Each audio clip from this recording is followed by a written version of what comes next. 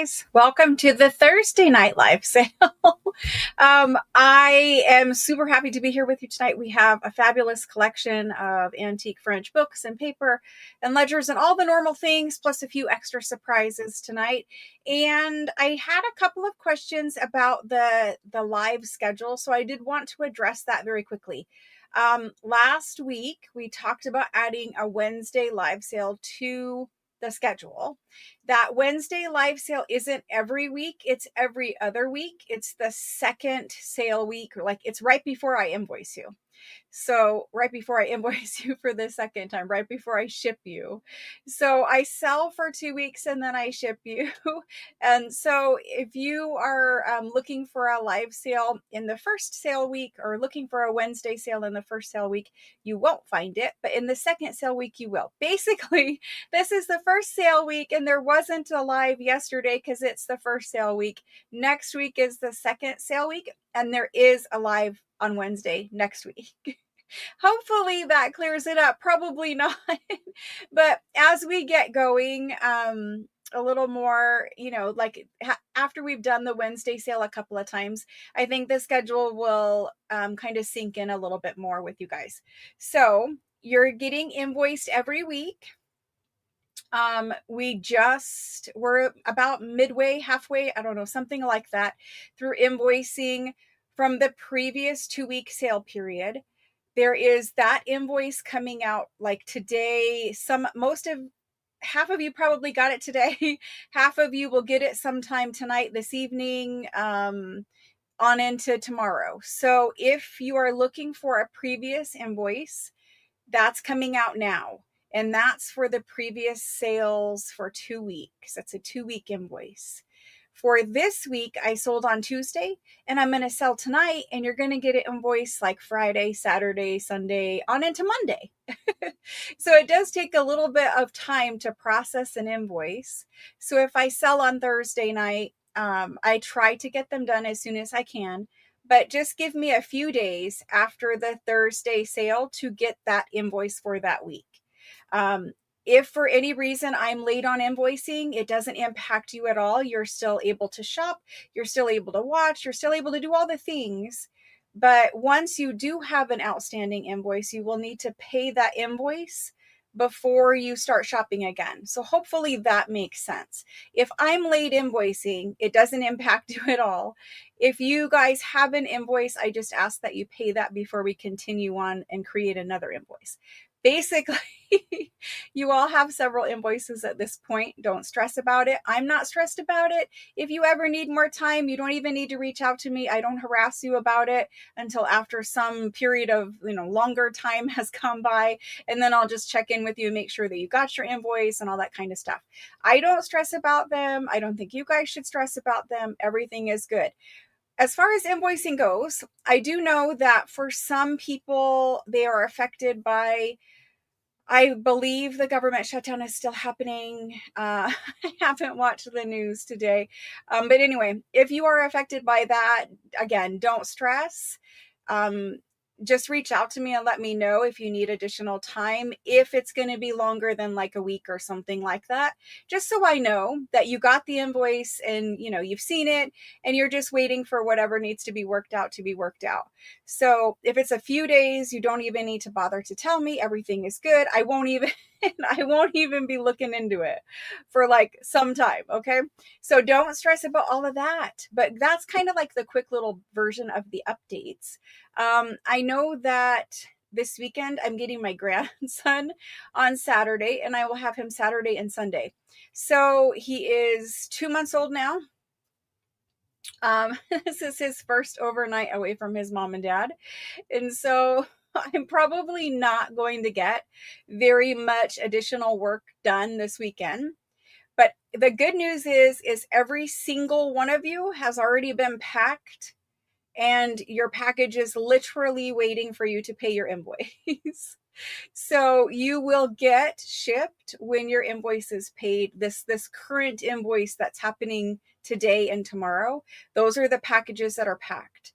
So when you pay that invoice, it's going to go, whether it be tomorrow morning or whether it be Saturday or whether it be Monday or whatever the case may be, all of that's already good to go. We don't ship from this previous, this week right now. We're not shipping Tuesday and Thursday until after the sales next week. I almost need to make you guys like a calendar and just put it on the calendar. Anyway, I think things are going to be okay. The point of me bringing up my grandson is I don't think I'm going to get to work on the kits. So I would not expect a kit next week either, because I don't have the weekend to work on them.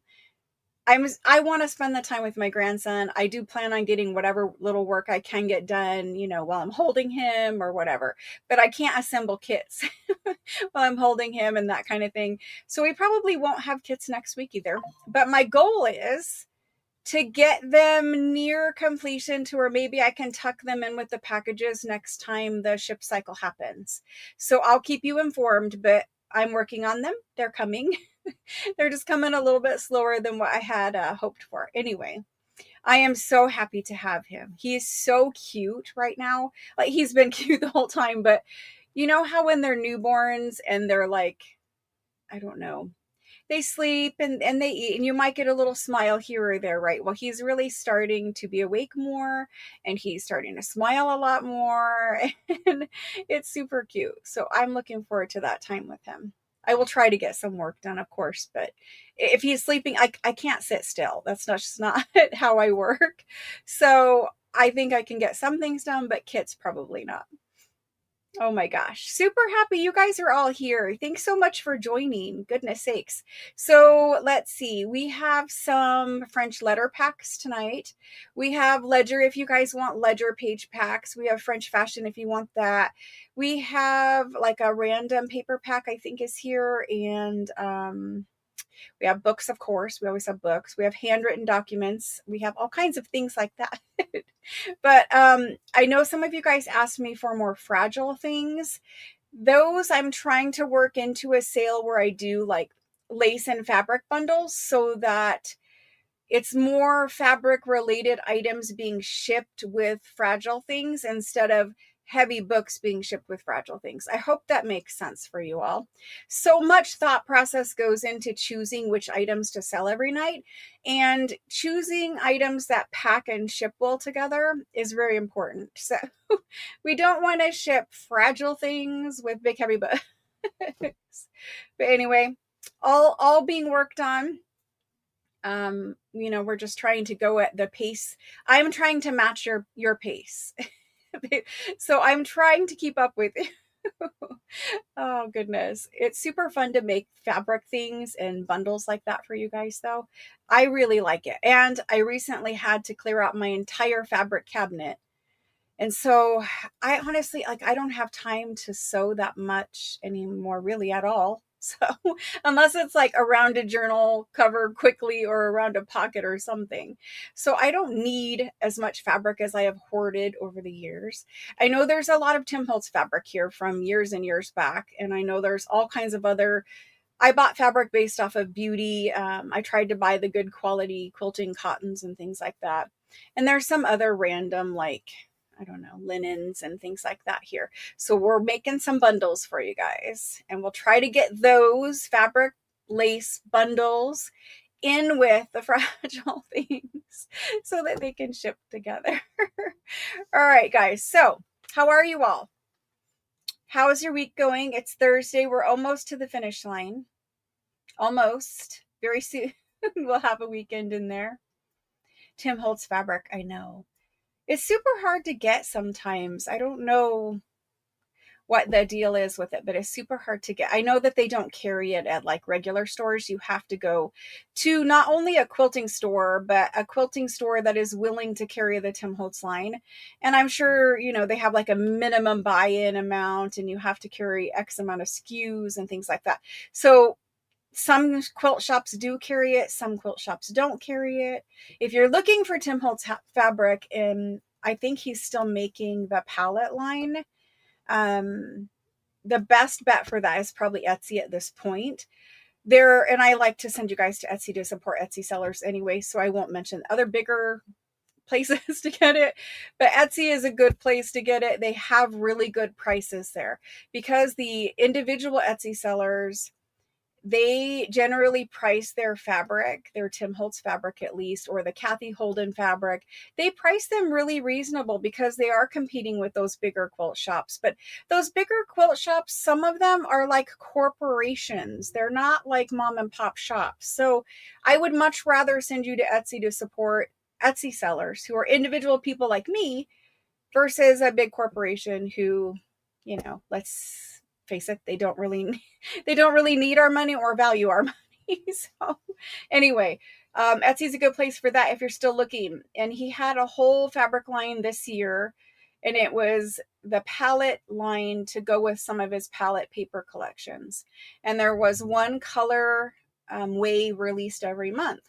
And in the beginning of the year, they were really, really behind. I don't think the first like January's color came out until well into like March. Like it was really behind.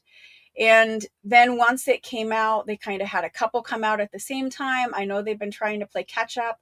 I don't know what the supply chain issue was with the fabric line, but it has been like probably not the smoothest launch, probably not his smoothest launch ever, but anyway, it is some beautiful fabric. I don't buy all of it. I don't buy the bundles where you get like a fat quarter of every one of them. I don't generally buy those because I don't think, for my purpose for junk journal, every single one of the patterns will work for that. Now, if you're a quilter or sewer or other kind of, mixed media, maybe the fat quarters do work for you when you have to buy the bundle, but you're paying for every one of those fat quarters in the bundle. And for me, I probably wouldn't use them. So again, another reason why I like sending you to Etsy is because you can find the specific pattern that you're looking for.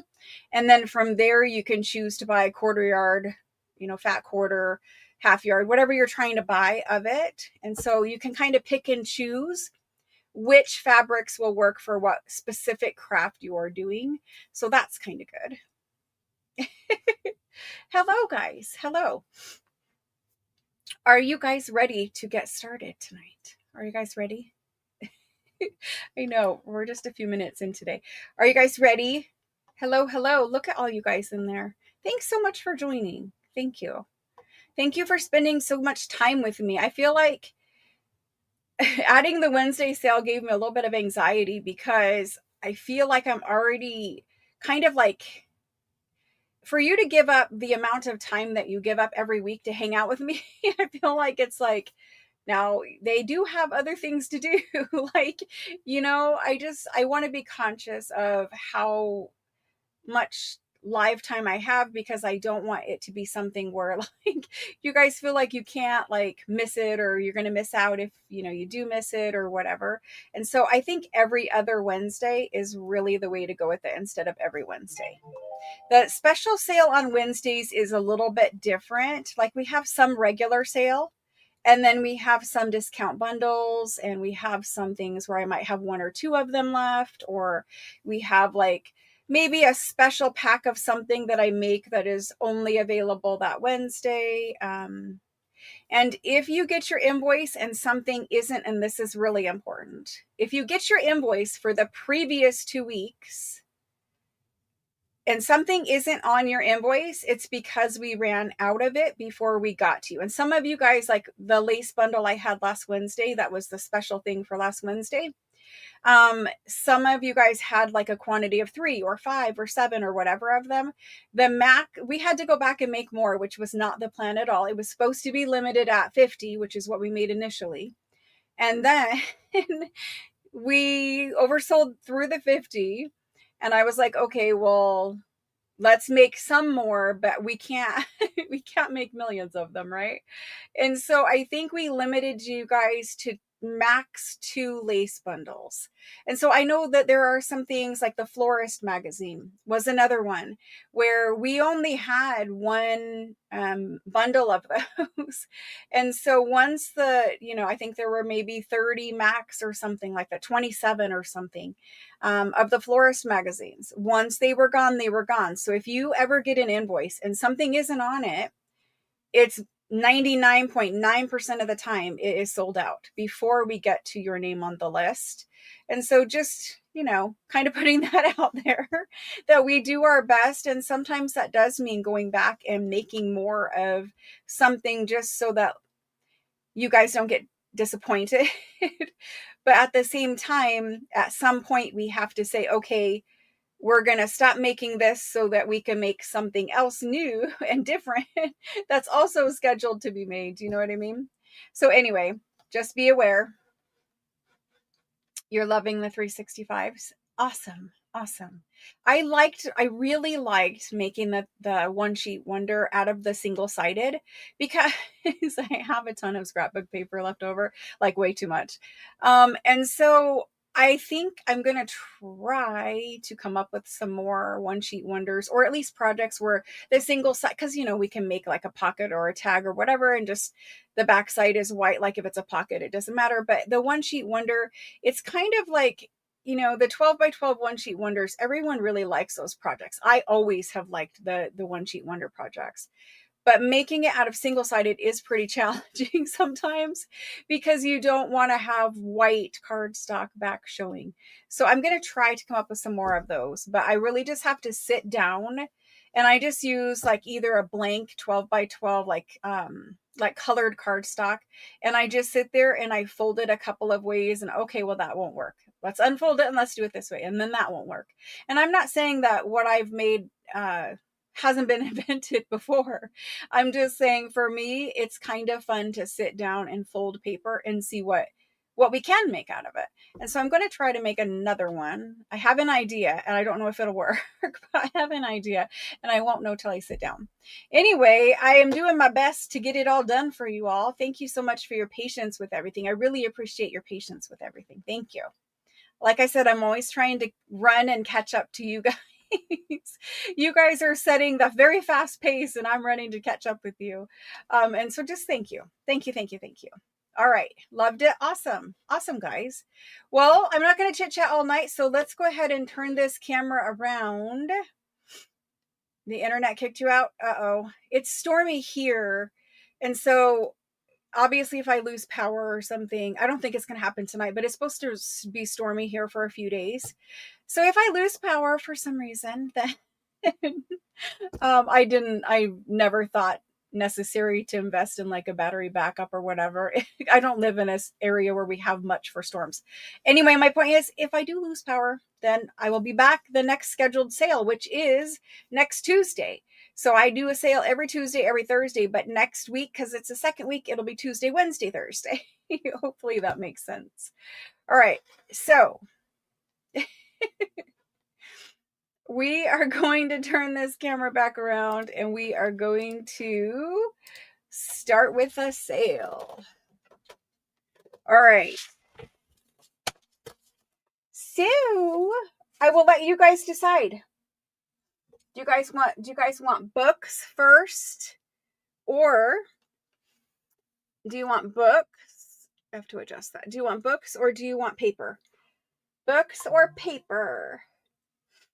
Kendall, no sound. Uh-oh. She's still at work, I bet. I wonder if she's still at work. I wonder if she's still at work. She probably is.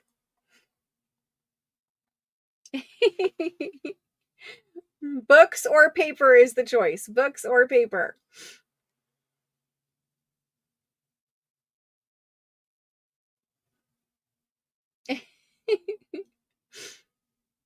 Oh, you couldn't get in because of storms? I know. It's really bad when that's like that. I know. The internet was out here completely overnight, but they said it was for maintenance. So hopefully that stays.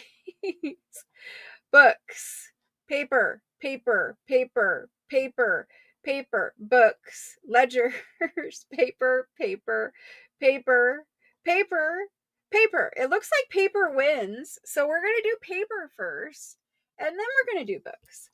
So I have one bin of books tonight, one bin of books, and I have paper. Let's go ahead and let's do these.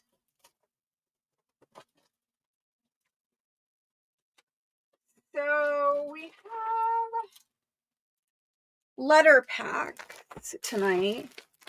These are French letter packs. They only have 30 of them. There is not more than 30. And I know they're in baggies, so they are going to glare, but I will do my best to show you.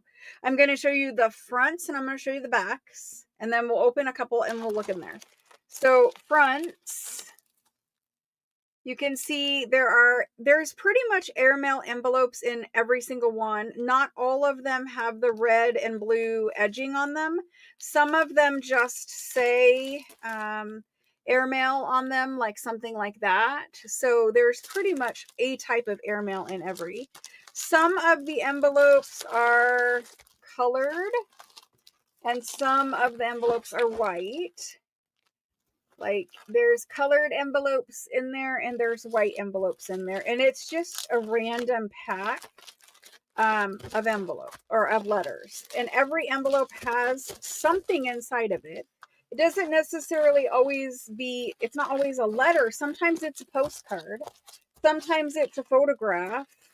It's just whatever they were sending to each other, right? And so we're going to open up a couple of them. And we're going to take a peek.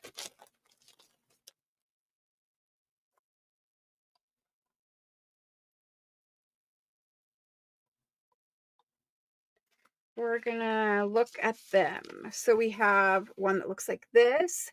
And there's one of these are older. These are much older. And there's one of these in every one, and they're special. And then there are 3 other letters. So it's a 4-pack of letters. And this one, you know, they've opened them whatever way they felt like opening them. And so this one, it's opened at the top. Opened at the top. Most of them will have a letter inside, but I did see some that had postcards and a couple that had just photographs and stuff was written on the back of the photograph. Okay, so letters. You might get a letter that's 1 page. You might get a letter that's 10 pages. Some of them are super thick letters, like very thick letters. I didn't want to sort them based off of that. I just felt like we should just do them as they were naturally coming. So there, it looked like she cried when she was writing the letter.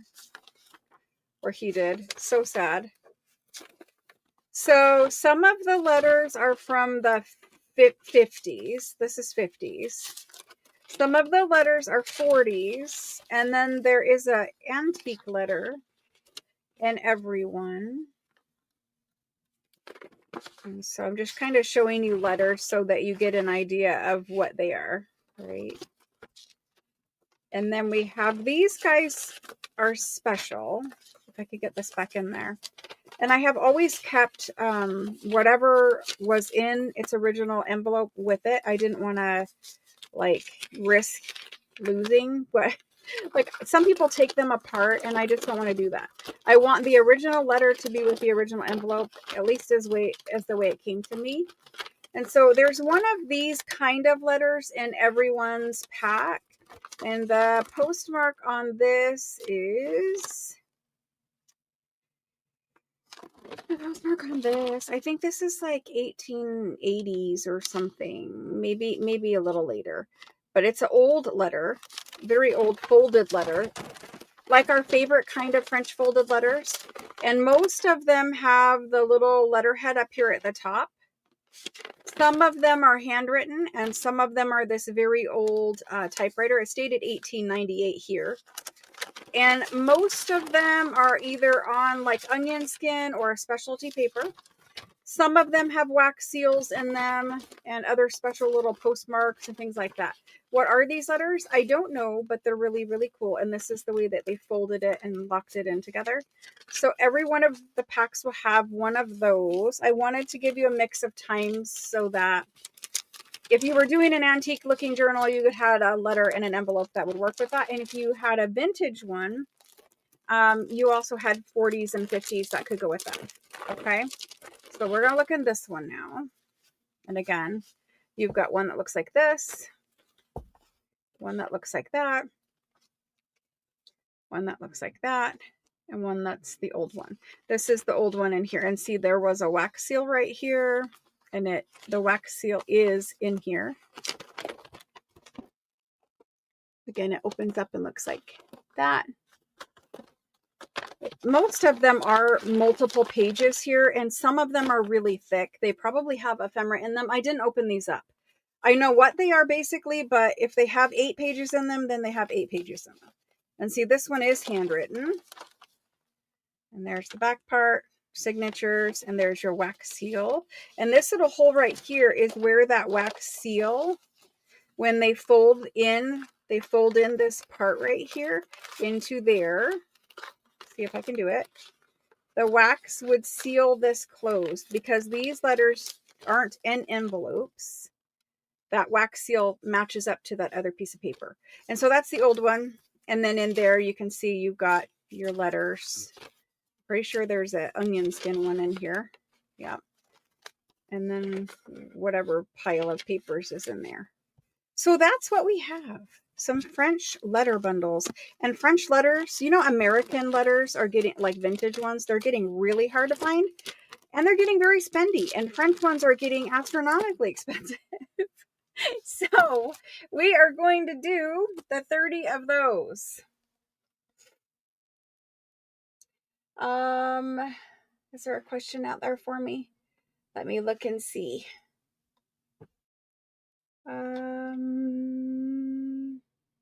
Hello, Mary, and welcome. Let me know if there's a question for me.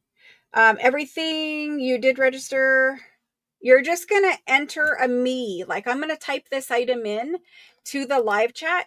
And if you would like one, all you need to do is type in the word me, M-E, and then I will give you one. And some of you I saw did register, you pre-registered, and I saw that. And then I'll just make sure that your registration has everything that I need, and then you're good to go. And like I said, we're going to invoice you for tonight's purchases, either Friday, Saturday, Sunday, Monday. Okay. And nothing will ship until after I sell all week next week. And then you're going to get invoiced then for the second week and you're going to ship. Okay, let's do this. These are, I'm going to call them vintage/antique because they're kind of both. There's mostly vintage, but there is one antique at least. Vintage antique letter/envelope bundle. There are 4 letters. Okay.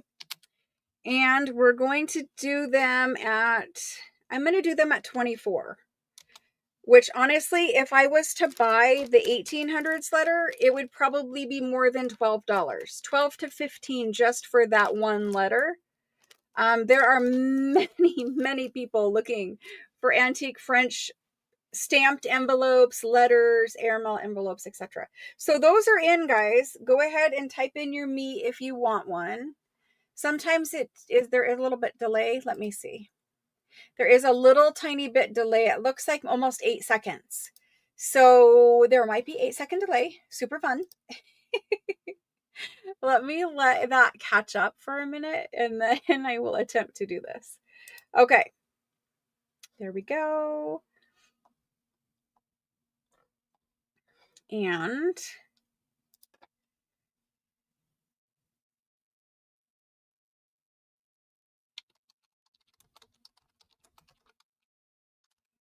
I'm going to call it Vintage French Letter Bundle on your invoice. The first person in is Angela, Ed. And when you claim, I need your first name and the last name, I need the first 3 initials of, please. Every single time, every single one of you claim, I need your first name and the first 3 initials of your last name with the word me or the ABC choice or whatever. That was changed as of Tuesday. So, Angela, Ed is in. Okay, Rose is next. Thank you.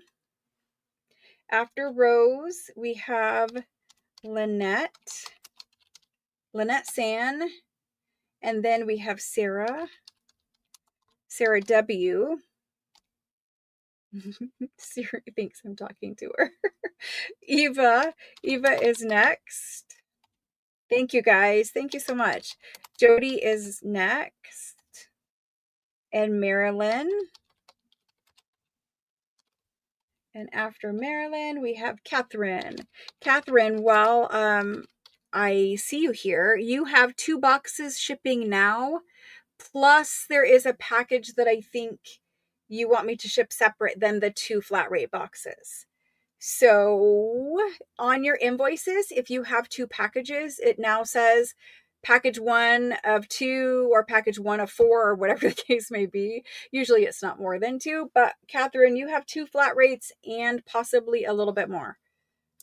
I'll have to get in touch with you. But they are here, they are packed. Barb B, thank you. She's requesting 2 of them if we have enough to go around. And then Karen.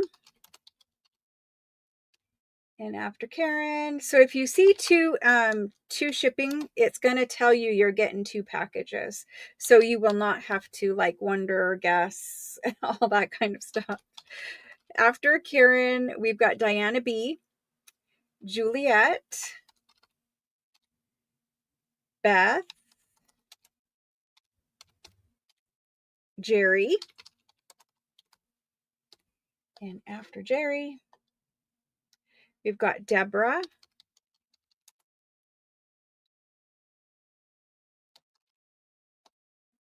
and after Deborah,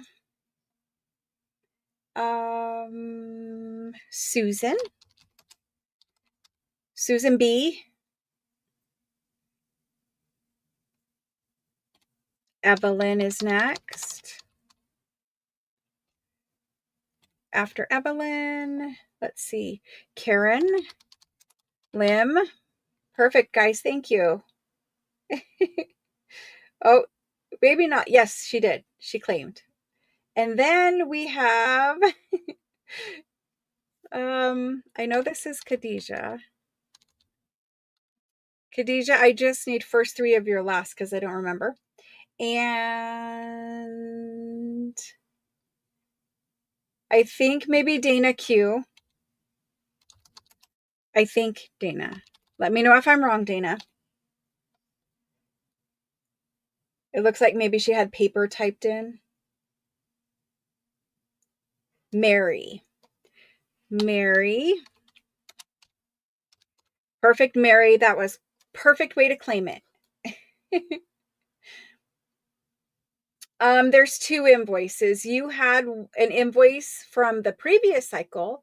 Then you're going to have one, if you don't already, I think you might already have one for now, for this today. Oh my gosh.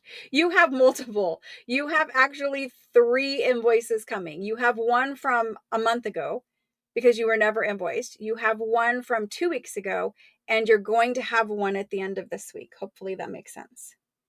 Shauna, I can see you asking, can I see you? But I can't see a claim for you.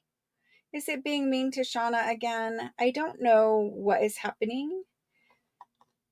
But Shauna, you're below Pam. I don't see you at all coming through on my side. Does anybody else see Shauna H's claim? Shauna, let me know how many for you and I will get you in there. You see Shauna? I see her asking, but I don't see her claim.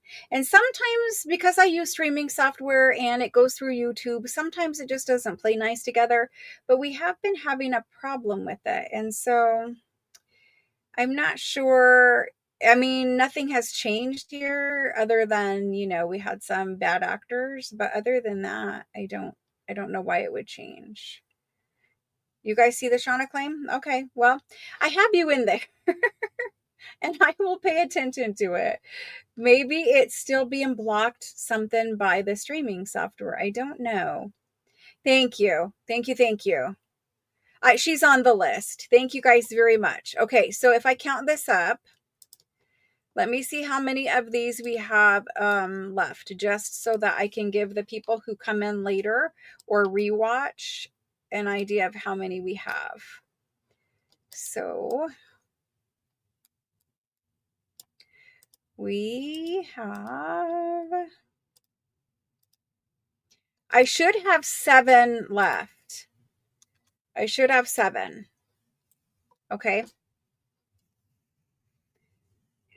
Deborah, yes. Sorry about that, Deborah. It was, I wasn't sure if I should call you Deborah RM or Deborah MER. I think we're going to start calling you Deborah Murr. Deborah Murr. Does that make sense because of your last name? Deborah MER. Awesome, guys. Thank you very much. Thank you.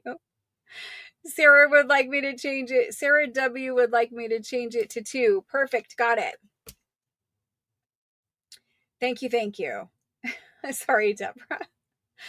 It was because my brain was like, wait, we've been calling her Deborah RM for forever. Okay. You have 1. Yeah, that's there. You don't feel pressure though. It's okay. It's totally good. You take as much time as you need. It's all good. Diana B would like another. Okay. So I added 2 more, so I should have 5 left. Okay, good to go. Thank you for that. I really appreciate it. All right, let's move through the ephemera. Next, I have something a little bit different. I have these. So you guys are used to seeing me have these, right? These are in Etsy. We've done these lots of times. I use these. These are vintage music cards. And I know, Catherine, you have 2 in your box because I packed them. So you have 2 of these. But what these are vintage music cards. And they were designed where you could take these little cards. If you were maybe a musician that was playing at an event or a club or whatever the case may be, and you could have these cards that had the music and the lyrics, if there were lyrics, to kind of play the music from, right? And so it was just a condensed way of carrying a lot of music with you, right? Instead of carrying big music books. And so these are generally from like the 40s to even 40s to 50s. I see a lot of those age ranges, but they have a title of a song. They have the music. They have lyrics if there are any. The lyrics are very, very small. So you can't really, I can't at least very much see them. But on the back side, usually you have like the title of the song and what year it's from. This is from 52. The copyright information, what the artist was, if there was some other kind of the song belonged to so-and-so or whatever. And most of them in your packs are singles. It's a pack of 15 of these, right? Most are singles. There is at least 1, 2, or 3, I don't know how many, doubles. And so some are doubles like this, and it's like part 1 and part 2. So basically 2 cards, but together. And so these are really great for making ephemera out of. And you guys have seen me just recently even pull these out and use these again. And so they're journal cards, right? Their thickness, their cards, they measure 3 by 5. They're basically an index card, but they make really great ephemera because they have the music background already done for you. So I've had these for a long time. These ones are, again, they're in Etsy. We have sold them here many times by themselves just as a pack of music cards.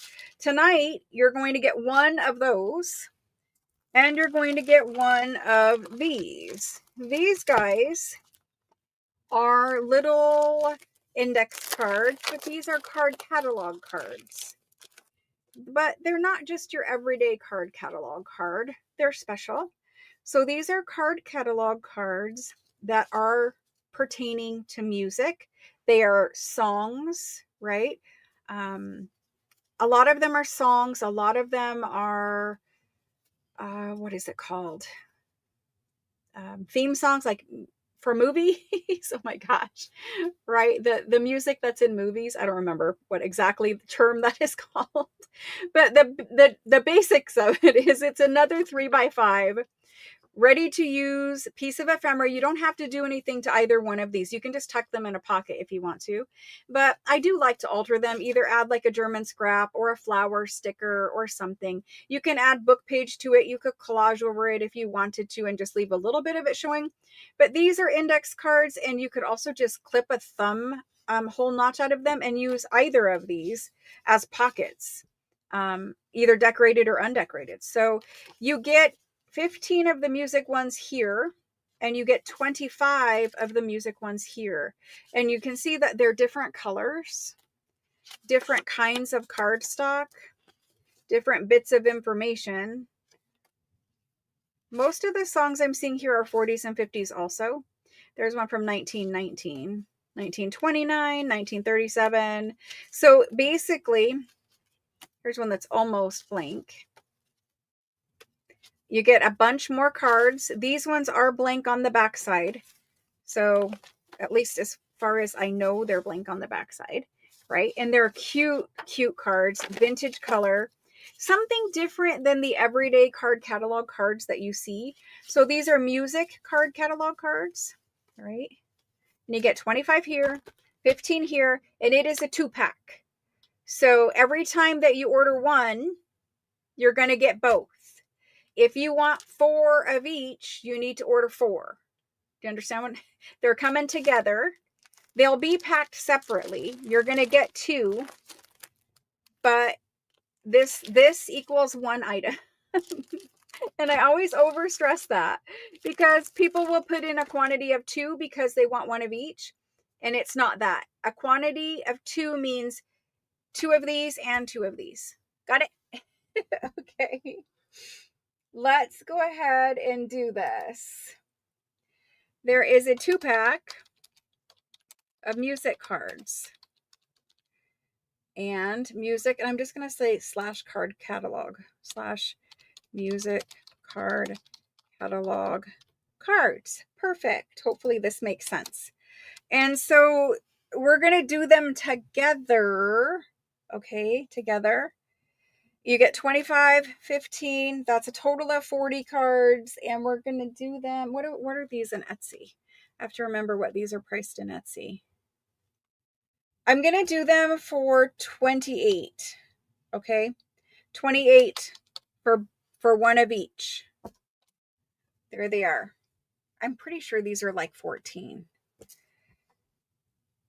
And you get 25 there. So anyway, it's going to be fun. We're going to have a lot of cards to play with. So this is 2-pack music /card catalog.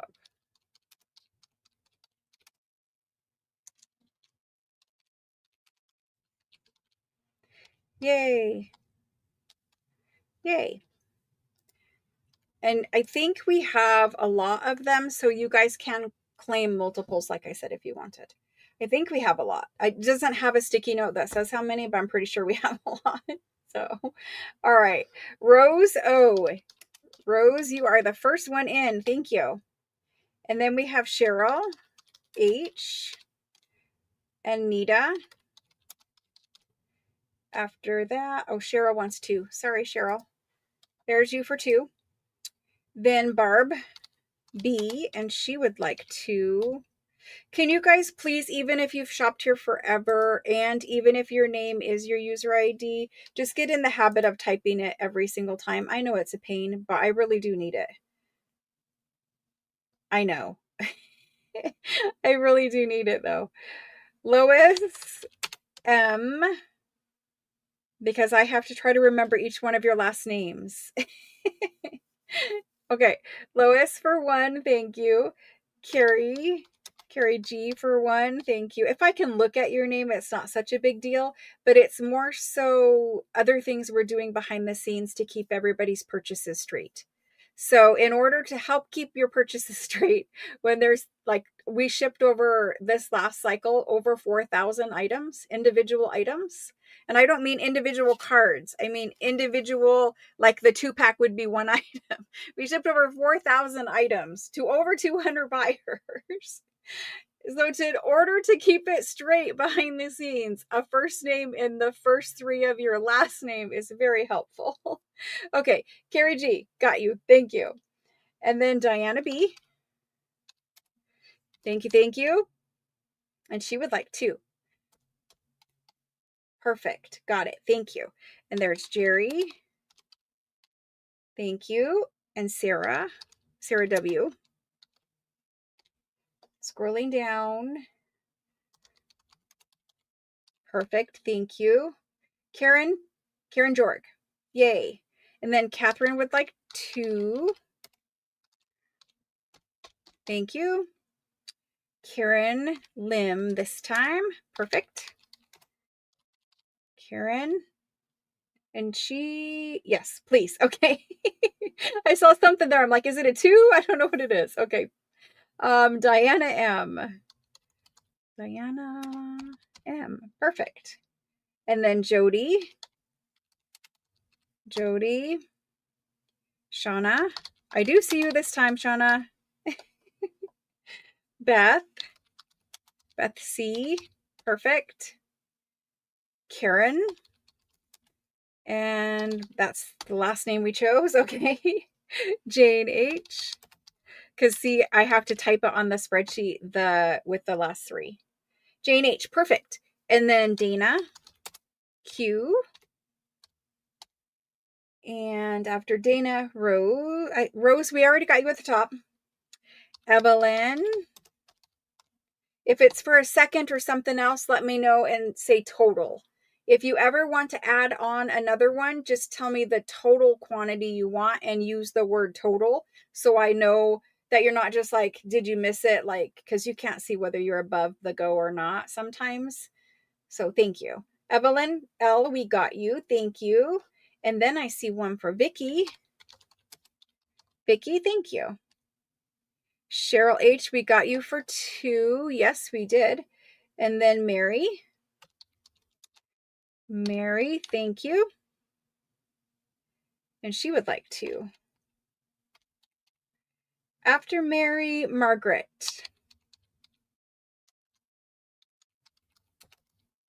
Perfect. Thank you. And Juliet. Thank you. And then we have Susan. Susan B, thank you. Lois would like to add. Yes, I would like everyone to add it every single time. I know it's a pain and I do apologize, but yes. Yep, Rose, I got you for 1. It's okay. I know it's different. It just changed on Tuesday. Did you see Deborah RM? You know, I did not. Did I see you? Hold on. Let me look through the list. I don't think I did. I didn't, but I'm going to put you on there now. Deborah, MER. Perfect. And you would like 3, Deborah, MER?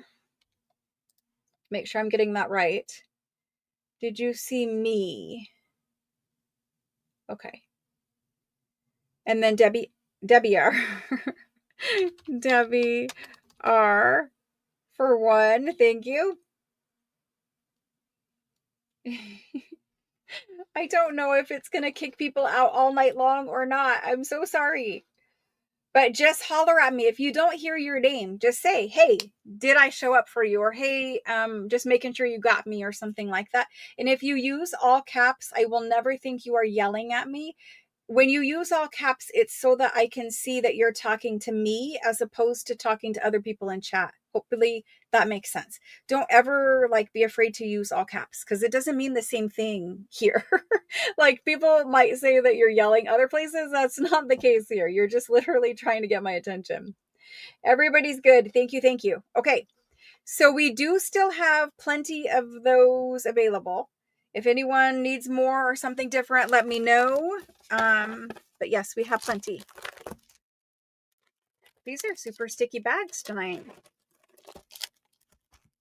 Awesome. When we were packing these up, there's two different brands of bags. These guys, when you peeled off the little strip from the bag, like the little tear off strip to reveal the sticky, it would tear off the whole sticky.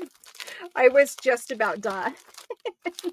I was like, no, I'm not going to deal with this all night long. No, I'm not. So needless to say, a case of bags is going back to Amazon. Yes, there are some missing. I do apologize, Amazon, but I can't have 1,000 bags and fight through the sticky tape issue thing. So anyway, I ordered a different brand, and the different brand was great. It was great. Okay, so I see a couple more here. Claudia. There we go. I have Claudia. Thank you. Okay. 2 total in the letters? Yes, you can. It took me a very long time to get that one. Karen Lim for 2 of the letters. Yes. There's just a couple more of those left. There's 25 in the card catalog, which are music card catalog cards, not like regular card catalog cards. They're music. And then there's 15 in the music cards, and you get 1 of each pack in the pack. Hopefully that makes sense. You get this. An order of 1 equaled this. So the price is for 1 of each. Hopefully that makes sense. Okay. 25 and 15. Claudia, you've got one. Thank you. And I think we're caught up. Moving on. So that was the cute little ephemera packs. Every time I make a project with the music cards, you guys always ask me for music cards. I'm like, I'm just going to make them and bring them with the music card catalogs because I think they go well together anyway. So great. Thank you. Okie doke. I have a total of, let's see, how many are we going to do of these?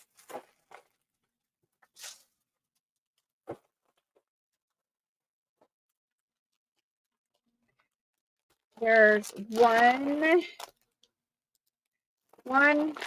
This is what they look like. 2, 3, 4.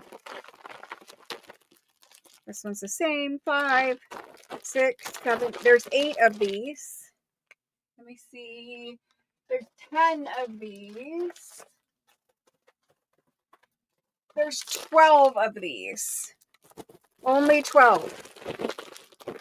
They are all relatively the same. Inside of every single one of these packs, there is nearly no duplicates. 1 or 2 possibly have the same piece. I try very hard to make them with 1 piece from a bunch of different patterns so that you can get different shades, different colors, different, like these are crochet little tiny doilies. And when I say little tiny, some of them are quite large.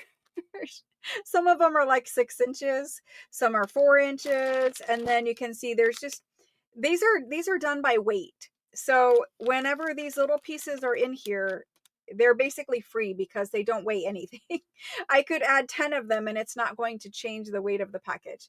So they're supposed to be being sold as 3-ounce pack, and a 3-ounce pack is generally around 30 doilies.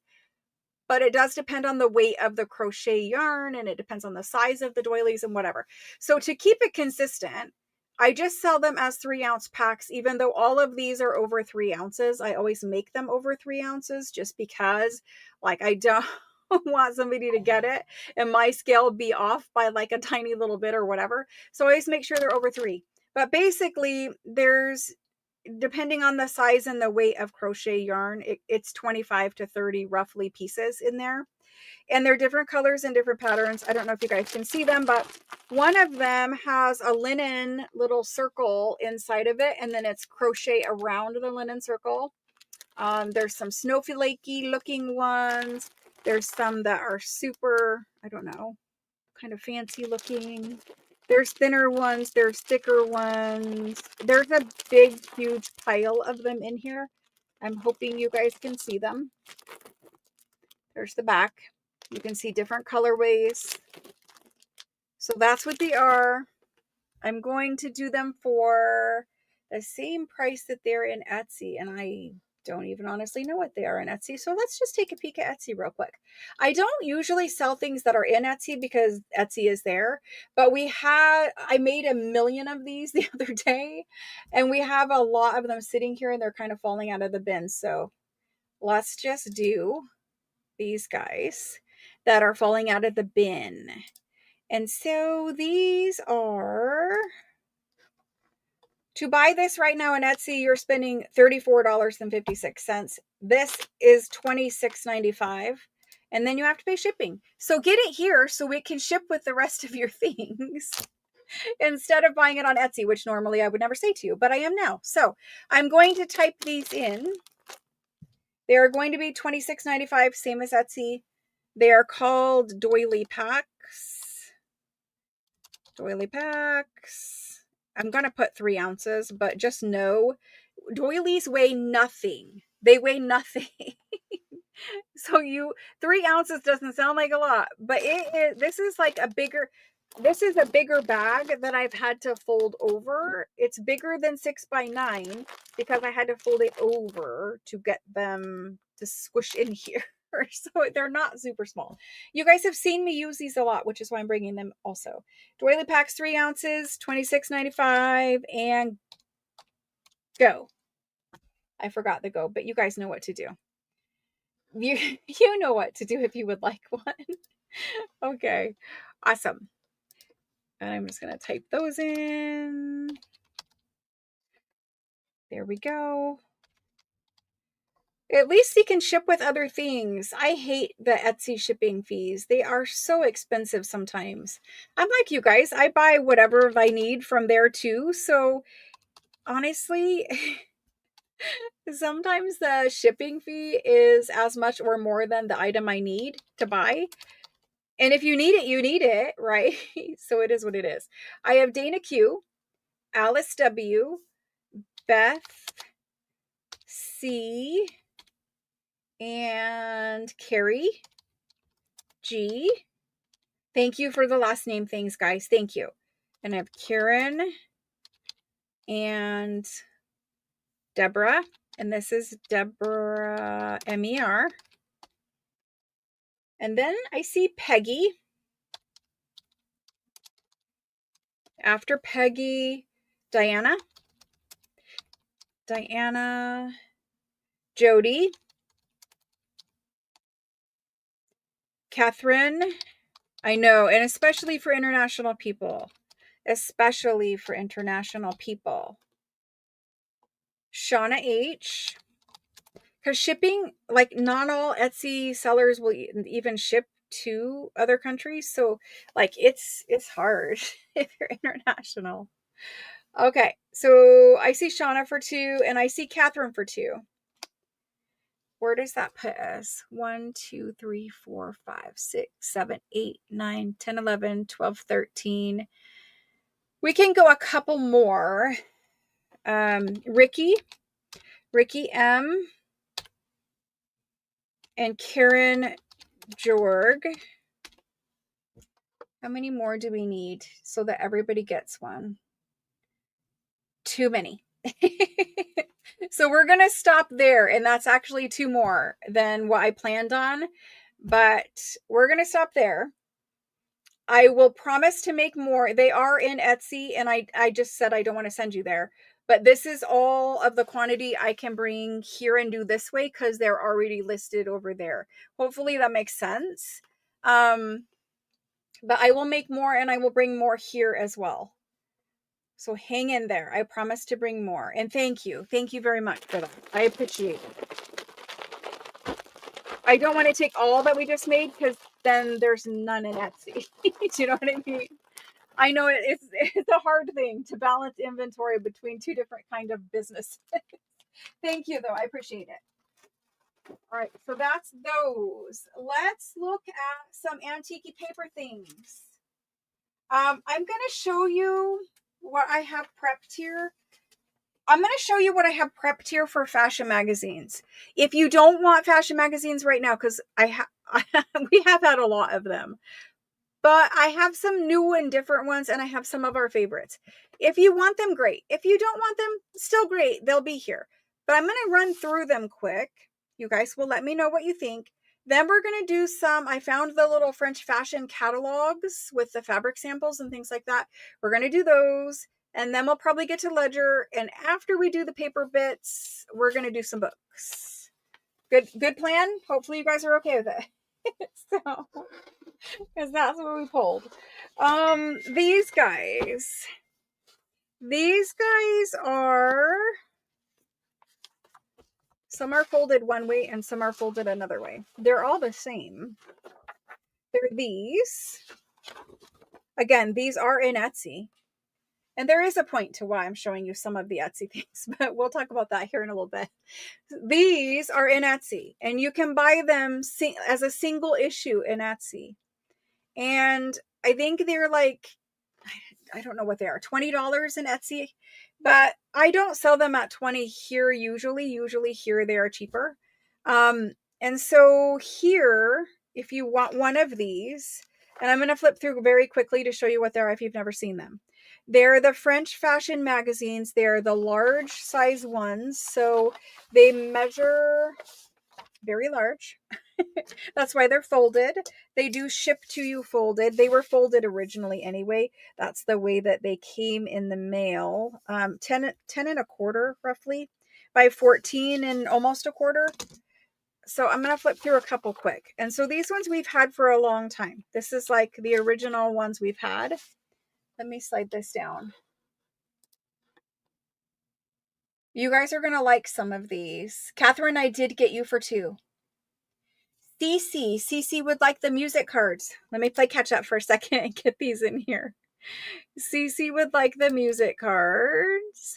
There we go. Cece, you are on the list. Thank you for 1 set of 2 of the music cards. Okay. And I'm sorry. I know I disappoint some people when I run out of things. I try so hard not to. I really do. Okay, back to what we were doing. So these guys, I can see these ones are from 1883. They're all 1880s or before. Nothing from these ones after 1880s. Usually they'll have some kind of ladies on the front. Sometimes it's just one head of like a fancy lady. Do we have any of those? Not that I see, but there may be one. And so usually they'll have some kind of ladies on the front. I actually do use the originals when I craft, but what I would encourage you to do if you don't want to cut them up and use them is just to scan them or copy them. You can, if you don't have a printer, you can take this to like a FedEx Kinko's location, a UPS store, your mom and pop copy shop, and they will Xerox these off for you, so that you have a bunch of them, and then you can cut out the ladies. You could Xerox these on colored paper because they're black and white, right? You could Xerox them on colored paper, and then you would have pink little ladies or blue little ladies or whatever you wanted, right? You could use a laser printer like I do and scan and print them. And then you can use like mixed media watercolor to color their dresses or their faces or whatever, right? So sometimes you get really nice examples where the ladies aren't overlapped. Like to cut this one out, you would have to basically cut all 3 unless you're very creative with your cutting to get her dressed. You know what I mean? So sometimes you get really great, standalone ladies here. You always get 1, I think, but if they're in a group, they try to put 1 off to the side. Anyway, you have lace making, pattern making. It's all about sewing and fashion. This one has a lot of lace stuff. This is jewelry. There's this image here. I mean, that's worthy of framing. But what I would do with it is I would scan it and then I would print it as like a 4x6 journal card, or even smaller than that to use as a focal point. And that's all the fashion you get in this one. That's it. And I specifically am showing you that one and then this one. This one has lace and furniture. Whether this is embroidery here, There's some lace in fashion. Oh, her heads are cut off. Lace in fashion. And then I have had many Braille papers. I just did not get any books for you guys pulled out of storage yet. I used to sell Braille paper in Etsy, and I used to sell it here. I don't have any Braille at the moment. That is prepped for you. There is tons of boxes of books out there that need taken apart, but they need they just need time to do it. Anyway, so these two did not have a ton, like there wasn't huge groupings of ladies in them. Here's one where we have the two ladies on the front. And then some of them have more fashion than others. It is completely random. Whatever the magazine had in it is what it had, right? So kind of, see, this one has a lot. So we don't know. Nobody opens them up. We just ship them. So whatever they have in them is what they have in them. Okay. So we're going to do them the same way they're listed in Etsy, where you can buy one. Okay. We've done them in 2 packs. We've done them singly. Tonight, it is just a single issue of this. So there's that one. You should know that there are like 3 or 4 other ones. Okay. So we're going to do French fashion, and we've done these a lot. So, you know, if you guys are all good with it and don't need any, great. If you want one, here they are. French fashion magazine, and I'm going to do them at 18. I think they are in Etsy for more, but 18 is good here. Okay, that's all good. There we go.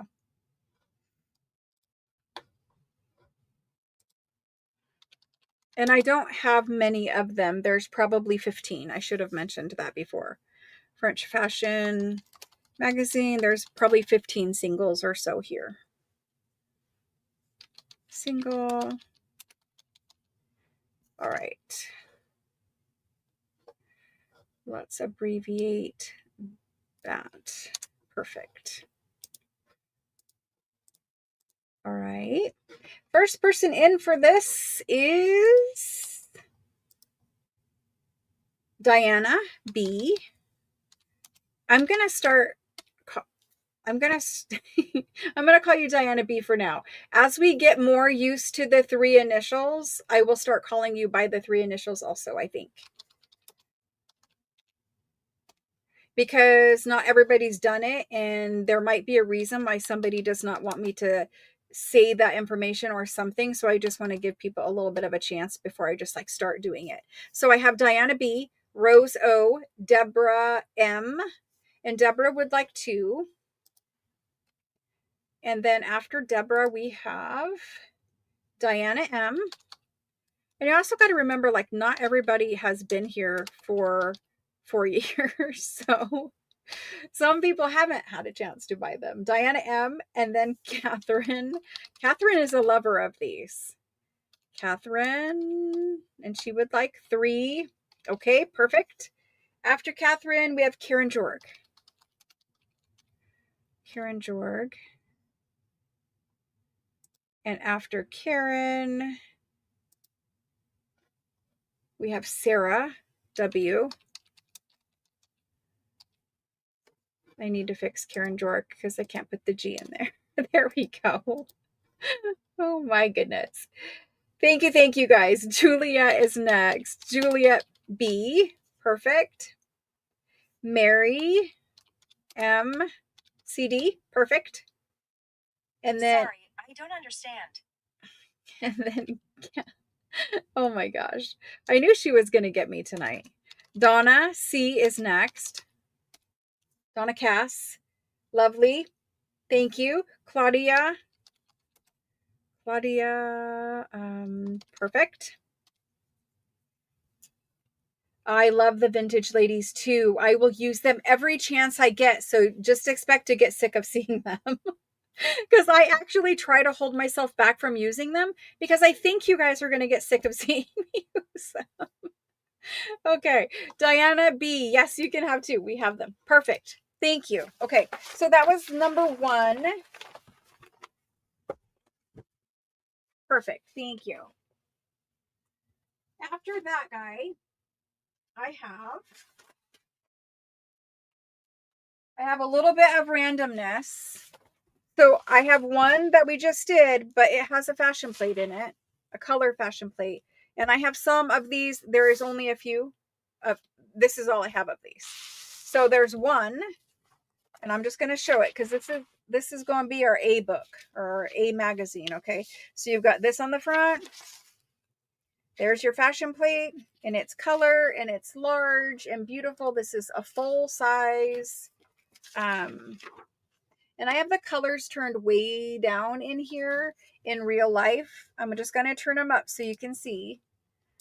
In real life, if I set it to 0, that's what it looks like. I bring it down because it helps with the glare, and also my desk does have a sheen on it too, and it kind of bounces back. But anyway, so there's your fashion plate. There's your fashion, and she is in there. And then you have a double page of this. This is kind of a, you know, specialty one, right? Double plate of that, and then your text. So that's A. If you want this exact one I just showed, that's A. Okay. Then I have 1, 2, 3, 4. Only 4 of these. And so we're going to do them quick one at a time, I guess, because you guys are going to want to choose the picture.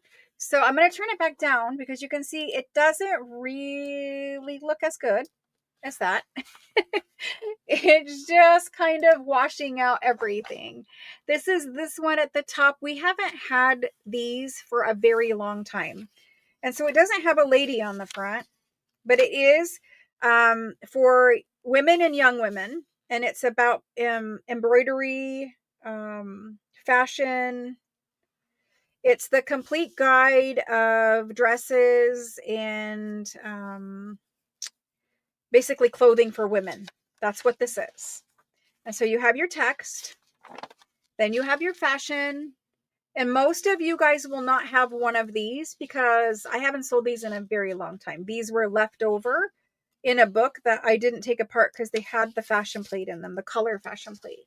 So there's the middle, and there's your lace making. I actually think I just saw some of those doilies in that doily pack. This one happens to have music. I don't think they all do. It happens to have music there. And then you've got the back issue of the magazine, and this is your plate. And your plate in this one is fabulous. It is fabulous. They're all fabulous, but there's that one. So A and B, okay? And I'm just going to label these with a little sticky note that I put on my shirt so that it's not too sticky. Because if you're going to claim them, I want to make sure you get exactly the one you're claiming, right? So A over here, B over here.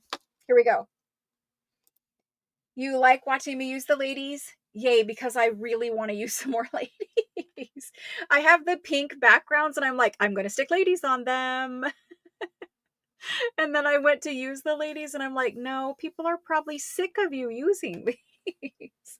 Anyway, so we're just going to call these Victorian French fashion mags with color plate. And we do the large size ones of these at 40. They're always 40 when they have a plate, and 100% honest, you would have paid 20 basically for the issue of the magazine. And those plates that are back there sometimes sell for like $80 a plate. So, you know, that's that. Kind of like a French magazine for free and a plate that you could scan or frame or both. So there's the 2 of those. And it looks like Karen Lim is in first, and she would like A. Karen Lim. Perfect. Perfect, perfect. There we go. And then Karen, go after that's Diana M. Diana M. Yay, we did those. They have been laying around here for a little while. And they need to go to a new home. Perfect. The last couple we have one single one after this. The next 2 are these. You have A and B. You can see this one is a darker print than this one, but A and B. I'm going to try to flip through A first quickly. You've got your text, ladies. Look at the ladies. And I mean, they're steel plate engraved, very detailed ladies. This point of printing in France, very, very detailed printing. Okay, then you have, I'm skipping a page. I say fast and then more fashion. Love that. Love the lace, even just this. Okay, and here's your plate. So it's these ladies. And again, remember I have the lights turned down, so they are more vibrant, but it's just the best way to show overall. There's the ladies. Okay, so that's that one for A. Here's B. Your text. Here's this scene in the middle of this one, kind of like a hunting, and you've got some women who are out hunting and shooting. That was the Victorian sport, so there they go. There's your fashion. She's dropping a letter in a letter bin box. That's kind of cute for us. Then there's your lace work, some embroidery patterns, and here's your fashion plate. And you do have a couple bonus fashion ladies back here on the back. And here is that plate. It is beautiful. Look at the little girl. Oh my gosh, so beautiful. Okay, so A and B, there we go. We're going to do, I should have copied it, Victorian fashion mag with color plate. And they are 40, and I am copying it this time because we have one more round. Copy. There it goes. I forgot the go, but you know how. Have you any more? I just have these that are right here. That's it. That's all I have for these at the moment. There's always more coming, but will they have color plates? Maybe. Will they not? I don't know. We don't check for them when we buy them. So this one, Catherine is going to have one of them. Catherine R. And then after Catherine, Karen, she did not get one already. Nope, she didn't. Karen Jor. Karen, I am trying to share them because there is just a couple of them. Okay. Stick that to my shirt first. Perfect. Yay. There's those. I'll move that one that way. Last one, and then we're on to regular French fashion with no color plate, but it is what it is, sadly. This is the last one. It's 1887. Not really the best scene on the front, but, you know, we'll take it for the top part of the magazine. That part was pretty. There's your text. Here's your fashion. Huge amount of lady, like, they're big. Right? But you can shrink them down. So there they are. Lots of fashion ladies there, though. I don't know. 1, 2, 3, 4, 5, 6, 7, 8, 9, 10, 11. Now, will you be able to use all 11? No, but there's 11 of them. Then you have fashion here. I love the dresses. Super cute for children. I'm skipping a page. And here's your lace work, crochet, embroidery, needlepoint, whatever it is. And here's your plate. And this plate is very nice. You've got, this is actually pink. Her dress is pink. And then there's the one in the blue with a little boy in between them. Super cute. So there's that. Here we go. Last one. I promise I will bring more. Whenever we find them, I always bring them to you. I do have some random color plates all by their lonesome. And they didn't come with a magazine, but they are here. And I will get those to you guys soon too, because I know what we're really after is color plates here. So this one goes to Diana B. Thank you. Diana B. Awesome. All right, moving on from there. Let's look at the new one, or one of the new ones, because there's actually a couple here. we're going to look at this one next. And so yesterday, Tuesday, I have this one. And Tuesday, I brought you these ones. On Tuesday, we had these ones. And these are also Victorian fashion from France that are new. Both of these I have never, ever had before. They are the rarer fashion magazines to find. And so on Tuesday, we had these. Tonight, we're going to do these. And I'm going to do what's left over of these. Okay. Can you have some? The colorfully. I will definitely bring them, Catherine, and I will definitely make sure you get some of them. There is a few. So I don't think, I'm not saying we'll probably have enough for everyone to get everyone that they want, but what I'm saying is I will bring them, and there is more than 5 or 6 of them. I don't know how many, 20 or 30, but they're stacked in a stack. Okay. They're the large French fashion magazines. I didn't measure anything for you guys tonight, but they're large, right? Like 10.5 by 14.5. Hello, Jenny. So these are very, very different. They have the two that I had new this week, this one and the one from Tuesday, had a lot of fashion in them. This one is more for sewing the fashion that you see in the magazines. So you're going to see it's a little different laid out, right? And so we're just going to start right here in the front. You've got these two. They're kind of in costume, right? They're definitely in costume. And then here's regular ladies' dresses. And then here's more ladies' dresses. And then let's go back one more. There's more ladies' dresses. There's 2 different kinds of paper in the same one. There's more ladies' dresses. I love these ones. Super fancy. There's more back there. So mostly on the front, we're going to have ladies. There's wedding. Mostly on the front, we're going to have ladies.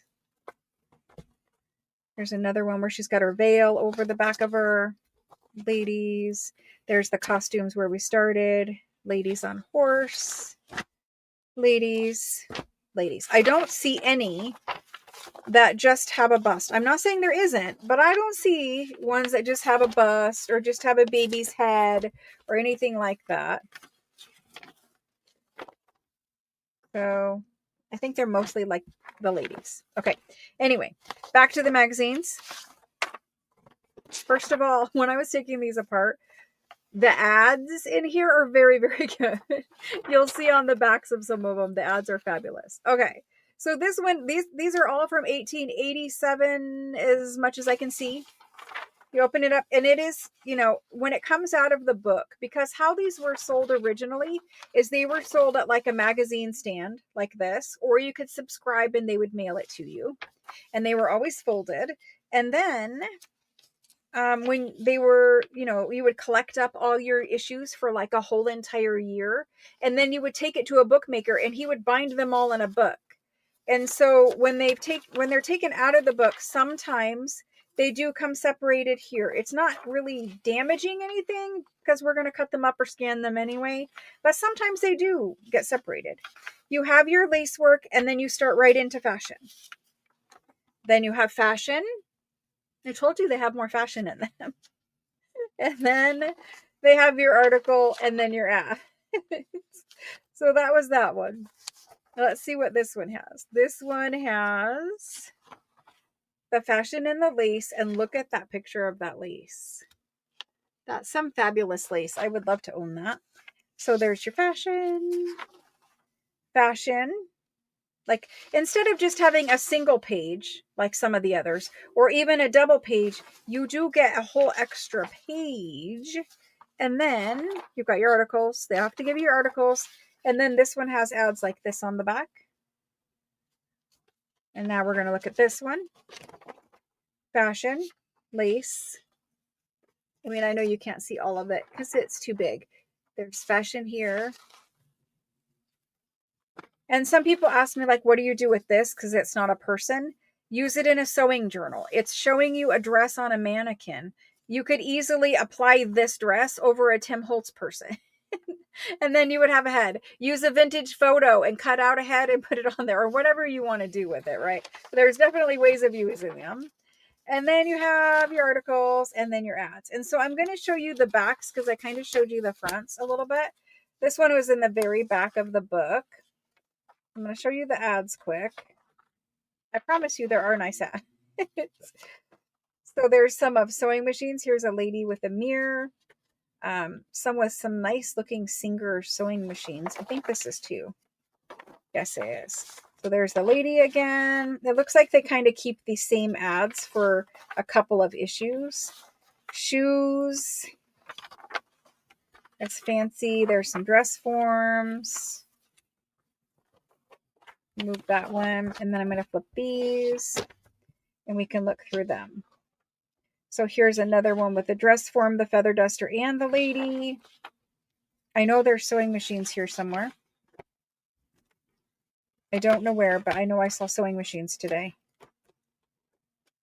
Either that or I'm confusing my magazines again. I'm going to keep looking. I'm sure I saw sewing machines today. It might be, here's the sewing machine. And I know I saw more than one of them because there were several. Anyway, look at the cute little sewing machine. It's so cute. I know there's more than one here. But the rule of being live means whatever you're looking for, you're not going to find. And that's the magazine. That is too funny. Okay, here's at least one more. Anyway, I think we get what we're looking we get what we're looking at. I don't need to keep doing it. There we go. That's those. Oh my gosh. Here we go. These are Victorian fashion and they're French.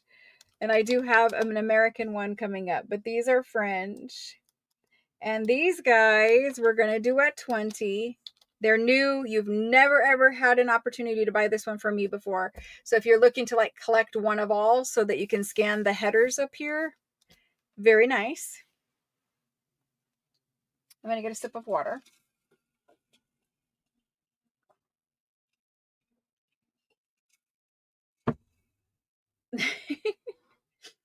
I love when you're live like that.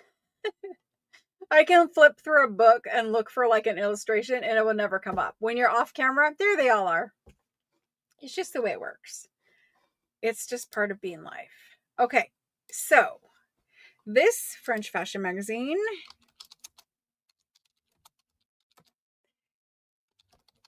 Okay, and we did them as singles. The first person in is Rose O. Thank you, Rose. I appreciate it. And after Rose, Diana B. Thank you for the names, guys. Really appreciate it. Shauna H. And she would like 2. Then we have Catherine. And she would like 2. Perfect. And then Jody M. I hope you guys are scanning them and saving them because we actually are helping to preserve, you know, all of these artists that did these illustrations. We're helping to preserve them so that, you know, when they did these illustrations, they never imagined that hundreds of years later, it's 140 years. We would not, they never imagined we would be using their images. They never imagined we'd be scanning them and making them digital. And so that people could print them out and color them and use them for, junk journals or scrapbooking or whatever you're using them for. So I think it's a way of honoring their work. I certainly am not talented enough to draw that. And back then they didn't draw it digitally. They literally just sat down as an artist and drew these. And that's fabulous. Okay, so after Jody, we have Mary. Mary, MCD, perfect. Then we have Sarah W. Thank you for whoever bought on Etsy. Sarah W. And then we have Paula. And this is Paula. I gotta put this in the right place. This is Paula DEA. And then I'm using if you were new or have just joined, I'm using the first 3 of your last name going forward. So Paula DEA, and then there's Susan LIL, and Marcella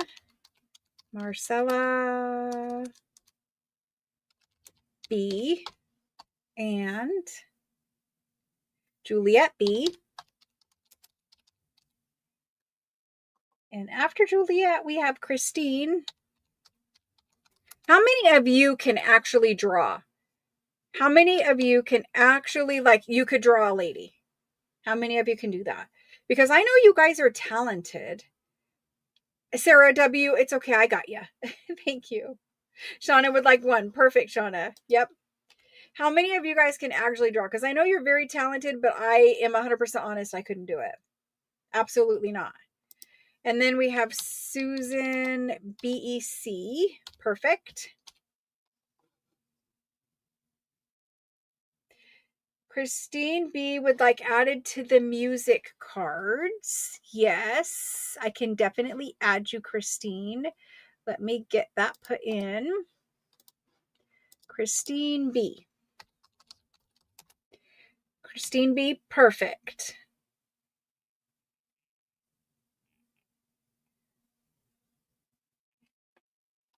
And then, thank you, Sarah.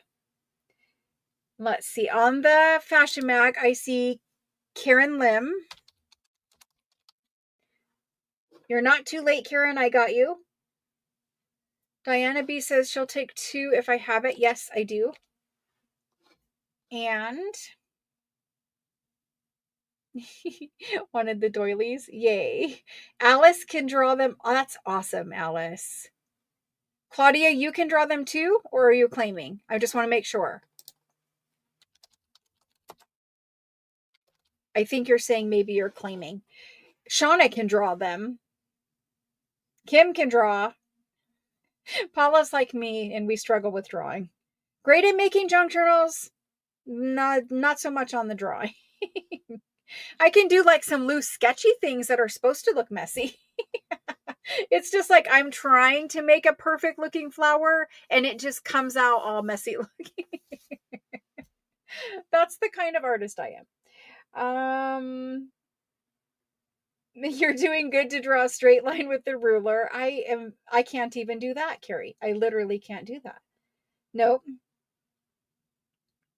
Catherine, she could try, but she doesn't think it would be like those. I don't know, guys. I don't know. Rose can draw. Linda could draw when she was younger, but not now. I know things change like that too. Like tastes change, but I think skill also sometimes changes. You can draw a stick figure. That's good, Shelly. That's really good. You're doing better than I am, Shelly. Definitely. Claudia's claiming. Perfect. I got you on the list.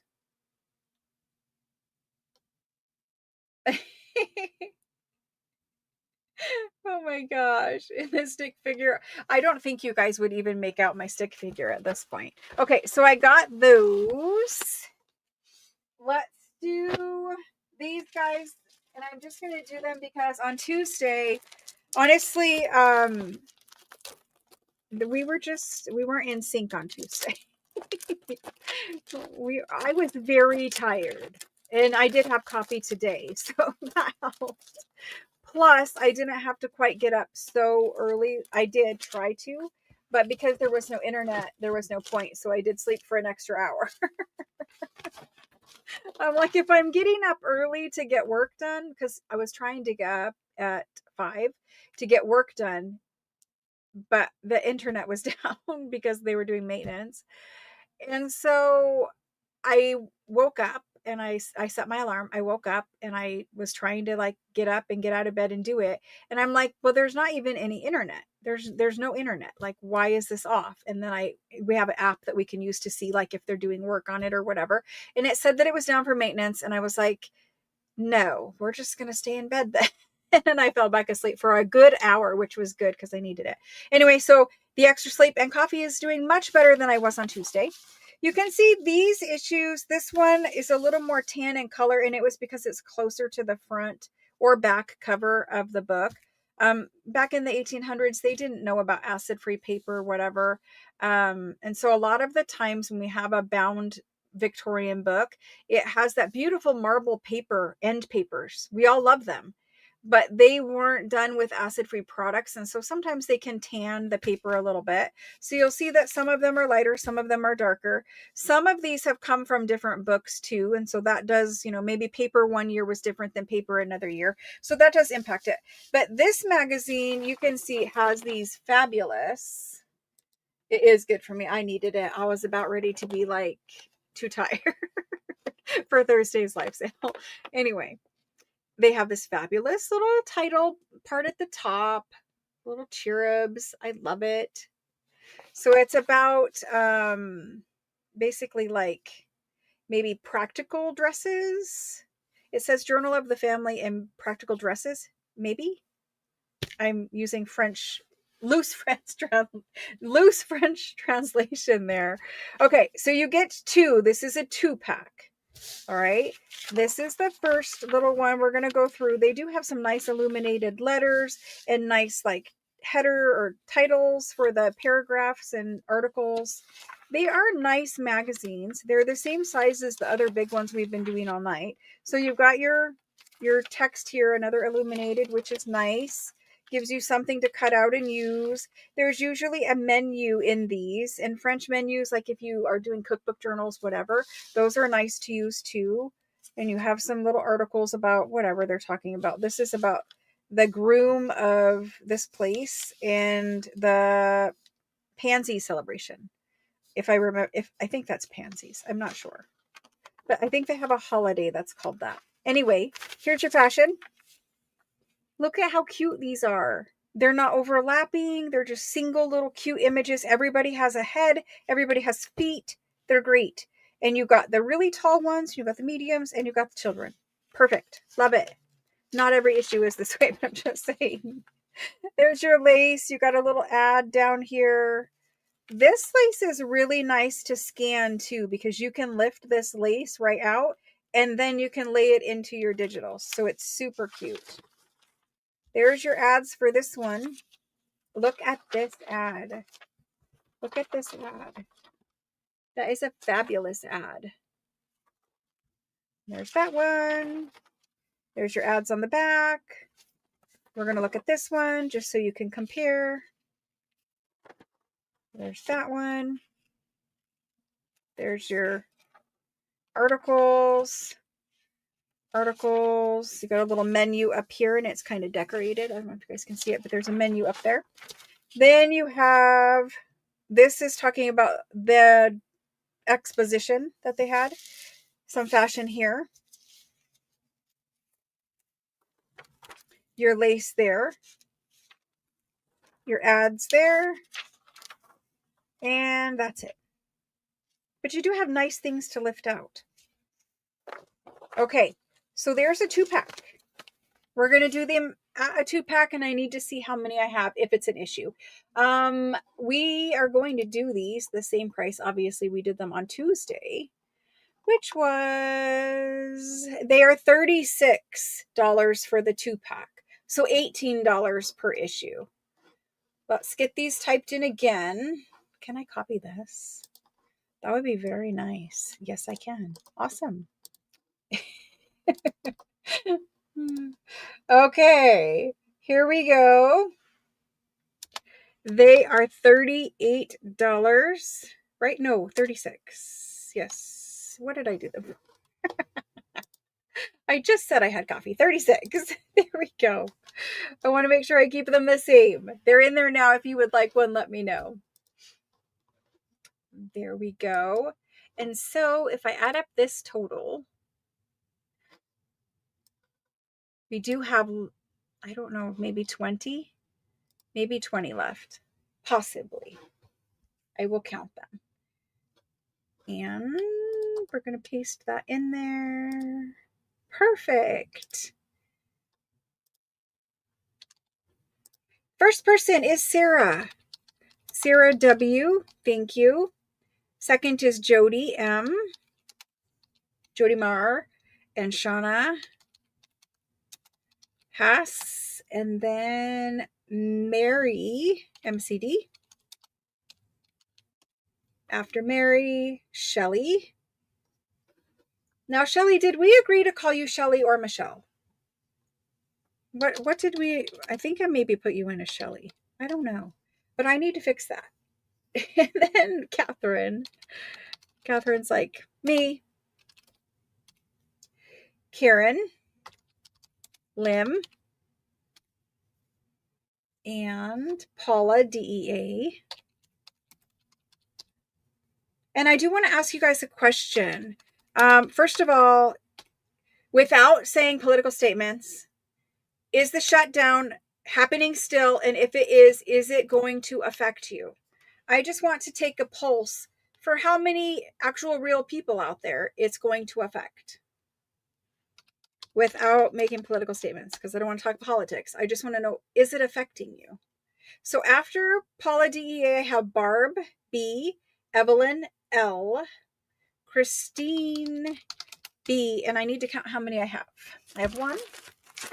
I have 2, 3, 4, 5, 6, 7, 8, 9, 10, 11, 12, 13, 14, 15, 16, 17, 18.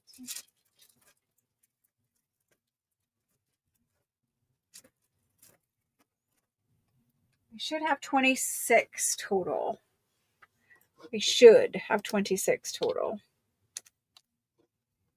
And everyone just claimed 1, so we're good there. So Christine B. And then after Christine B, Gloria. Hello, Gloria. Welcome, Gloria.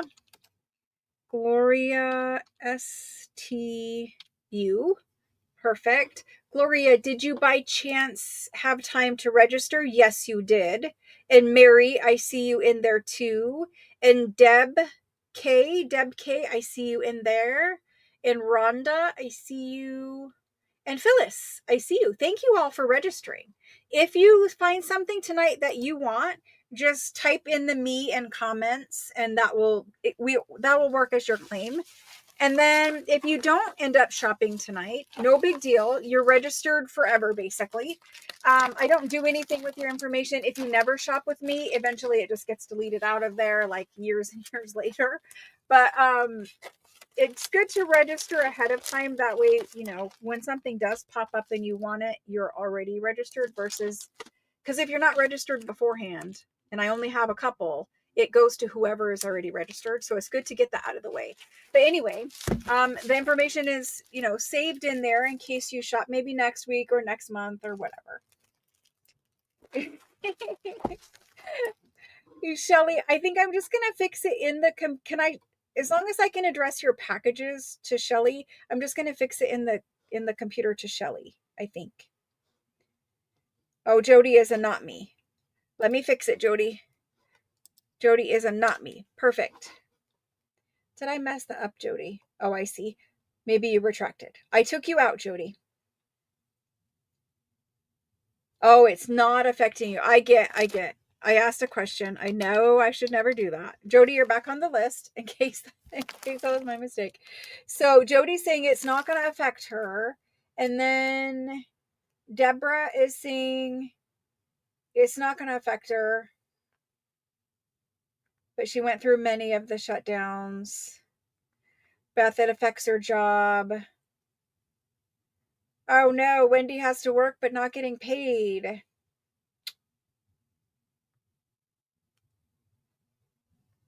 Paula.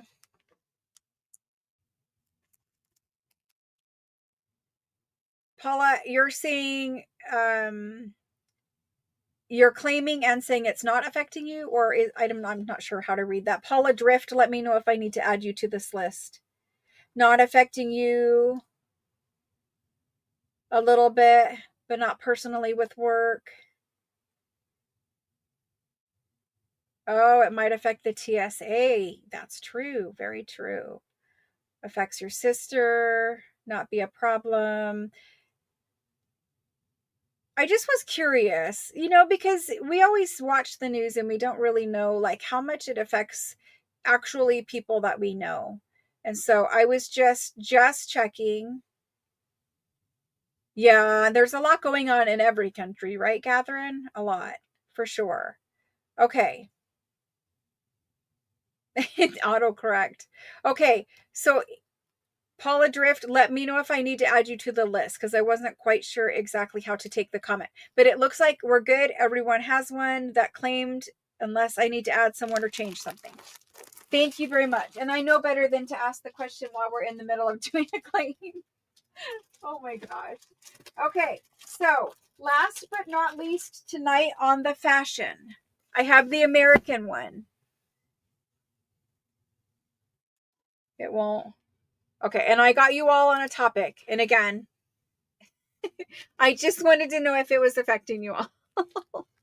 Because I wanted to be able to like say, okay, and I am going to say, if it's affecting you and you get an invoice, or even if you get a couple of invoices, I don't know how long, nobody knows how long this is going to go on, right? And again, not getting political, I'm just saying, if it's affecting you and you need more time to pay an invoice, reach out to me so that I know that this, situation is going on.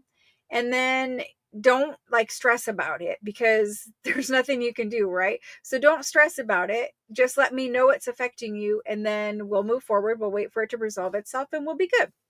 I just want to be aware, I just want to be aware, I guess, of who in real life it's affecting because sometimes we don't know.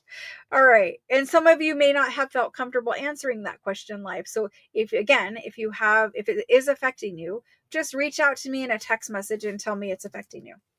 We have the American fashion magazines. They're very similar to the French ones, except for they are a smaller size. And so the smaller size one is 8.5 roughly by 12.5. Yes, 12.5. So this one it's a thicker magazine. It has more pages in it. This is from 1887. We're looking at the Christmas issue. They all have lovely images on the front of them. I mean, they're story images, so they'll match whatever story they're talking about right here. You have text, right? And this is a better quality paper. This is thicker and more very close to rag paper. It's a very nice thick paper. So you have that story. It continues. And this is in English. This is American. It's in English. You can read it. So there's that. And then you get to fashion. There's fashion for this particular issue. You have some costumes and some regular fashion. And then articles. And articles. And articles. And ads. And music. Usually there's music on the back, not always, but usually. And so I'm going to flip through some of the fronts so you can just kind of see, again, they're story images. So whatever kind of story they're talking about here.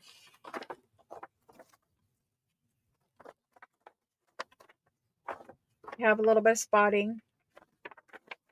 So that's kind of the fronts. The backs, for the most part, they do have music. Pretty much all of them. And then if we look inside randomly, your articles, stories, there's a couple stories per. There's your fashion, there's your lace. Usually in this one, you get one page that is mostly fashion and one page that is mostly lace. Sometimes you get double, but it just does depend on the issue. There's that. Articles. I think these are 8 pages long. I'll have to count them again. This one has a lovely ad for a bunch of corsets and these lovely dress forms. So I'm going to do one more and count the pages this time. 1, 2, 3, 4, 5, 6, 8 pages per issue. 8 pages per issue. There's those.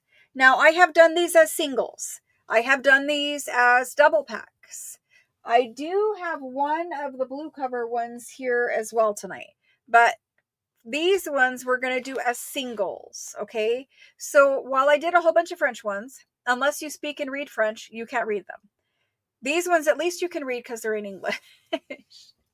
So anyway, I'm not being generous. I mean, I'm not saying it to be generous. What I'm saying is sometimes things happen out of our control. We can't, as these little low people that we are, we're I mean, at least I'm not rich and powerful. I don't hold government office. I really have very little say so.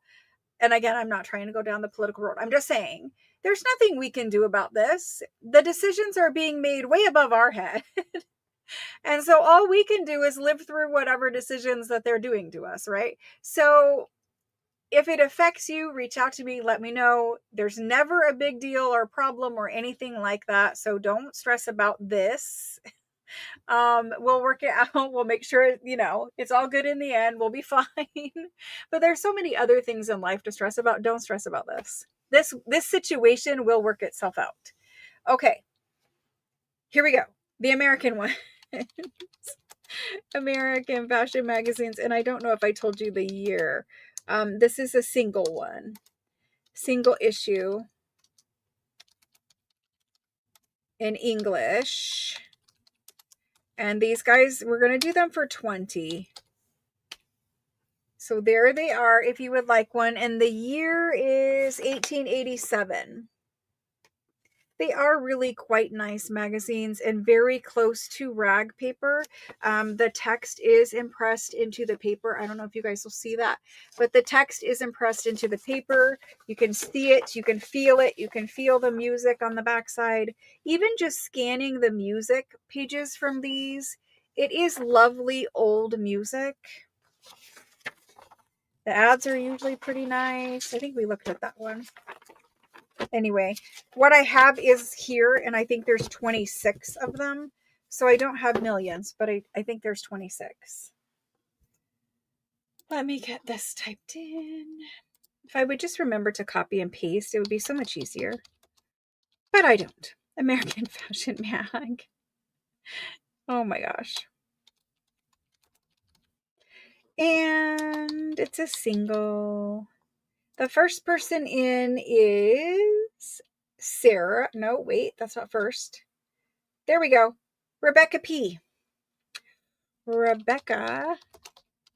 Literally P. I mean PEA. Like a pea in a pod. Lovely. That works out. At least for me it does. Because I can remember that. Because I'm used to calling you Rebecca P anyway. Good. So Rebecca P. And she would like 2, I think, is what she's saying. Yes. And then we have Jody M. Jody Marr.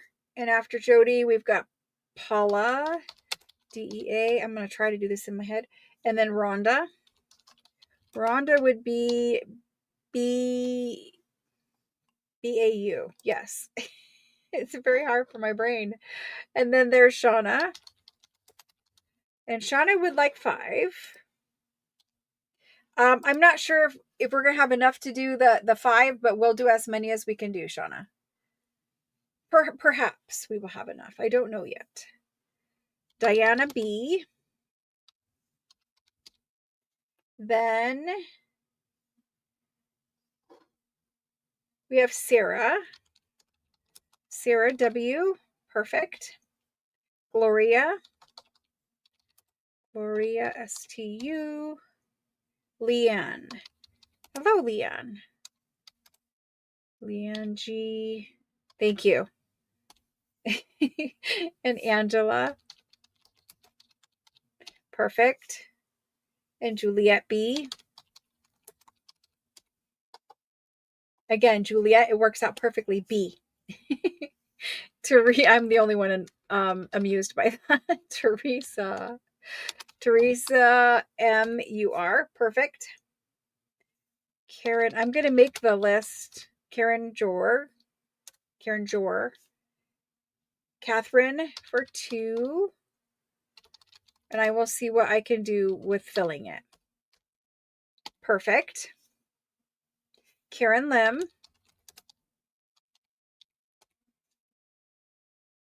And Peggy. And after Peggy, we have Susan. Now, Susan, we are going to call you Susan ELL. Eva. She's like, I used to have this name and then you gave me this name and now I have this. It's because we're now using the first 3 of your last name on everything because there's so many Susans and so many Peggys. Actually, there's only one Peggy at this point, but there's a lot of Karens and there's a lot of other duplicate names, and it gets really hard to get it all straight when there's this many customers and this many items. So thank you for bearing with me for the last name change. Eva on the list. Perfect. Thank you. Then we have Shelly. Shelly L. Mary. And yay, I'm glad that you like them. And I'm glad that we have the English ones available. That's good. The Petersons. I know. The Petersons and the Godys are hard to take apart. Thank you guys very much. I appreciate all of that. The fashion magazine support, all of that. I really appreciate it. Okay. So for ledger pages, I did offer these on Tuesday. I am going to offer them again quick. And then I have one other ledger page pack for tonight. So I offered these on Tuesday, but like I said, I was having a tired night. So I'm going to show them again.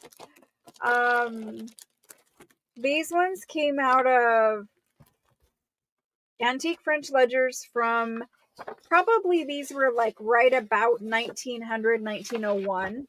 And there's 2 different folios in here, and there's 2 different sizes, 2 different page layouts.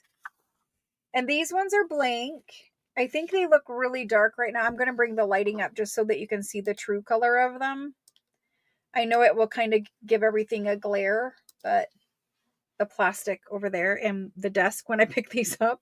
But these are super big ones. They're nice quality paper, and you're going to be able to use these in your journals as pages. This is like almost 11, 10 3/4.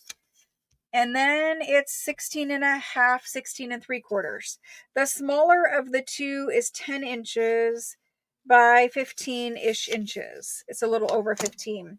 And these are both folios. So they open up. You have headers on left and right sides with page numbers on all the pages. And so you get that one. And I hope you guys can hear, like, it's thick, sturdy paper. And even where I've bent it and unbent it, if I go like this and give it just a slight, I'm not pressing it, but just a slight, you can really get this finger, this crease out just with your fingers. You don't really have to iron it or anything like that if you're trying to scan it. It will definitely be fine coming out. So there's that one. The next one you get looks like this.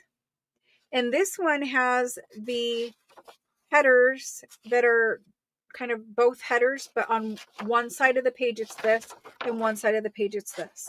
Basically, when it's open, you could do all of your entries and debits like this if you wanted, or you could flip the page. But you get a folio of this one too. And again, it's nice, thick, sturdy paper. It's a really nice color. This one is a little lighter than this one, but a really nice color paper. Really sturdy, really clean.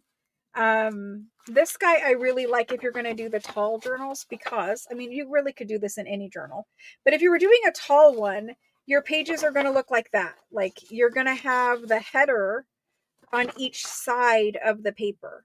And if you cut it like this, it will go in a normal 9x6 journal. If you leave it longer and maybe fold it up for a pocket or just cut it off for tags or whatever, you're going to get them in the tall, skinny journals.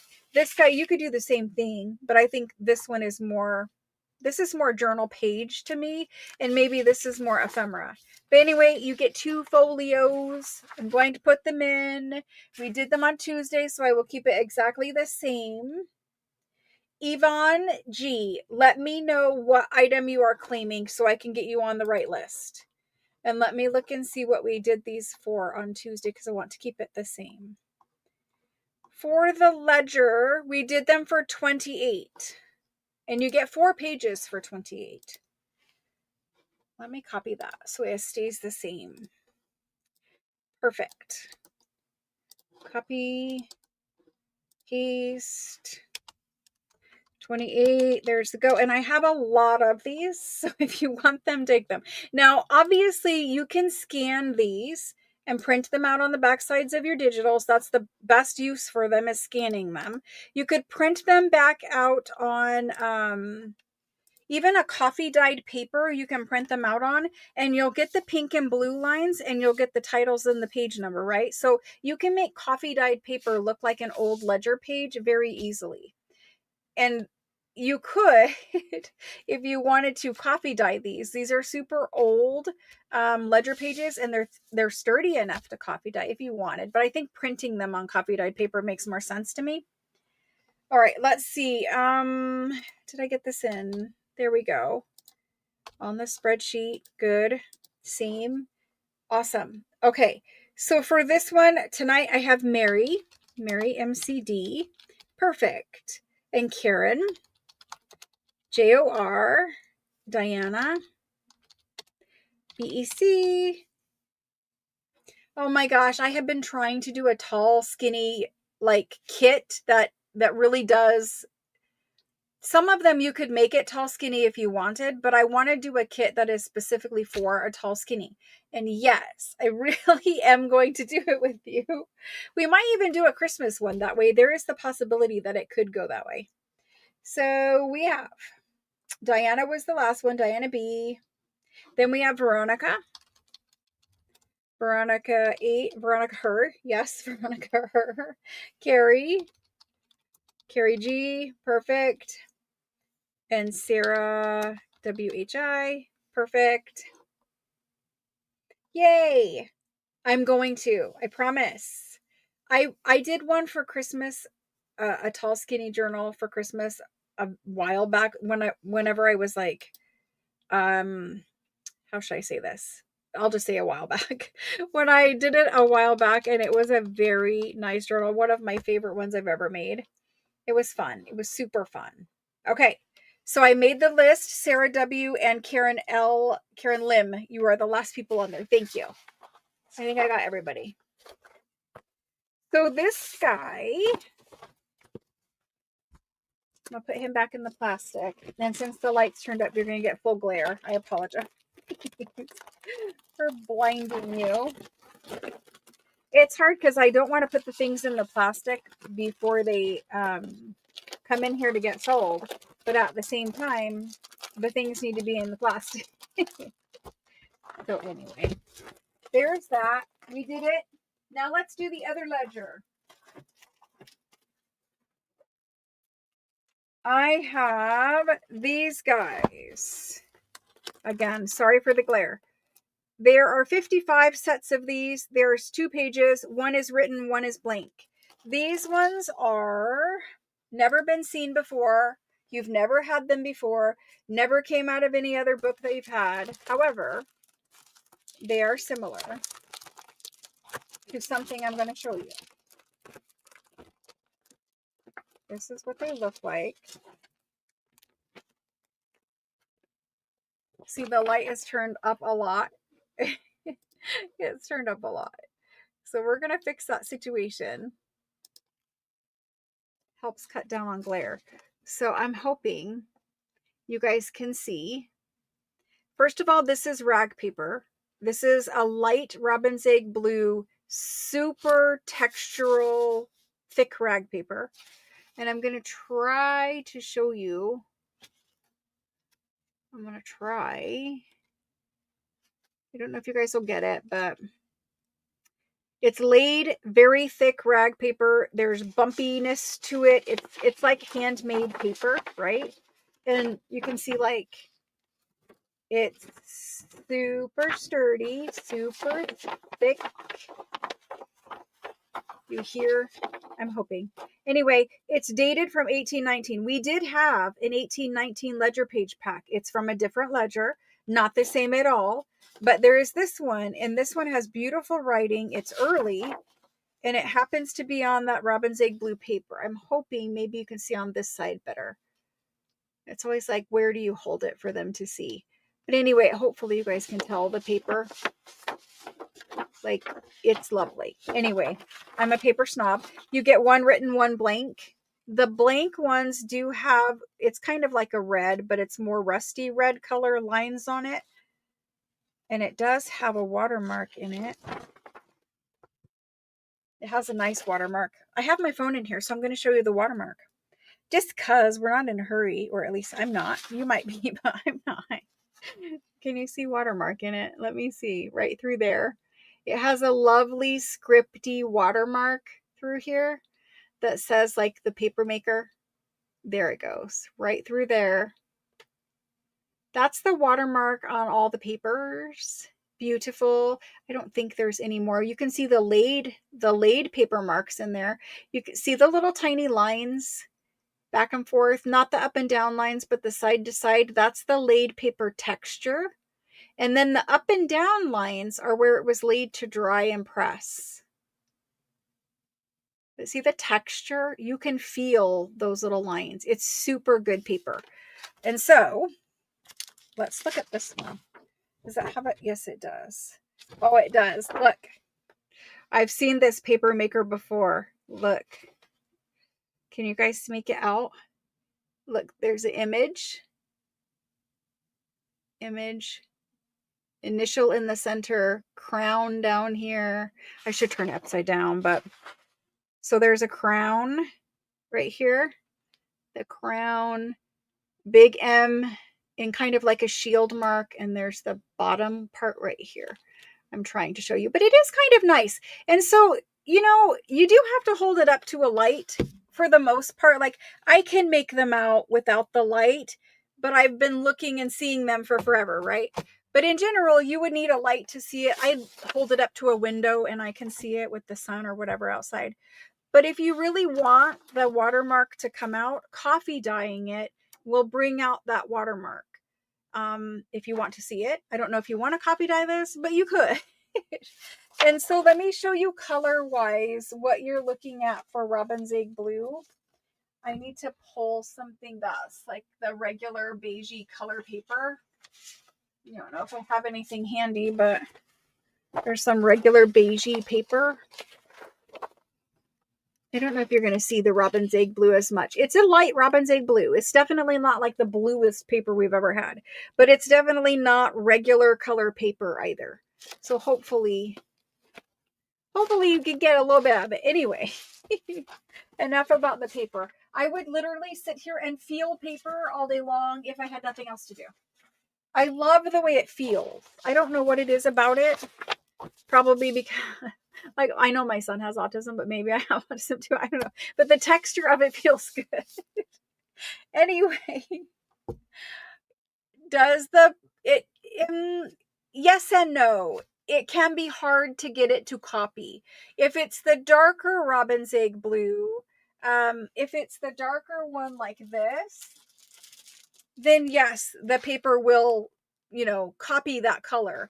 But when it's lighter like this, it is hard because the way that it makes the copy is it scans it with a very bright light, like ultra, ultra bright LED light. And so sometimes that can wash out the lighter colors of paper.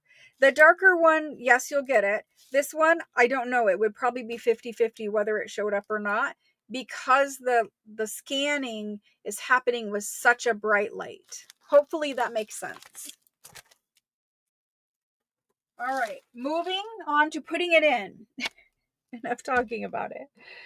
Oh my gosh. Watermarks are very collectible too. And it's weird because you're like, how do you collect watermarks? I have seen binders of papers with different watermarks, and they put a little, like they put it in the scrapbooking sleeve kind of paper holder. They put the paper in there. It's got the watermark on the paper. You can't see it, but there's a sticky on the front of the thing, and it says what company it was and what date and everything. And then they have like little flashlight, they're like round little button things you push, and they'll slide it underneath every page to look at their watermarks. At least that's the way I've seen them collect them. I'm sure there's many ways. All right, here we go. We're going to do I'm going to call it light robin's egg. Blue ledger. paper pack. It's 2 sheets, 1 written, 1 blank. This is a long one. It's 18.19, and we're gonna do it for it's 2 papers, so it's not like, you know, it's not like it's $1 million, but it is pretty nice paper. Even if it wasn't Robin's Egg Blue, it's super nice paper. I'm going to do them for, let's do them for 16. Let's do it for 16. There's 55 of them, so everyone should be good on them. I am going to stick them in a journal because I am going to do, I don't know if it's like I'll do it on camera, but I'm going to do a journal where we really use Robin's Egg Blue paper, and I'm hoping to do it like in January. I don't know if I can get a kit together fast enough for we all can do it in January, but I am going to make one showcasing Robin's Egg Blue paper in January. Hopefully that makes sense. I think the snowy blue kind of color for January would be good. Anyway, it's like a pastel. If you don't know what I'm talking about, it's literally like the shade of robin's eggs, where they're kind of that tealy blue-green color. That's what I'm talking about. All right, so it is in there. Need to put on the spreadsheet. Sorry for being super wordy. That's what you get when you get coffee. You either get me tired with no words, or you get me talking too much with coffee. We're gonna do light RB ledger pack. I want to call it this, but okay, I'm going to put it in there like that. Just talking to myself the whole time.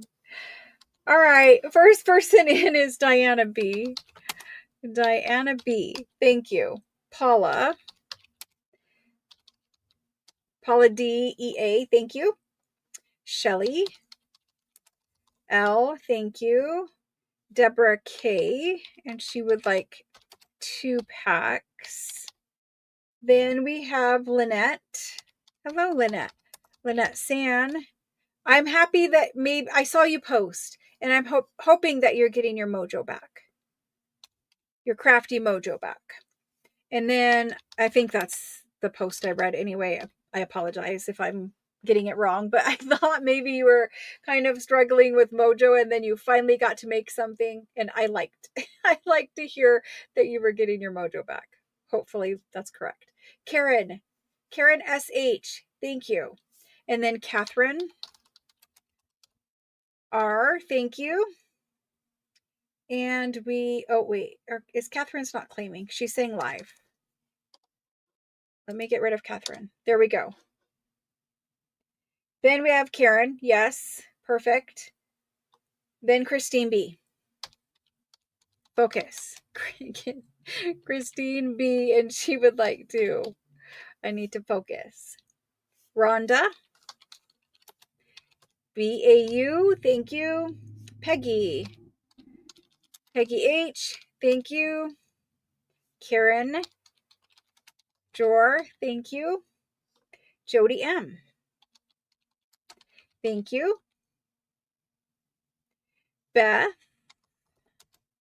CZA, thank you.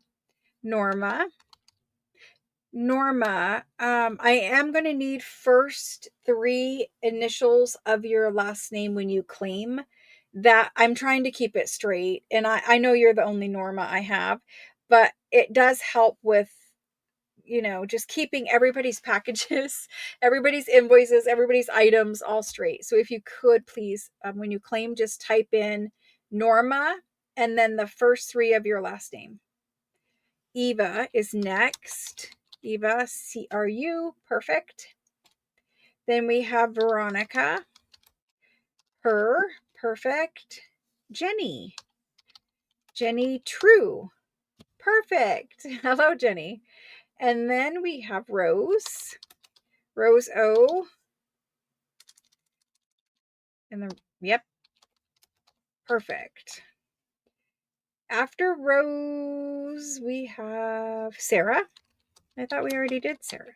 Let me make sure I didn't get you twice. Nope, I didn't. Sarah W. Gloria STU, perfect. Then we have Susan LIL, perfect. Shauna DOH, and she would like 3. Thank you. Susan BEC, thank you. There's Catherine. Catherine, thank you. Alice Wu, thank you. Evelyn LAW. Lovely, thank you.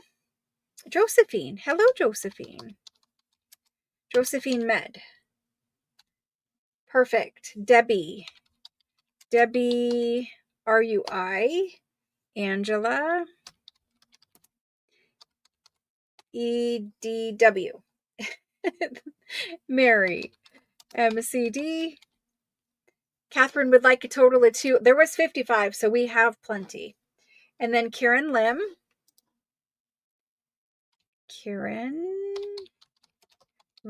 Perfect. Yes, I will be having subscription to journal kits next year. It will start. We'll talk about it. We'll talk about it in January when we come back from Christmas break. And everyone will have the opportunity to subscribe to the journal subscription kit for 2026. And there is changes and different things coming in the kit. Just changes. Positive changes. You guys will like it. It's something I've been planning for a long time. So anyway, we'll talk about it in January after we all get through Christmas. Christmas is hard to get through. Okay. And then I see Khadijah. Sorry, Khadijah. Khadijah. And it's GIG. Thank you. Jen. Did I not get Jen? I did get you, Jenny. Jenny TRW. Now, Jenny, have you shopped here before? Or because I think it's a different name than I'm used to seeing if you've shopped here before. Or are you new? Let me know if you're new or you've been here before. Maybe it's just a channel name change. Taki, oh my gosh. Taki way too much. Daniel. BOW, thank you. I see you. Loving the Grunge Fairy. That's awesome. You asked a question. Okay, and Norma. Let me fix this. Norma. Right here.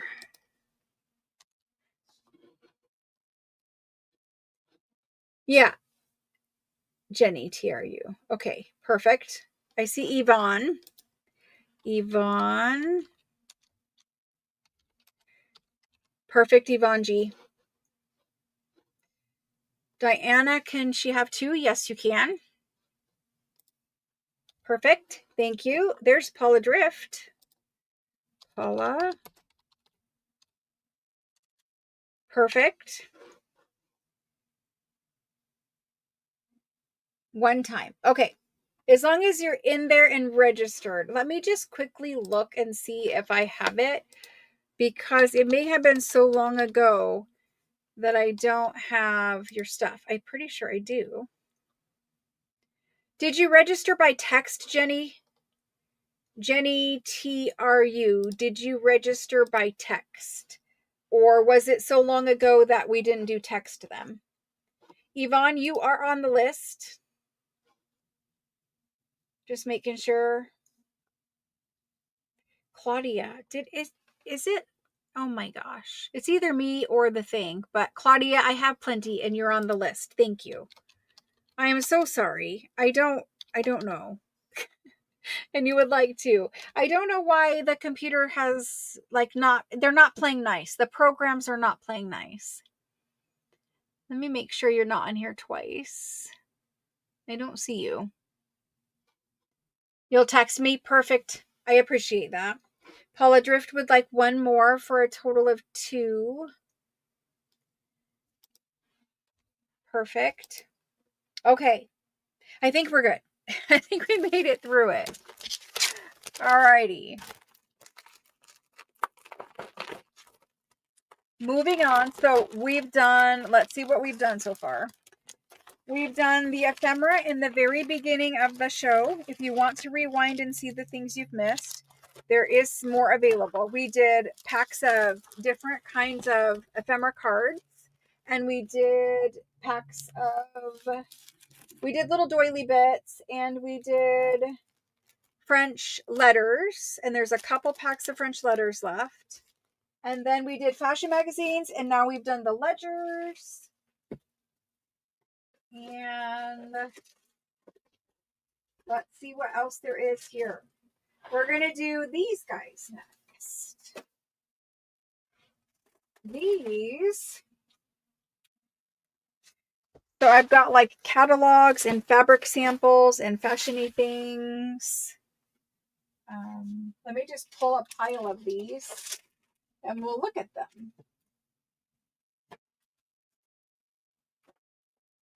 I have a lot of French catalogs.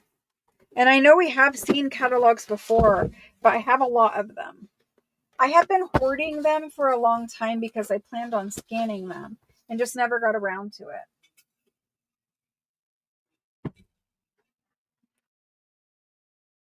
Okay. First things first, we're going to do this guy. Thank you all for hanging out with me tonight. I really appreciate it. I mean, all 87 of you hanging out with me. Thank you. So this one is a purple, kind of little fashion, like home. I don't know what it is. It's fabric samples, but this guy's come undone and he kind of folds out like this. And then he folds out like this. And he has all of these fabric samples on this side. And they're all white or cream fabric samples with different details.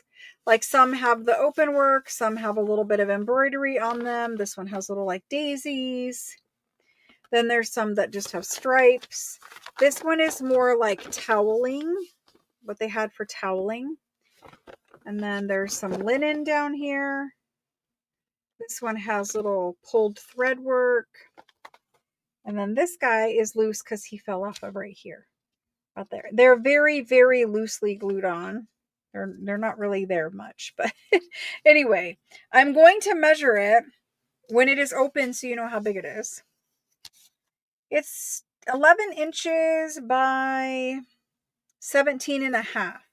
And folded, to show you the other side. The other side shows you the towels and things that you could purchase. And so you've got, I'm going to hold it up here in a second, but you've got that with all the prices. And this is the front cover. So you know how we have like white sales in January, or I don't know when they have them, but white sales for your like sheets and your towels and that kind of stuff. I imagine that's what this kind of was because it is white cotton catalog, and it's from the Bon Marché, which is a super famous store, one of the biggest and well known, right? So I'm going to hold this up so you can see it. The towels are so beautiful, very beautiful, and you can see the different texture like I was showing you in the back for toweling. Different little things they have. You can see there is a tear here in the front. That's the way it came to me. When I fold it back up, I mean, this is really for scanning. Obviously, you can craft with the original if you want to, but it's really for scanning. I'm going to try to keep that fabric piece in there. And fold it up, it measures 4.5 by 11. So I'm hoping you guys can see what I'm seeing. Did I see Claudia? I'm pretty sure I did get Claudia on that list. Yes, I did. She's on there for 2. I did. Catherine, you said you had a question a while back ago. Let me know if that question is still here and I need to answer it. So this guy is 4.5 by 11, which is basically a tall, skinny journal size. So I think you could scan him like this. You could scan him so that you could put it together like this in a journal, right? So you could have it as the cover of a maybe sewing journal, or it's just a beautiful purple, French cover. And then you could have a page inside that has fabric samples. And if you wanted to, you could, because they're very lightly glued in. Like I could pull this one off in a second. It's basically like glue stick, very clean, very easy to get off. You could remove these and then scan it blank, and then people could put their own fabric samples on if they wanted. I don't know, just an option. But this was in my little hoard pile because I planned on scanning it and have not done that. Like I said, there is a tear here in Photoshop. It's easy enough to fix any wrinkle or tear. So there's that guy, and we're going to do him. They're for home fabrics. I mean, I suppose, maybe you could buy the fabric and do whatever you wanted, but it's for home, like towels and that kind of thing. Maybe tablecloths and napkins and stuff like that. All good? Okay, good. Let's do the Bon Marché.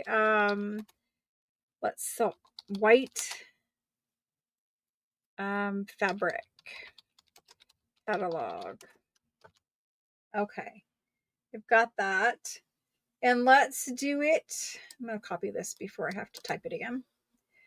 Copy. Paste. There we go. Yay. And I don't know how much to ask for this. I know what I paid for it. I don't know how much to ask for it. I'm going to ask 65, and I'm probably with 48 euro converted to dollars. It's probably about that. So there we go. I really want to scan this. So if it stays with me, I will scan it. But I really want to scan this. I think it would make an amazing cover and page. Diana, thank you. Diana's going to take it home.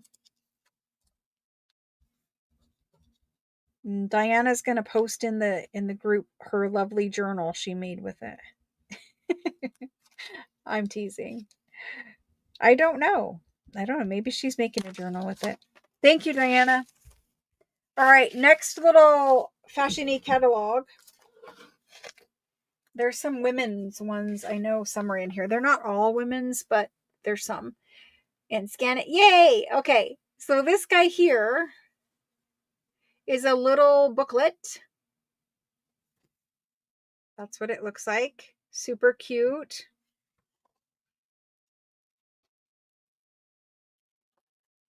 And it's got tonics, all kinds of little medicinal, maybe like soap, hair shampoo. It talks about eczema. Maybe this is like treatments of varicose veins. I have no idea. I have no idea. Basically beauty treatments, maybe. I don't know. But this is what we have. And it's super cute. Super cute. It has prices. It's a super cute little cover. Even if, you don't scan the inside. Maybe you do, but maybe you don't. Just scanning the cover is super cute. So there's that one. He's going to be our A. Let's see what we're going to do for B. B, we can do this guy. And so he's a catalog. A catalog from 1911. I don't know the date on that one. And this one, I'm going to take this one off the table for just a second. You can see it's a thin paper catalog, and it's got beautiful, probably engraving, because we're seeing watches down at the bottom. So beautiful engraving. And it does open like this. Okay, so it used to have a staple probably right here, and it doesn't have a staple anymore. But beautiful pocket watches on the bottom. Engraving there. Open it up. You've got more pocket watches. They go this way. Lovely. Then you've got pocket watches and some coffee service, tea service. And again, there's prices on every little item there. Your silverware, other silver accessories. More little accessories. And that's the backside. And it's really cute for scanning. I mean, yeah, you could craft with the original, but I think it's for scanning. So there's the B one. A and B. And for A and B tonight, I have some little A's and B's. Let's get these in the appropriate location. Something like this tonight, because we're going to have a few A and B's. Nope, not quite. You should probably look in your monitor to see that. Okay. Sizes. This guy is about 4¼ by 6¼ This guy is 6, just over 6 by just over 9. Okay. Here we go. French catalogs. And I have a few in this pile. Some are super fancy and some are more plain. Some are household stuff. I don't know. French catalog, AB, and let's do them. I'm going to do them with a Sharpie and a sticky note. So the A1, let's do, it's just a little tiny booklet. I'm going to do it at 18. And then this one here, let's do for 35. There's more pages to scan. And I'm sticking them to my shirt before I stick them down there. There they are. So when I price things like this for new people, when I price things like this, there's not a price put into chat. It just says go. And if you want one, you type in the letter that you want. You can say me A or me B or me A and B, right? And if you just want one of them and you don't care which one, just say me any, okay? So there they go, right? Oh yes, there they go. There's a lag. There's about an 8-second lag from voice and or video and me typing it in. Or at least there was earlier. Alice W. Alice W is going to get this B1, and I'm going to write very gently on it. Alice, thank you. After Alice, Juliet will take the A1. Thank you, Juliet. Awesome. Next two. I have some linens and some linens and another little sample. Linens and linens. Okay. A1 is this. I want to hold it up so you can see the fabrics. And so some of them are folded over on themselves. I don't know. Is he? Yes, he is. So he's folded over on himself. That's what he looks like mattress ticking. There's that guy. Those two are mattress ticking. This is more of like toweling. You know, the French napkins and table runners and things like that. And these are all your linens and just finer cotton. This is a thicker weave linen. Oh my gosh. It's not perfect. It does have some little tears. It, you know, it's been around a long time. I don't see a date yet, but there's that. And inside you have these. You have the garments, the undergarments possibly, or garments. There's both. There's napkins, there's towels, there's bedding, tablecloths, packs of, what do they call that? French, it's like the farmhouse fabric. What do they call that? I know what that is called, but the word is not here today. Anyway, there's that. And then there's the lace curtains and table runners. And then on the back side, you have the men up at the top and some more women's down at the bottom. Now, this little fabric sample here, he's here, but there's none missing. So he is going there, but I don't know. I don't know where to put him necessarily. I'm going to put him inside, but just so you know, there's that up close. You got all your prices. Here's that one in there. And then I'll measure at the end this one here. Unless it came out of something else. If we find where it goes, we'll put it there. But this one's got lace on the front. It's light green in color. Prices, lace. All of these are there. So there's that. You've got some fashion down here. Some embroidered table linens, lace. Love these fabric samples though. And lace on the back. Okay. Did somebody tell me what it's called? That one is not ticking. That one is something else. It's driving me crazy. I want a big bunch of it. Anyway, the A is about 7, little over 7 by a little over 9. This one is about 5 3/4 by 9. Lovely for scanning. We're going to do the same thing where we price them. And then you guys just put in what letter you want. The A, I'm going to do, honestly, as a scannable thing. He's going to be 45. And even that is really cheap for it. It has the fabric and the lovely inside. So A is 45. And I'm going to try to stick it somewhere. There we go. And this one I'm going to do for 38, which is still inexpensive. I probably paid this in euros because my plan was to scan and turn them into digitals. So there's those two. Not Gingham. It's Farmhouse. Oh my gosh. Look up Farmhouse Run. Great. Thank you. Grain sack. Margaret, thank you. My poor little brain. It couldn't do it. It couldn't do it. Okay, I don't think I've typed this one in yet, guys. Hang on just a second. Let me get these typed in.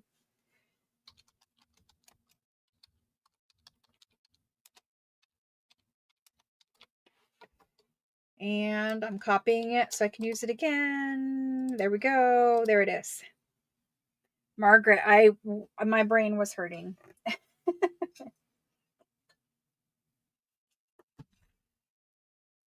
When I move and get to redo all of my decor, I'm going to buy a nice old French long one of the grain sack and put it down the center of my farm table.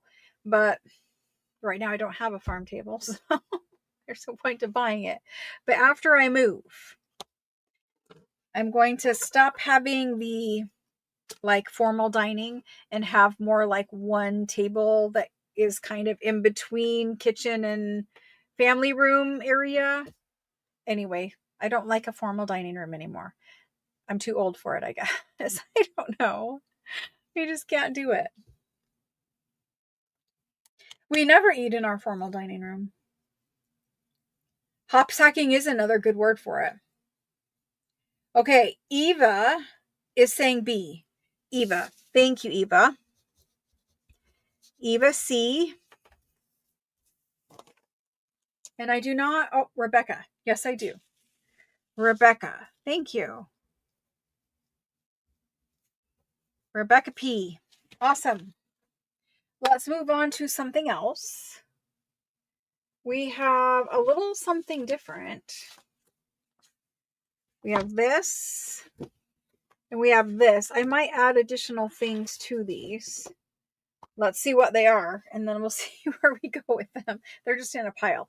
This one, you can see it had something sitting on top of it, and it's faded. Just faded from the sun. But this is kind of a famous book, and it's an encyclopedia of basically ladies' handiwork is the way I describe it.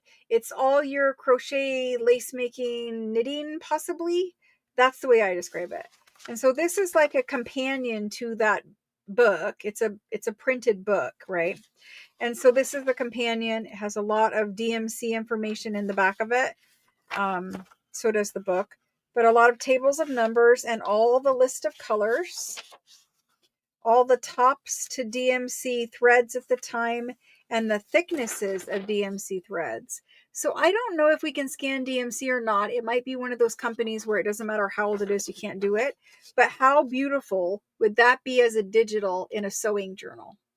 Because this is showing you the thickness of the DMC flosses and threads. I love that. That's so fabulous. It wants to open right there. And then you've got more here. And then there's that. And we go into the little booklet itself, and it basically has patterns and instructions. Tools. That was how to make your own wood blocks for printing, I think. I don't know. I think that's what those are. Maybe those are for pressing. Flat irons, I think. Anyway, there's all kinds of things in here. All kinds of things. And so I'll kind of move through fast, but full things of these, like even this in a regular journal, doesn't even have to be sewing. You could scan that and make that a page in a journal. Like I want to do this right this literal minute. I think it's fabulous. Will I do it if it stays here? There's those. It's been in the scan pile for a while, but I'm not getting to the things. So this is some kind of little extra thing. And this is some kind of little extra thing. And those are loose in there. So there's your A. Your B, let's see what B is. I don't have any clue what it is. Apparently something for your house. I don't know. Let's find out. Oh, okay. We have baby little wicker. Are we calling these bassinets or strollers? They look like bassinets to me. So maybe it's about wicker things. Oh, it's about baskets. So it's a basket seller. They make these baskets, and here's the prices and sizes. Baskets, prices, and sizes. I'm going to hold it up close. So here's one where you can see the sizes. I know the lighting. The sizes and the baskets. So if you've ever seen like French markets, you often find baskets with the numbers on them. I love those. So apparently this was the company that was making it. This is dated 1939 and it's pinned in. The catalog is not in perfect condition. It had moisture at some point and it stuck together. I think there's plenty of scannable things here that are fine, but at some point some of the pages stuck together. It's just all wicker stuff. And apparently at some point you get into like baby baskets, bassinets. I don't know what you're calling them. But those. And so there's a number of pages there. That's the B. That's what we're going to do. For these, I have... Okay, Pinky, let me get these and I will get those on the list. For the A, let's do the A at... I'm going to do the A at 30. And the B, I'm going to do it 18. I mean, maybe somebody out there collects baskets. That was a thing at one point. It might still be a thing. Let me get these typed in.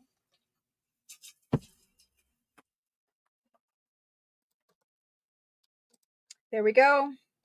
There's the go for those. All right. Let me get Veronica on the appropriate lists.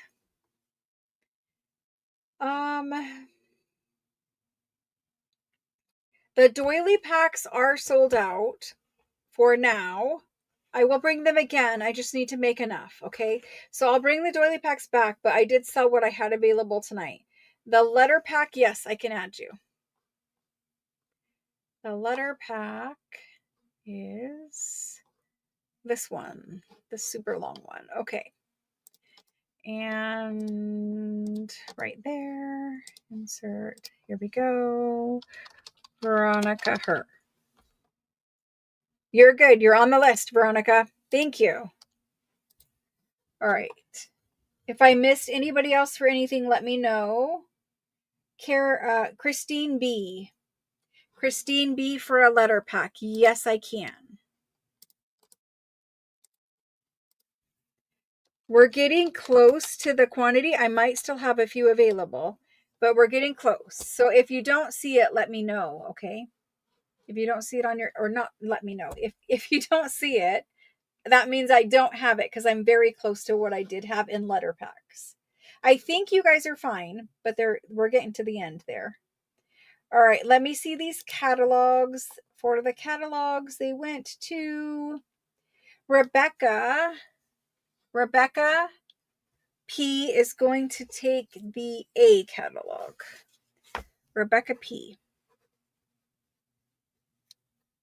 Perfect. Thank you. And it looks like my baskets are going to stay here. The basket catalog can stay here because no one is claiming B. And thank you for being understanding. I appreciate it. Okay, so this is still available. I'm going to set that to the side. Let's see what these are because there's several of them and I don't know what they are. It looks like it's something to do with the energy, electric energy.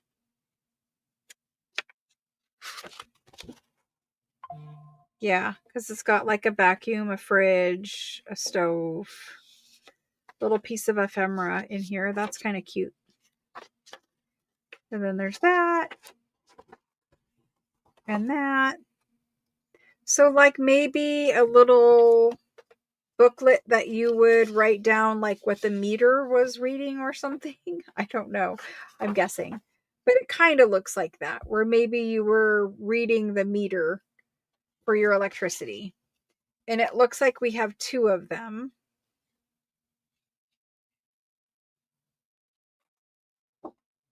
And that one looks like that. And then it looks like that. I'm pretty sure it's meter reading. One is pink and one is more green. This one is really like a pinky color, and this is green. So I think we're going to do the 2 of them. What else do I have that we can put with the lot of these? The 2 of those, and maybe, let's see what these are. This is apparently about embroidery.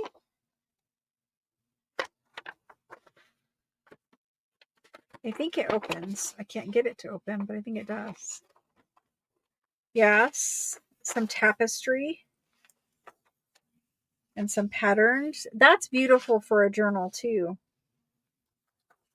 So putting those in a journal would be beautiful. Love the color on it. It's like a brown / almost a burgundy in some areas. So there's that guy. He can go with the electric things. And we have a couple of these. Here's another one. And it's talking about soup. I don't know. It has recipes apparently.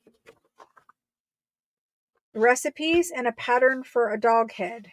That's where we're at so far. There's the back. Maybe it was like a puppet you would make for your kids or something. I don't know.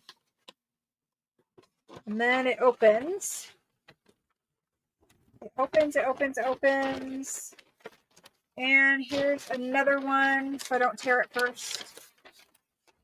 Here's another one to make a couple more animals. And some more recipes. That's what we have. So that can go in the lot. And we have one more that is for alphabets and monograms. So alphabets and monograms. Alphabets and monograms. So all of that can go as one. Okay. I'm even going to put the baskets in there. I'm going to put the baskets in there too. And we're going to cross that out. And let's do this one for 25 now. I know that's a good deal when I was asking 18, but I can't keep these things laying around. Yes, I wanted to scan bits and pieces of them, but it's okay. The next one we're going to have in the A side. Let's find out what this is. A side looks like a music book, maybe. It's just a book. Now it has some naked people, but this is art. I think it's just a book. Oh, maybe not. I mean, it is about dancing, but it's about dancing naked, apparently. Oh, it's about dancing in general. Okay, maybe we're all right.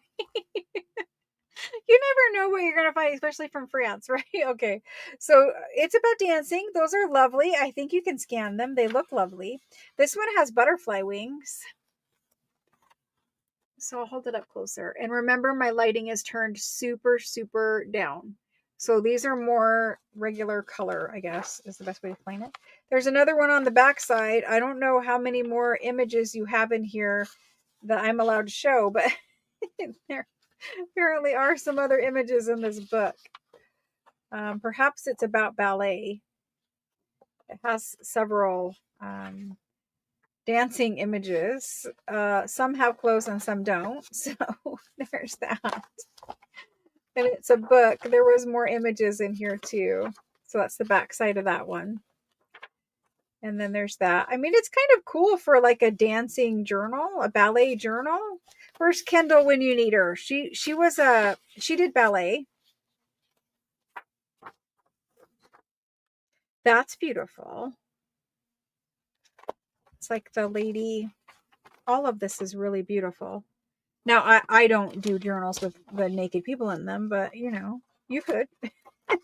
Anyway, there are other images in here. I'm not sure exactly what to call this book, but there are other images in here. And I'm pretty sure like one of these pages might be the title page. I don't know. Maybe that's the title page. I don't know. But this is what it looks like, other than this advertisement. So we're going to do that in A. Oh my gosh, so funny when you find just like random naked images in your stuff. It's art, it is ballet. I'm not, you know. Okay.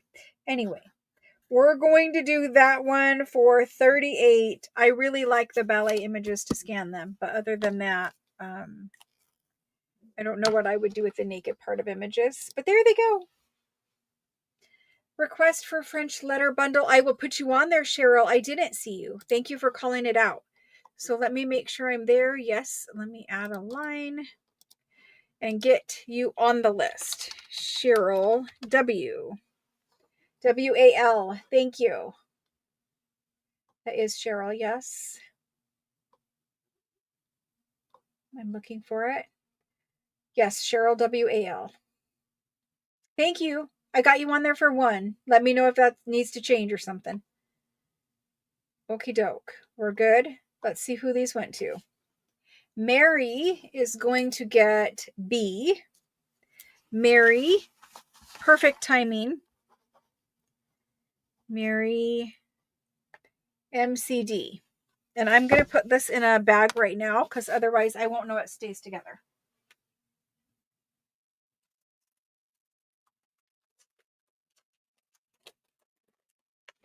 Lovely. And that needs to come here. Yay, done. Then we have for the A, I have 0 people for A. 0. Nobody wants naked people. Okay, I'm scrolling down now. Karen Lim is going to take ballet. Thank you, Karen. Karen Lim. Awesome. So let's see what else is in here. I have something that looks like that and something that looks like this. I have a bunch more fat catalogs, but I don't know what is in them. This is from the back table, so when we do random back table stuff, I have no idea. Okay, this guy looks like he is a manufacturer's catalog for something. Oh, for like the tile floors, maybe. It's really pretty. I like the patterns. And how nice would it be for pages in a tall, skinny journal like that? You can make that into a page for a tall, skinny journal. I can see it going into like boho even, or just everyday. And so it folds out and it shows you a bunch of patterns. For doing your, I'm going to hold it up closer. For doing your floor tiles, maybe. I think they're very pretty. I wish I had a floor that looked like that. Here's that ugly tile that looks like fake wood. And then the back side is more.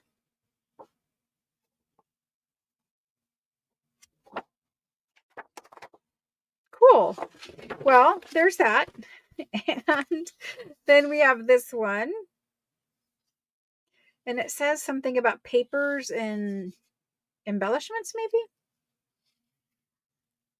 It's a price list. And yeah, it's for papers. It's a little antique paper catalog. And it shows you like what your paper would look like printed on. This is the craft paper. And it's that lovely like lined paper. I don't know how else to explain it, but everyone loves this paper. We're trying to find out how to get this paper. We don't know how. But there's that. And then you have this one. And it's just showing you an example of printing on it. And this one kind of looks like straw paper. And then there's a teal, a yellow, a pink, maybe for printing invoices, because I've seen all those colors in invoices. And this is cardstock. And then a gray and a brown. So it's a little paper catalog. There they are. We need to add some things to these. So let's find out what this is. This is another catalog. It looks like it's furniture.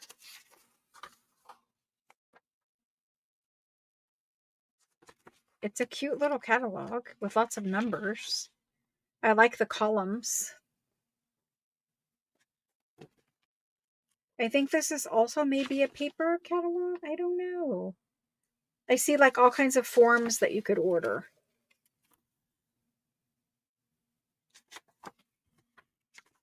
So I'm going to put this one with the paper one, because I think it has to do with that kind of a thing. So there's that. And what is this one? Okay, we'll do this one with the A one. So it's pink. And I'm pretty sure this is like a butcher shop catalog. I don't know. We'll find out together. But it's pink and it's beautiful. And then inside you have, maybe it's to do with farm animals, because there's a horse in there. And then there's a little bulletin like paper here. And these gentlemen, look at these gentlemen. Just pulling them out like to do the steampunky stuff. Very cool. And then there's like a picture of the people in a shop. I think it is for like farm to table kind of thing. There's your cow back there. Recipes and then products. Cool. It has lots of scannable things. Maybe if you were doing that cooking journal or you were doing a farm journal. So there's that, and it's going to go with A. So you get the 2 of them per set, okay? Let's get these done. We're going to do A at 20. Let's do it at 25. And we'll do B at just $20. There's those. And here we go.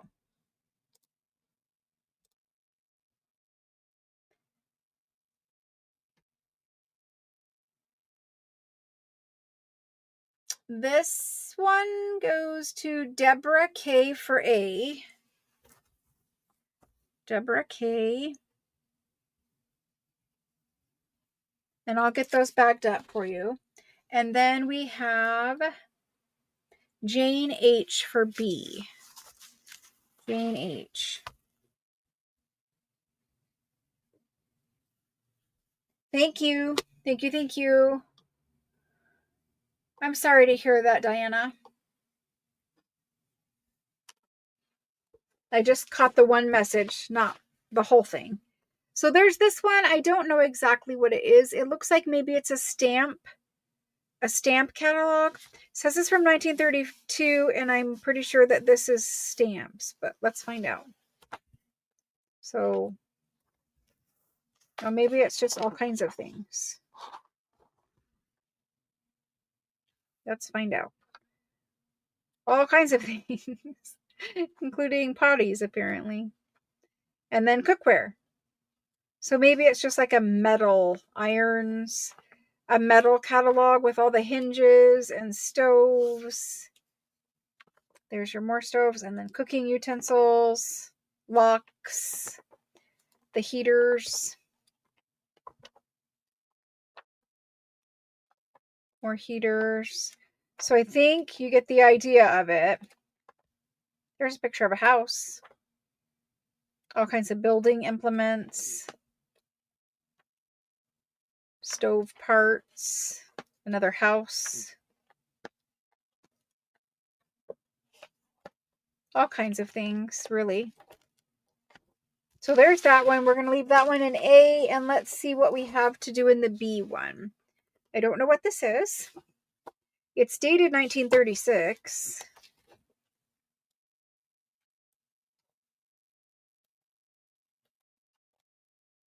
I think it's talking about agriculture, like how to take care of your fruit trees.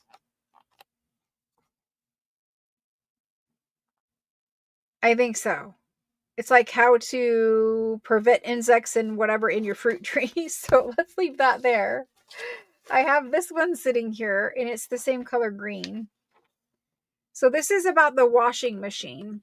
And it's very, very old washing machines. I've actually owned a couple of these kind. Not that I used them, but I owned them when I owned the antique store. And they're like wooden barrel kind of tubs.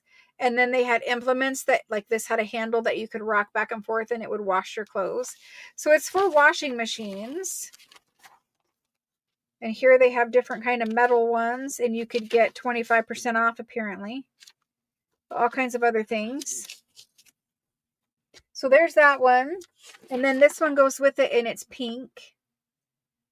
And it says it's the fast washing machine. The new mechanical fast washing machine.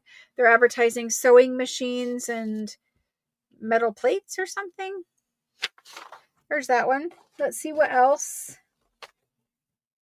Here's another metal catalog. Look at that one. It has all the little heaters. And so I think this one is also probably stoves and heaters. There's bathtubs and sinks and potties. And then heaters. All kinds of cast iron things. Stoves. Stoves, stoves, and more stoves. Okay. So we're going to do A and B. And B is just going to have all of this stuff. There we go. A and B. There we go. There we go. I'll message you, Diana. Thanks so much. Let's get, you don't even know the price yet. Whoopsie. Hold on, you don't know the price yet. Oh my gosh, that's too funny. Let's do them for $35 a piece. That's so funny. $35. I was thinking about Diana, honestly. Okay, $35. I'm going to put it in again. Actually, let me just ask you guys in order. Rhonda B, you are in first for A. Do you still want it at $35? And then Eva, you are in first for B. Do you still want it at $35? If you do, great. If you don't, no problem.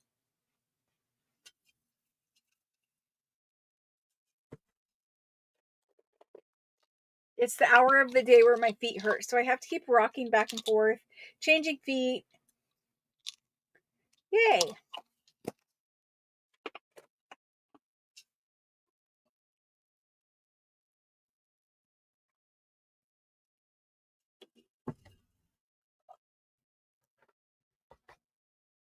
A goes to Rhonda Baum.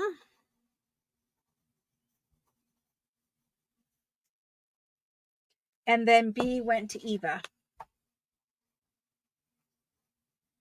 Thank you. Thank you. Thank you. Then, let's see what else is in this pile.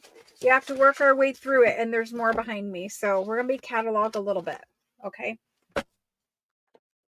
This one is also for papers. I'll try to go faster. Papers. Drawing utensils. All kinds of implements, I guess.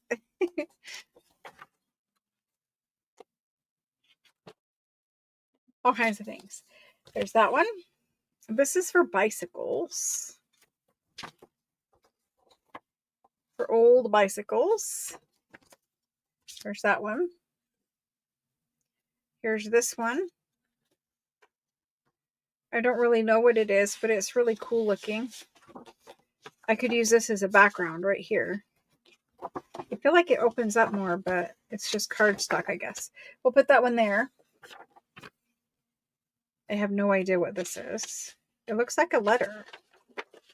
Oh, it's torn. Well, it's a little letter about cycles, so we're going to keep it with the cycles. This looks like it's about cycles. There's that. Again, backgrounds would be fun with that. Here's another one that's the same, probably about cycles. It looks like it. Let's leave it there. This one, I think this is also bicycles. A very old one, maybe? I don't know. Yep, bicycles. Bicycle seats. It has something pinned in it back here. I think it does. I don't know. Maybe it's just not cut. The page isn't cut right there. But it's bicycle seats. Little bags for your bicycle. All kinds of bicycle things. That goes in there. Here's more bicycle things. Here's the front cover for bicycle things. Here's a general catalog. So this is just a catalog of, I mean, all of that is scannable, good background stuff. I think it's a catalog of books. Yeah, it's a catalog of books that you could order, I believe. And I'm going to put that one here. I'm going to put the cycles back over there, and I'm going to put this here. I want to keep the bicycle stuff together as much as I can. I don't know what this is. Let's find out. It looks like tools. Like woodworking tools. Ooh, that's fun. Look at all of that scannable stuff. That's fun. Even borders. Very cool.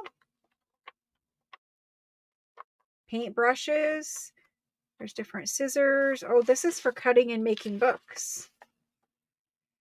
This is for cutting and making books. Bookbinding.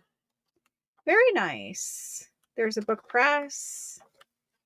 So this is for making books. Cool. We're going to keep it with the book catalog. Let's find out what this one is. It's like I've never seen these before, but yeah, I have. Apparently. This is about engraving, it looks like. Wood burning, maybe? I think it's wood burning. Yes, it's wood burning and carving.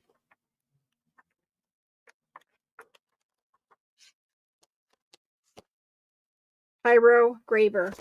Okay, let's find out what this one is. This is about natural history, it says. Oh, it's like science instruments. I see. Like science instruments for natural history. There was magnifying things in there.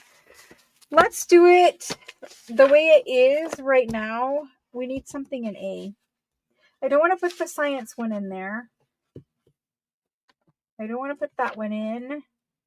What else do we have that we can put in this bundle? Here's more bicycles. That's perfect. Another bicycle catalog. Lots of bicycles. Is this bicycles? No, but it could go in there. What is this? Life insurance? A little life insurance catalog. Ooh, look at that. That's fun. Okay, so we're going to put those in there. Now we have some decent bundles. Your feet hurt too? Yeah, I need to quit standing. Let me get these priced this time before you guys come in. We're going to do he's going to be 40. The bicycle stuff is collectible, and so is this one. These 2, 3, what do we have? 3 thick ones. Let's do it for, I'm going to do it for 42. And the only reason is because they're thick. Like, these are thicker catalogs. You're getting a lot of pages in them. Okay, so there's that. We're going to do them for 40 a piece. You let me know which one.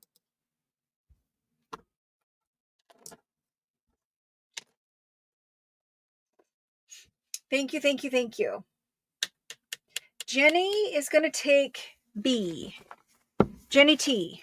Thank you. A lot of material there, even if you're using it as like collage stuff. Very nice. Then we have Alice W. is going to take this guy. And he has a lot of little booklets. I mean, again, it was thick and had a lot of papers in there. So there's that one. I don't know what else is in the pile, but let's keep looking. We looked at the natural history one, or at least I kind of did. So this one says natural history, and it had all those sciencey instruments in it. Like good pictures of science instruments. We're going to do that one. This one says it's about mineralogy and geology and prospecting.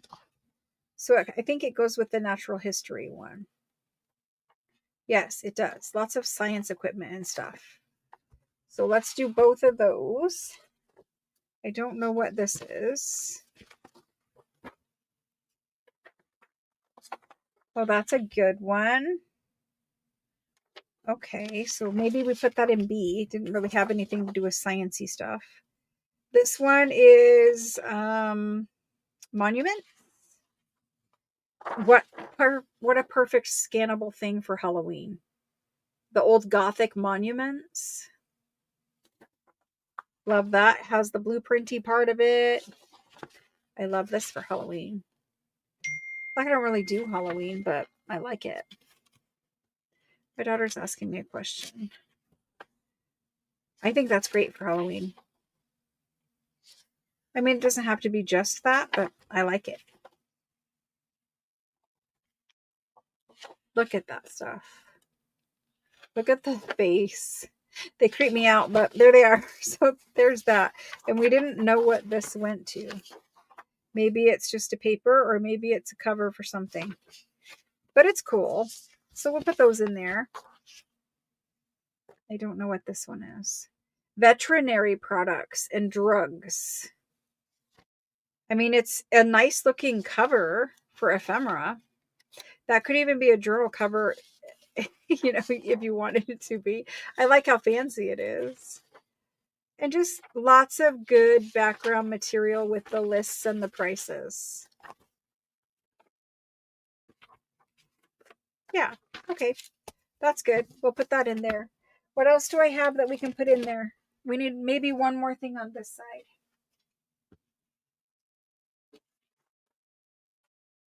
Let me see if I can find something that we can put in there. The answer to that is yes, I can. I'm going to grab a bundle. So B is about ready to grow a lot. I have this. It's a couple of pages thick. I have this one. Again, it's 2 pages at least, and it has a tax stamp on it. There's this one. This one, which is super fancy.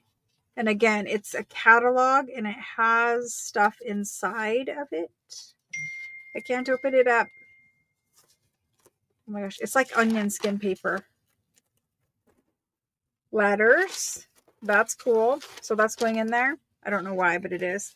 This one has like little leathery samples on the bottom of it. That can go in there.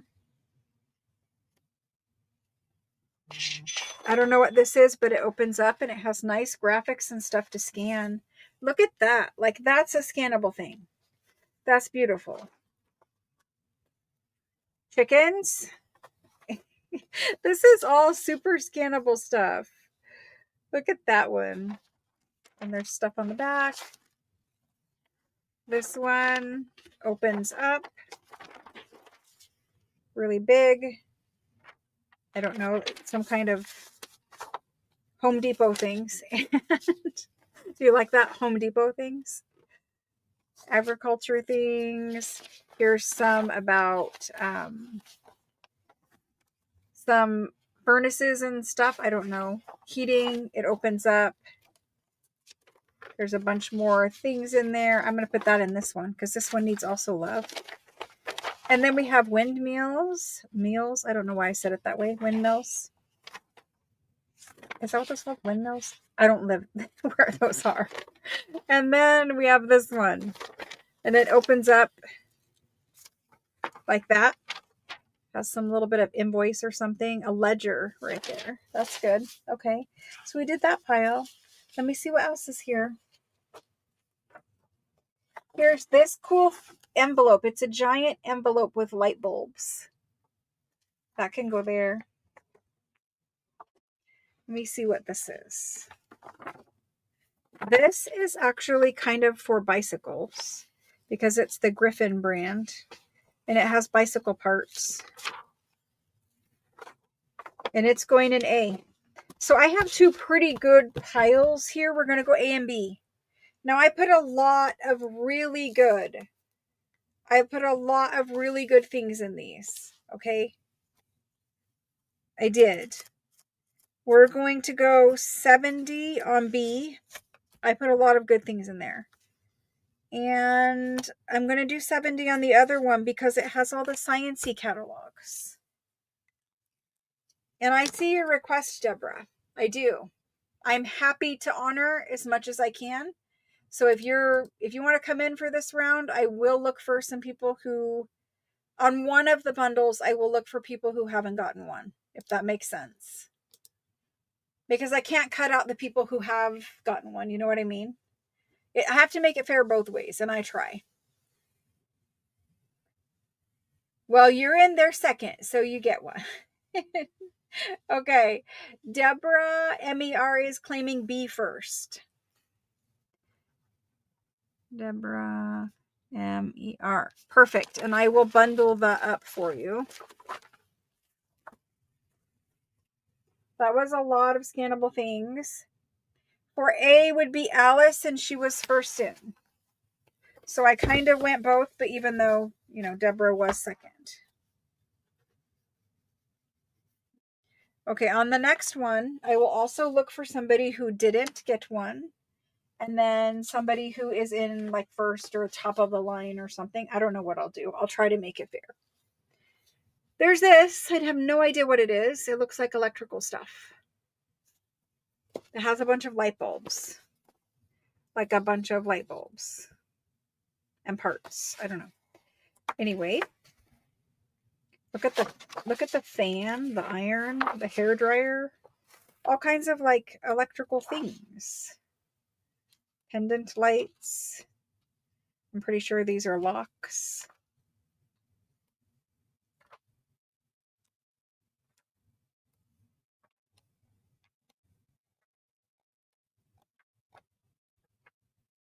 Cool.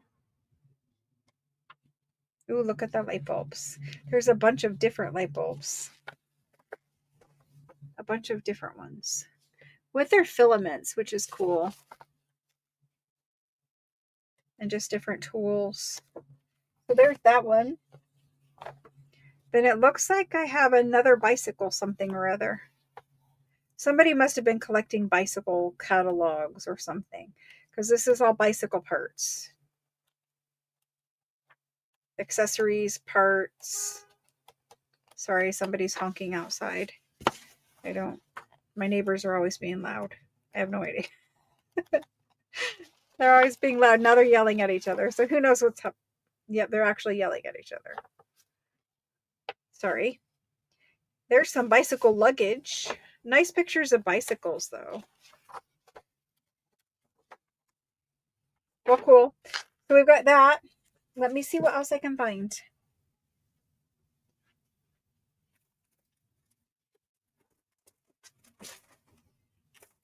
I think we're getting more into like the sewing catalogs and stuff like that. So I will see if I can find something that goes with, I have more linens and sewing catalogs and that kind of stuff.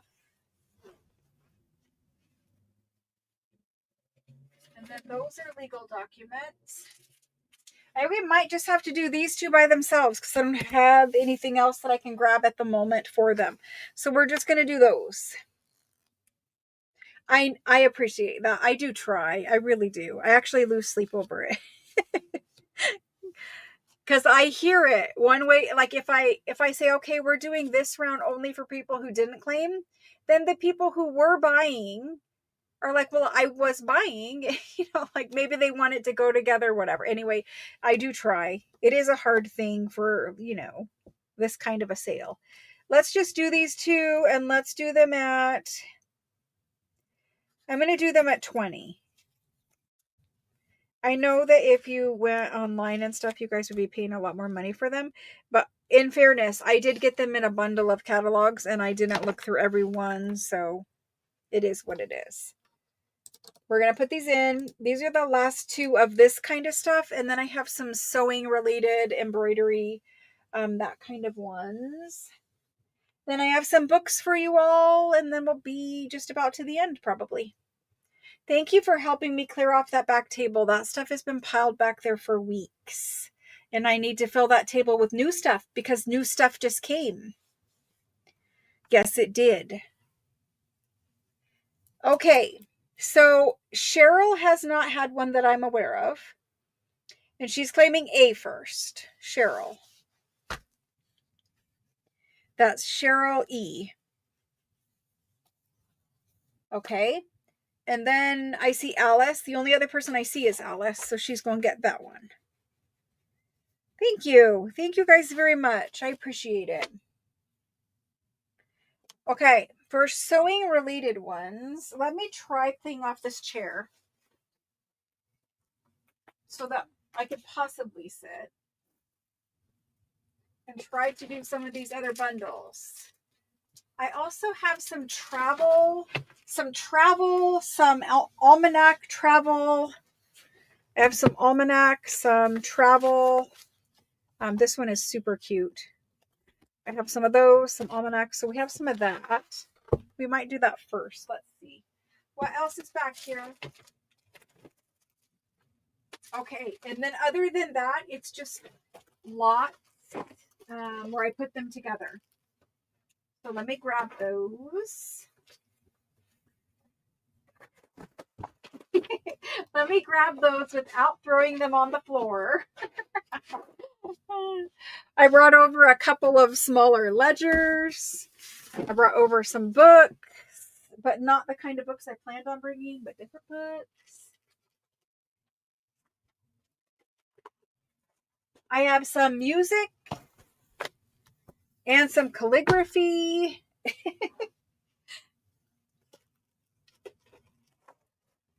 I have some things, in other words. Some paper things. That's what I have. Oh my gosh. Sitting down is so much better. Thank you all for bearing with me with that. Okay. I hope you guys are sitting. I feel bad sitting if you're not sitting. All right. Let's do one pile over here instead of what I have going on. Slide this over. There we go. That's better. Momentary rearranging. All right. So we're going to still do the A and B, and I'm still going to make piles, but I have a bunch of random things. And then I have whatever was left of the fashion stuff and embroidery and all of that. I know this is all one lot right here. And we're not in catalog world anymore. We're away from catalog world. And I might just do just one at a time. I don't know yet. So this is a lot that I put together. And it has one of those fabulous calligraphy documents in it. Handwriting instruction book. This is the calligraphy document. That's the handwriting instruction book. There are two more handwriting instruction books. There's both of those. And there is a little booklet, which is super old, of super nice rag paper. And it just has lovely handwritten poems in it. It looks like poems to me. And so it's super good rag paper, super old. And it just has a number of little pages written, a little piece of blue paper tucked in it. But it's just got writing. And then some blank and some writing. Okay. And so there's some blank back here. It's really nice rag paper. And then there's some mostly written. So there's that. That's the front of it.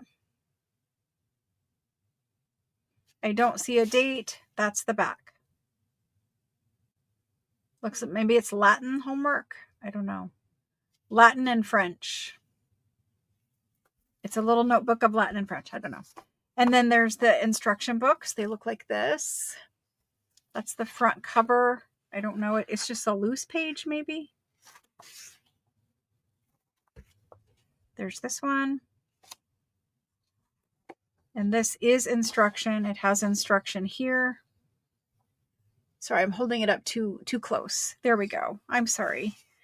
You guys should yell at me. But this is all calligraphy practice. You could scan this and turn this into a digital, and I think that would be super cute. I have seen other digitals like that, and usually they're pretty popular. So you got all of that. Some that you still could fill in if you wanted. And that's that notebook. And cover. You have another one that looks pretty similar. This one has a map on the back. And there's the inside where they were trying. Here's their handwriting in like sentence form. Looks like it's the same person. In the inside cover, there's that.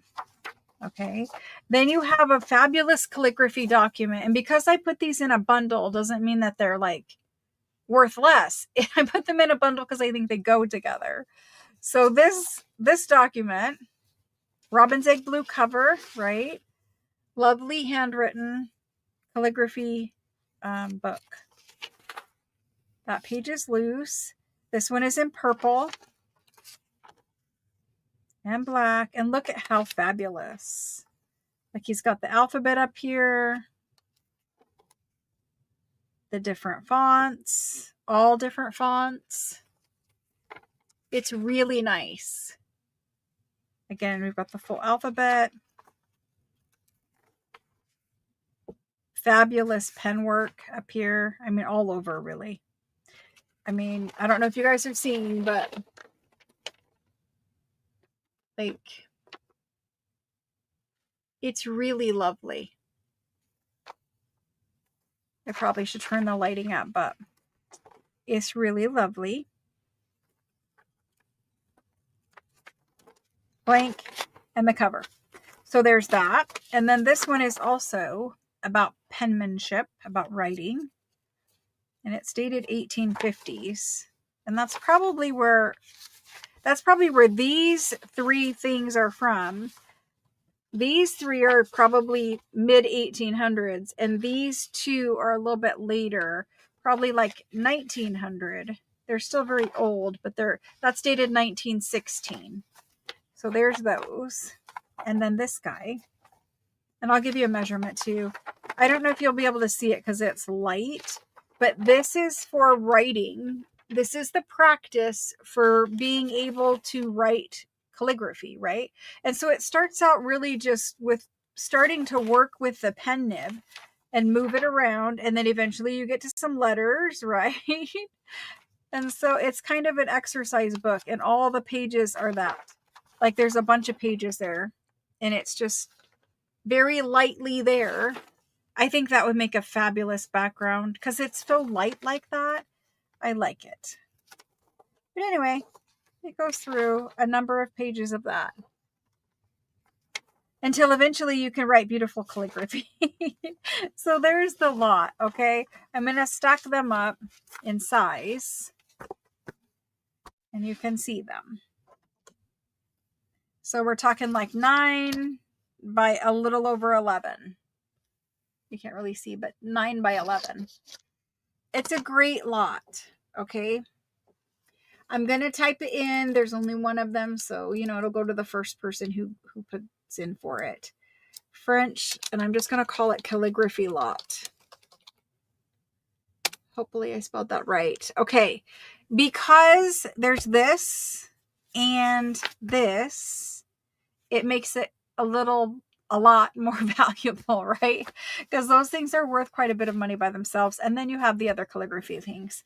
So I'm going to do this one for $150. And I'm going to tell you that that one calligraphy example book, this guy, is probably the $150 all on its own. He has a number of pages in it, and it's really, really nice penmanship. Like really nice fonts. He's showing you how well he can control it. Like this is him telling his teacher, I can pass my classes. I know how to do all this stuff. I can get a job, that kind of stuff. These were really important, you know, like they're important pieces of history, and I'm glad we're scanning them and saving them. This one went to Kendall. Kendall, we're doing Kendall. She's in there. Kendall. Hold on. Yes, Kendall. Deborah, you're right before. Mary, you're right before. And then Kendall. All within seconds of each other. Trying to get lucky. Okay. There we go. Next up, I have something else fabulous for you all. Thank you, Kendall. I have this. And isn't there another one of these? Let's see. I'm going to do these. I'm going to do it like this. So there will be a... no. I'm going to do it one at a time. So this book has all French handwriting in it. It's a hard calligraphy book. It's a good size. A little less than 8 by a little less than 10. It has many pages of handwriting in it. Many, many pages. Trying to get it on camera. There's technical drawings. I'm pretty sure this was a doctor study or a person studying to be an eye doctor. I'm pretty sure that's what it was. An ophthalmologist. And I had a bunch of these a long time ago. And this guy, in all honesty, he was sold. And then he was not paid for. And he sat here packed for forever. I actually like, and I've told you this before, I like the way that he folded the pages. And he wrote on this side so that he could do whatever drawings he wanted to do. And then on the back side, he wrote on the opposite. So when you put it in a journal, you have this side, and then you have writing, and then you have place for you to journal, and then you have writing. I think it's kind of genius for what we do. But anyway, so there's this lovely book, and there's a lot of pages. I think there's an eyeball right here somewhere. I keep seeing it, and then it goes by. I don't know. But anyway, that's what it is. It's old. I think it's dated in the front. Pretty sure these were like 1907 or something. Service of military? I don't know. It might have been a doctor who was trying to study that. I think they were dated 1907, but I don't see it on this exact one. But that's what I have, okay? So we're going to do it.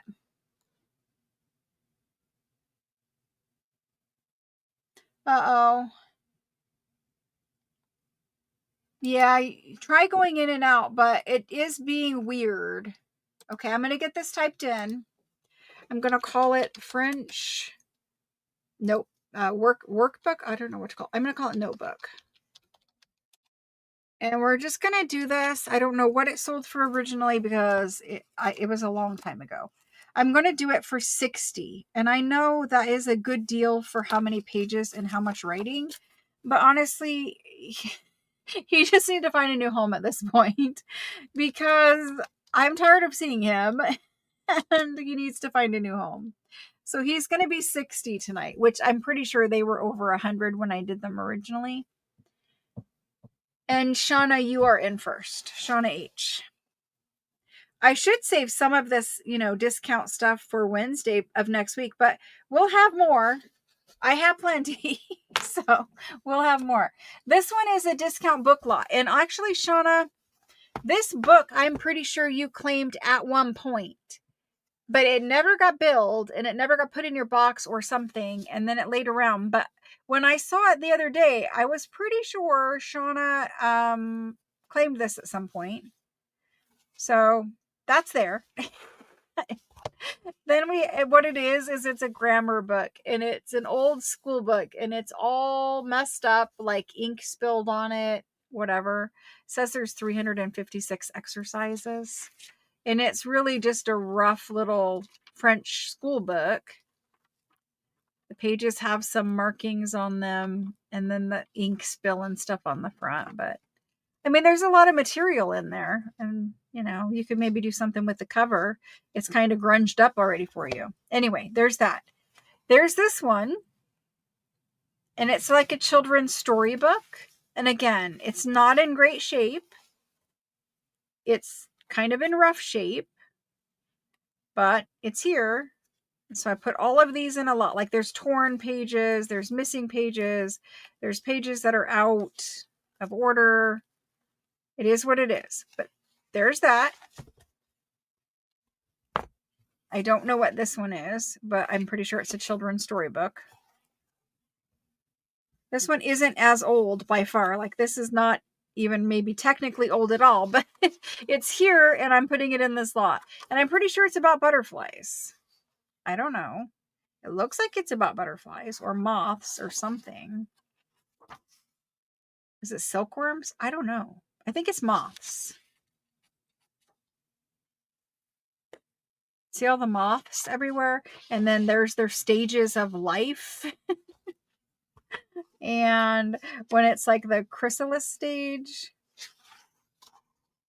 moth stuff, look away if you're eating. I'm so sorry. I should have warned you, but I didn't really know what it was about. And yeah, see, look, like they're talking about like sewing or something. I don't know what they're doing, but they're doing something. And it has thread. So maybe it's the silkworm? I think maybe it's silkworms, because doesn't it look like silkworms? Please, somebody tell you it's silkworms, because I'm pretty sure that's what it is. So it's a book about silkworms. It is a French book. And maybe Lyon is the capital of the silkworm. I don't know. And it's talking about the different qualities of material. You guys will figure it out, but there's some nice images in here. And if you like bugs, great. But there is sewing and fashion related images in here. All kinds of things, really. It's interesting what we get when we buy like bundles of paper. And so then there is a really well-known, really good children's storybook in French. And it's really like an ABC book, but this is a really well-known, really good one. In fact, there is a very popular digital made from this one already. I didn't do it. It's not mine, but it is out there on Etsy. And this is the book that they used to do that. And so it starts here. And some of you guys might know this digital, but it is an alphabet book and they've turned it into a digital. And so they've got the French alphabet.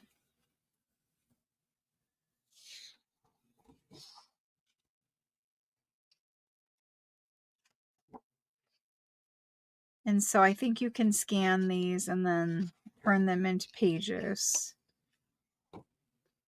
Look at all these babies. So funny. Anyway, there's all kinds of French things in here.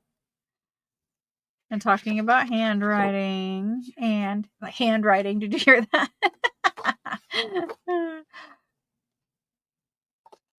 Anyway, that's the books. And we're going to do this as one lot. Somebody had asked me for like children's books, and I don't get them that often like this. Usually they're like the red ones we normally see. No, see, Jody, I don't usually buy this kind of thing. This came with other things. I mean, I could look into it, but I'm probably going to stay away from that category in all honesty. I don't know. I'll think about it. Let's get this in though. Children's book lot. Now, in all fairness, I believe Shauna had claimed this before. So if Shauna wants this lot, I'm going to give her preference because she had claimed that before. Children's book lot. And we're going to do it. It's really a lot of like collagey material and mixed with some scannable things. So I'm going to do it at 60, which honestly, you probably could sell this, 35, 40. I don't know about this one. And maybe 5, 10 and 15 or 20. So, there we go.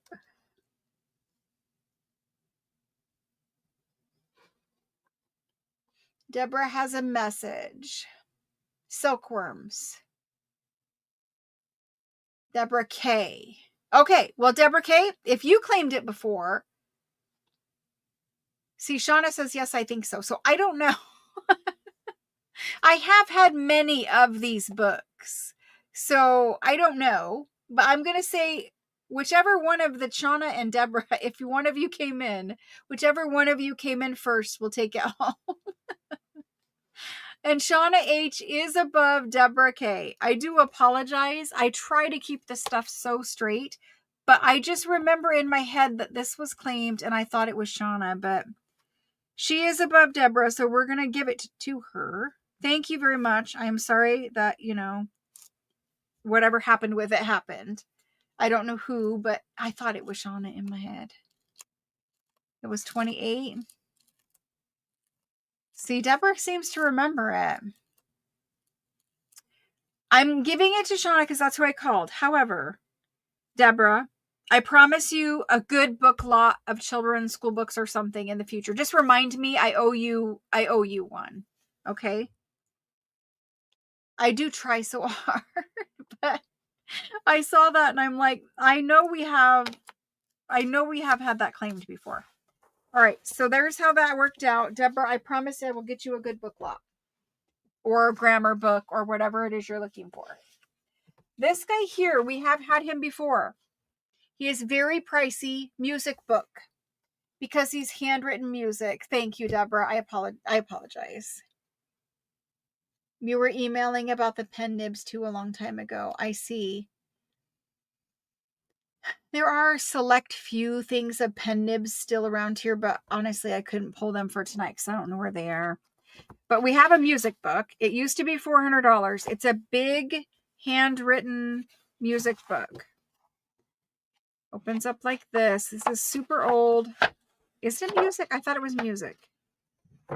No, it is not music. It is calligraphy. Apologies. Somewhere in this pile is music. Calligraphy. I remember now. Okay. It's super, super fancy penmanship.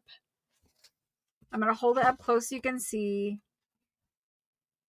Super, super fancy. And it has a lot of pages, like thick cardstock pages. This is actually math. I don't know if you guys can see down there. It's very fine. There's his composition paper. I'm going to turn the lighting up just a little bit because it's not really showing you what the handwriting looks like. If I turn it to 0, we're there. So now maybe you can see a little bit better.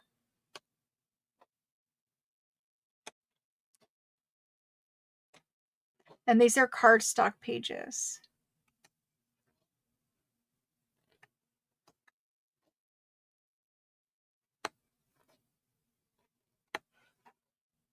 Look at that.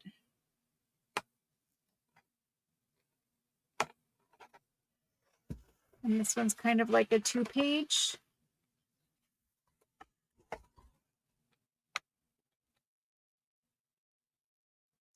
Blurry. I'm doing my best. On my side, it isn't as much. I'm doing my best there. When I start filming with the other cameras that we bought, they're actually Apple cameras, and they will be much more clear. I skipped a few pages there.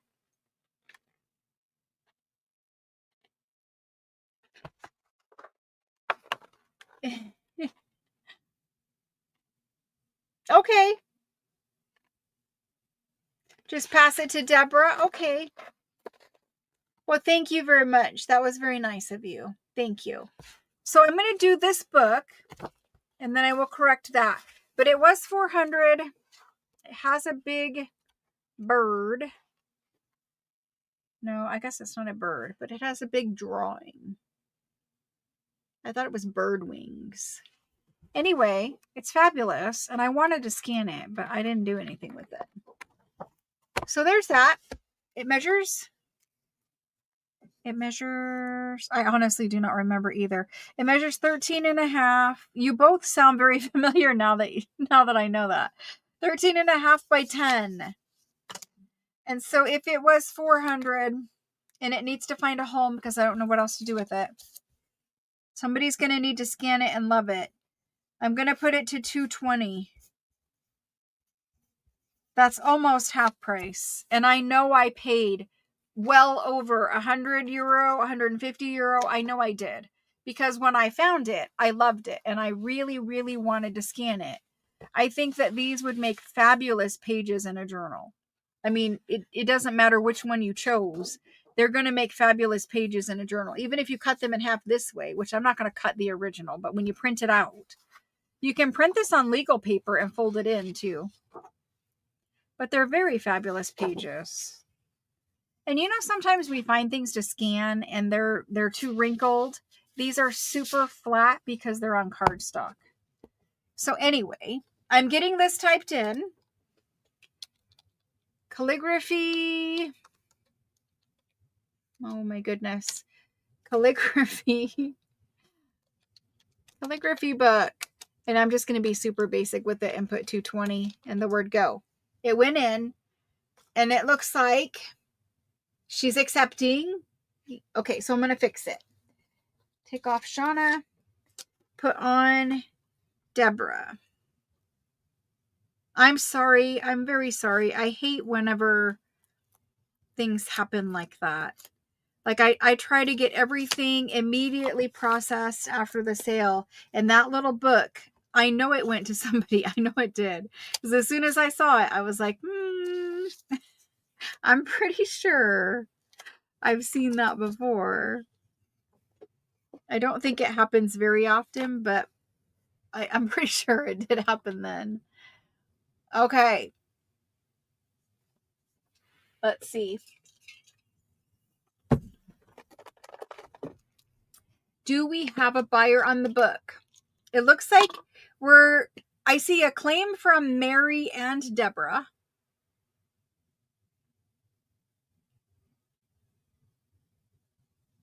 I try so hard. If you guys knew how hard and how much work it is after, like behind the scenes, you would think I was crazy. Because, okay, so just for a second, when I say that I like sometimes often work like 16 hours a day, if you saw the scene behind the scene, you guys would be like, I don't even understand how you can drive or function. Because when we did ship over 2,000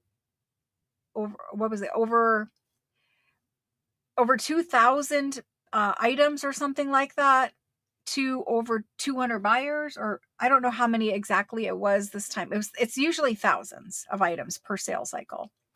And when I had it on the spreadsheet up just a second ago, I'm not using spreadsheets right now because we're handwriting them, but it's thousands of items every single 2-week cycle, and they all have to get tagged and spreadsheeted and counted 100 million times. And then it gets all sorted into your guys's bins. And then, you know, as we go, we're sorting the stuff. And then at the end, we have to make sure that all of the stuff in the bin matches what's going to be on the invoice. And then it all has to get shipped and weighed and packed. And I'm not trying to be like, it's so much work. I'm trying to tell you that it's so hard to keep everybody straight. And the biggest problem is names, right? Because a normal, like if you were a website, they'd place an order and you'd go through to your warehouse and you'd pick, you know, this item and this item and this item. And you'd pack it and you'd send it to them. But we don't do it that way because it's not a website. You're not just placing an order. These items aren't just in a warehouse where we can just go pull, certain item, right? It doesn't work that way. It's just it's a logistic nightmare, really. But we do have a really great system now where everything really is flowing smoothly. And I know I haven't seen that book for months, so I think it was some time ago. But it really is flowing smoothly now. And I do have some help now, which also helps. It helps, and it helps and it hurts. And I'll explain quickly. It helps because it's nice to have other people to help with certain aspects of it. But at the moment, the help is new. And so I am spending quite a bit of time, teaching, training, helping them, being there with them, getting them fully able to do it on their own. And so it's basically like you can't be in two places at once. You're helping them and you're training them, but you also have your full workload of your own work.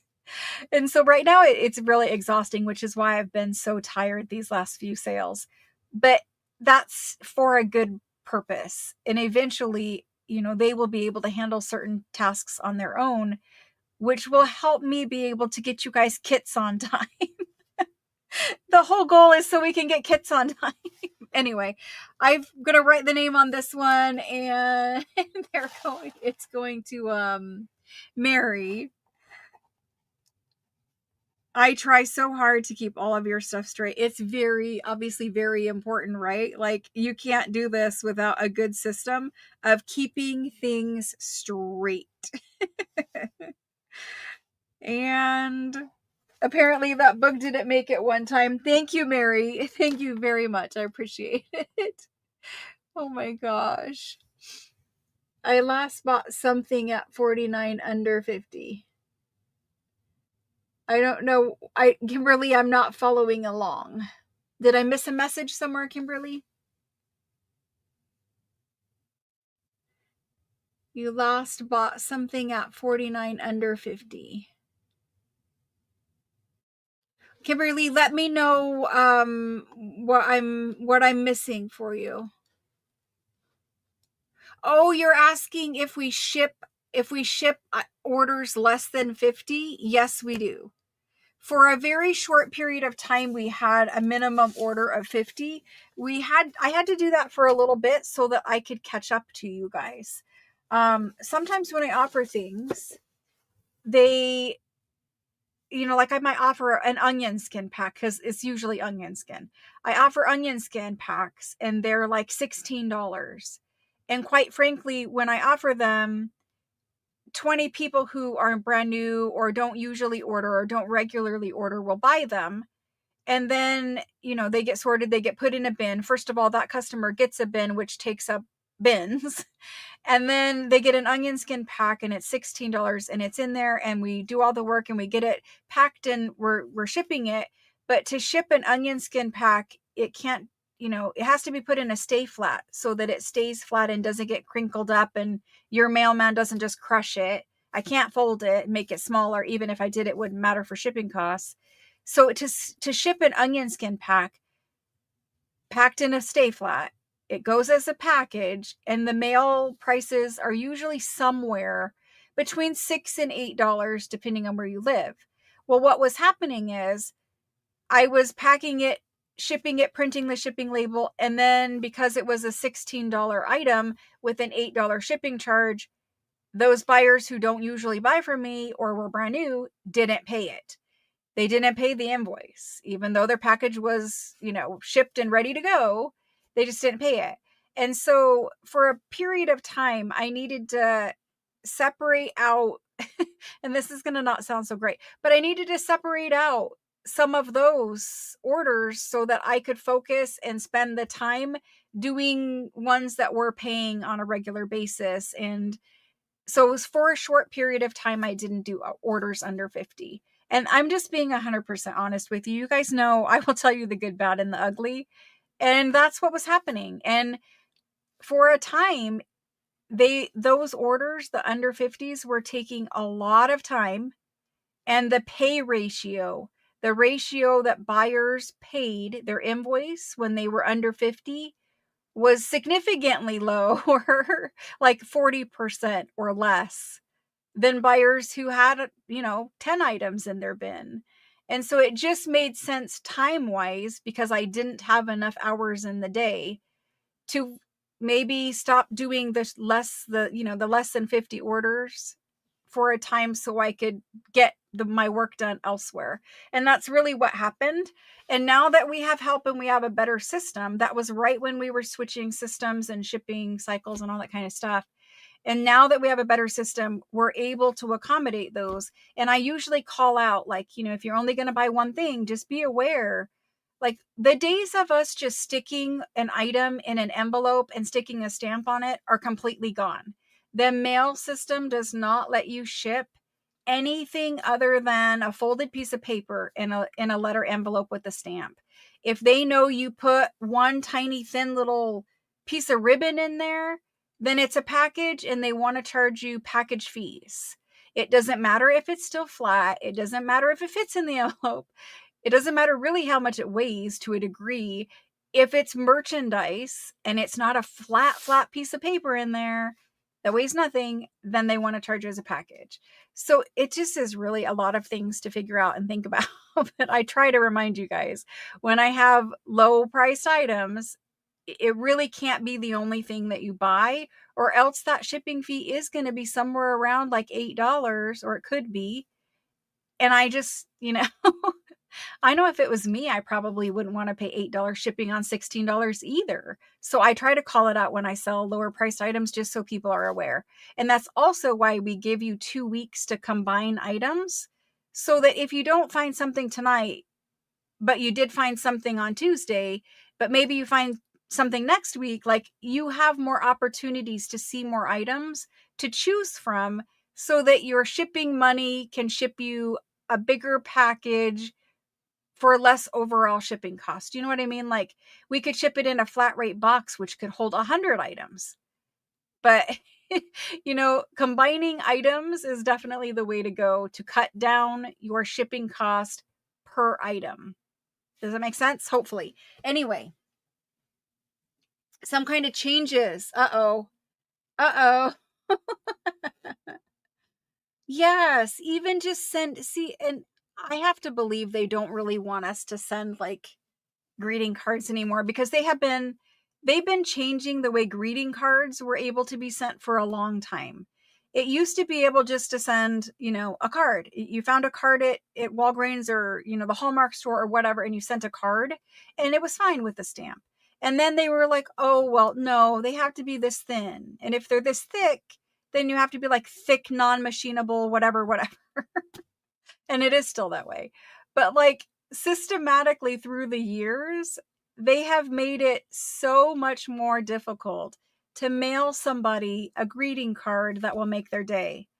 And I really wish, as like a goodwill gesture, the USPS could maybe just say, if it's this size and it's a greeting card rate, where it was only for greeting cards. I know people would abuse it because that's the way the world is, but I think they should make it so that people could send people greeting cards at a nominal fee. Because right now, like, shipping a greeting card can cost you $5. If it's a thicker greeting card, or, it has some kind of decoration on the front, it'll cost you $5. And it's like, the card is already $12 if you bought a card. Have you seen greeting card prices lately? Astronomically expensive. I'm just saying, sending somebody something that is going to make their day and make them happy should be less expensive to the sender to encourage more people to do it. Anyway, I've talked long enough. This is an exercise book in calligraphy. It's kind of like one that we looked at earlier, but a much bigger, thicker one. I'm going to move these. But this one is really, it is crazy for greeting cards. I think they just don't want us to do it anymore. It's 10.5 inches by 13.5 inches. A little conspiracy theorist there. Why are they making it so difficult to make someone else happy? Anyway, a very large calligraphy workbook. right? Is it not calligraphy? Oh my gosh. This is music. Music. I see exercises and I think it's calligraphy with all the little flourishes. This is music. I have several music books now. I need to shut up so badly. Music. Music. This is super old, lovely music. I love letters too. I don't have time to send them, but or even read them. Speaking of, hold on one second. I don't know when the next craft with me is. I don't know when I'm going to show it twice. Maria C. Maria C. sent me this lovely card. Maria C., thank you. That was very nice of you. And she sent me this card when my grandson was born. And I've had it sitting here for a long time because I haven't been doing Craft With Me lives because we don't have a kit. But anyway, she sent me this beautiful card for my grandson. Thank you very much. I appreciate it. So I'm going to show it also when I do the next Craft With Me because I don't know if she's here. But Maria, thank you. Maybe she'll watch later or something. Maybe her cats are watching. She's the one who posts the pictures of her. She has 2 Siamese and another like tabby cat, I think. And her cats like watch my videos and craft with her. They're super cute. She's in the Facebook group. Anyway, back to music. Super old music. Love it. That card has been sitting right next to me because I wanted to make sure I showed it for a long time. Your son? Oh, that's awesome. That's really awesome. I love old music like this. So I would scan this. Yes, I will craft with it, but I want to scan it. It's the perfect, like, I want to, will it show? Look at that. Look at the flecking and speckling and goodness. The ink is kind of bleeding through. It's offsetting. It's lovely. Just lovely aged music. And it's not going to be crumbly on you because it's cardstock. Like, I have 2 pages, but it's like rag papery thick cardstock. And can you see the printing plate where they printed the music on the paper with like a copper plate or a steel plate? Maybe even wood. I don't know how old this is. But this is old and beautiful. There's one loose page, which is a little bit raggedy, and it's because he keeps sticking out of the book. I'm going to try to get him in there as much as he can go. But you got a lot of pages of it. It says we're on page 27. So it looks like there's 27 pages. So there's that one. I will quickly show you the other covers, though. We also have this one. And this is also music. Not quite as speckly as that one. And then we have this one. And this is also music. Definitely different. And these are rag paper, thick, lovely paper. And then what is this? This is different. Okay, so I only have 3. We're going to do this one right now. I'm just going to open it to a random page. This is what we're doing. I'm going to read these messages just 1 second. Antique music book. It's large. Like I need to put large in there. And just think about how many different sizes of plastic bags and packaging materials I have to have for you all. There's like a huge shelf of all the different sizes of all of those things. Because everything has to be packed, right? Okay, anyway, back to the music book. And we're going to do this guy for, like, what did we say, 27 pages? We're going to do it for, I'm going to do it for 65, okay? And I'm going to price that based off of cost per page. It's 27 pages, 65. I know this is old, and I know this is good. If this wasn't rag paper, this would have long since flaked off and fallen apart. The other kind of paper doesn't hold up. The rag paper will. I think it's lovely. And it has a stamp down here. And it was in a library at some point. But it is lovely. It says there's 100 exercises. It's not thick enough for them to be any more pages, so I think it's just exercises on 27 pages. All right, this one went to Linda. Linda RB. Thank you. And Linda, I'm going to call you Linda BES from now on. Linda BES. Thank you. And I think we changed doing the computer today too. Thank you, thank you. Oh my gosh, I never answered my daughter back. Oh. Uh-oh. I might get in trouble. Oh, she's good. She was answering me, so that's good. All right, next one. Thank you very much, guys. Now let me read your messages quick. Forever stamp from 2013. That's awesome. That's really awesome. Yay! They're not enough anymore. Aw, Shelly. But at least you have old forever stamps. That's good. You guys have such sweet stories. Oh my gosh. We have to have a retreat, which we are. We have to have a retreat where we can actually meet and like talk. It's just hang out. Okay, anyway. This guy, he's next. He's very similar to the other one. And you can see he has a little stamp in this corner down here. This has probably been torn for some time. I don't see a date on him, but he's definitely like the last one. That super rag paper loveliness. No, I don't see one. I'm going to get it in camera, but look. It's so good. This is a catalog. Oh my goodness sake. It's like Braille paper. It's like Braille. You can feel it. So it's printed, and the text is printed with steel little printing blocks. And when the rag paper is the cottony rag paper like this, those steel printing blocks press that into that, fibery rag paper, and you can feel it. It's a good feeling. You will like it. Anyway, there's that. Same on this one. And then we get to the music. Now this is a very cotton rag paper. You can still see the plates that these were printed on, because even that is impressed into the fibery paper. Again, it's super thick.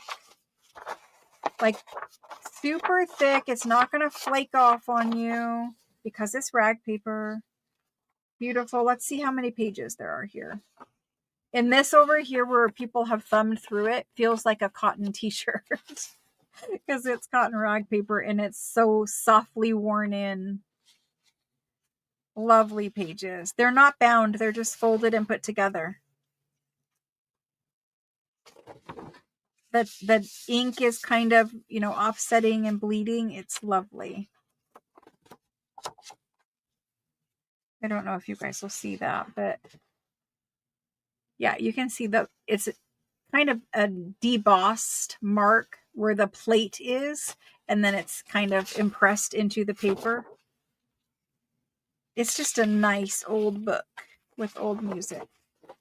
And this one has quite a bit of advertising. The cover is a light yellow. There's that one. It doesn't say how many pages, or does it?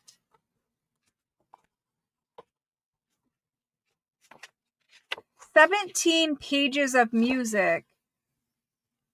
And then the ones up here,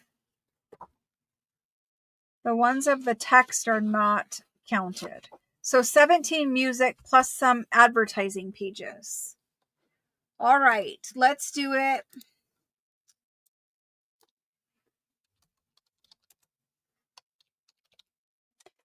Music book. And this one has a few less pages. I'm going to do it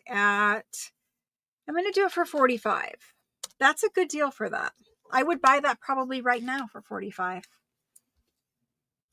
Why am I not? Because I probably have 5 sitting on my hoard shelf over there. I need to quit hoarding things. I had a good rule at one point that I had to offer it to you guys first.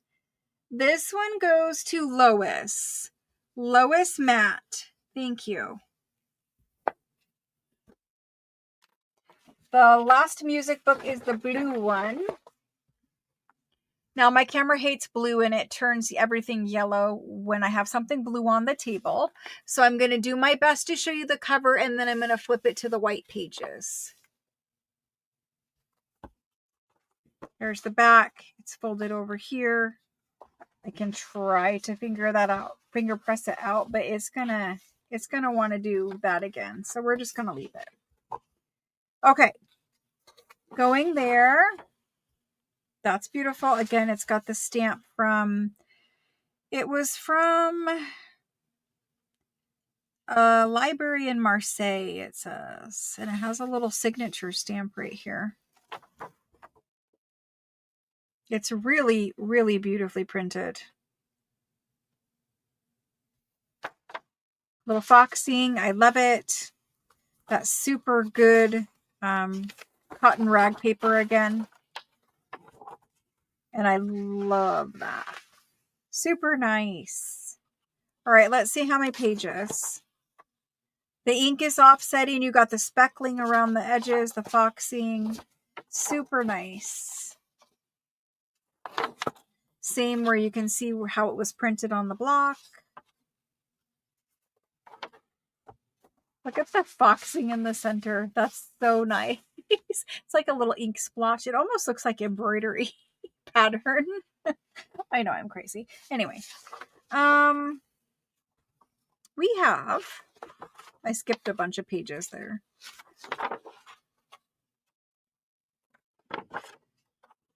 We have 25 pages of music in this one. 25. I'm going to ask 45. No, foxing isn't. Foxing happens on pretty much all old paper. I will tell you though, it generally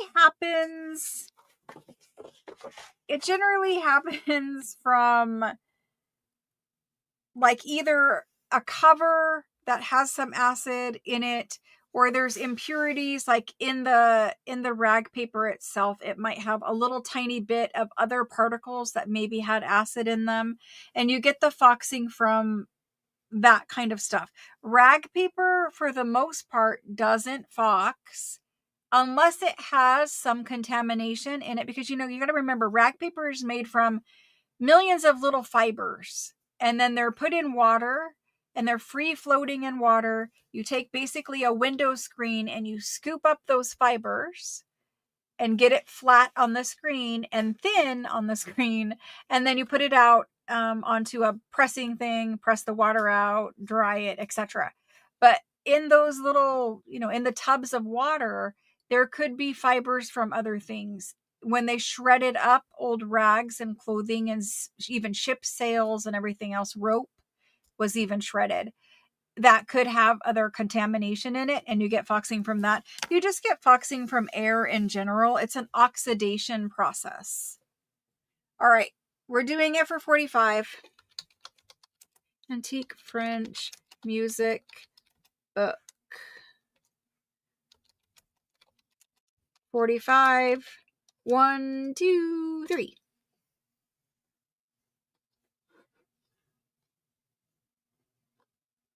You try to theme your stamp to the decorated envelope. That is fabulous. I definitely do that too. I have OCT. Exactly. But I do too. But it's really hard to find stamps sometimes that go with or look nice with certain things.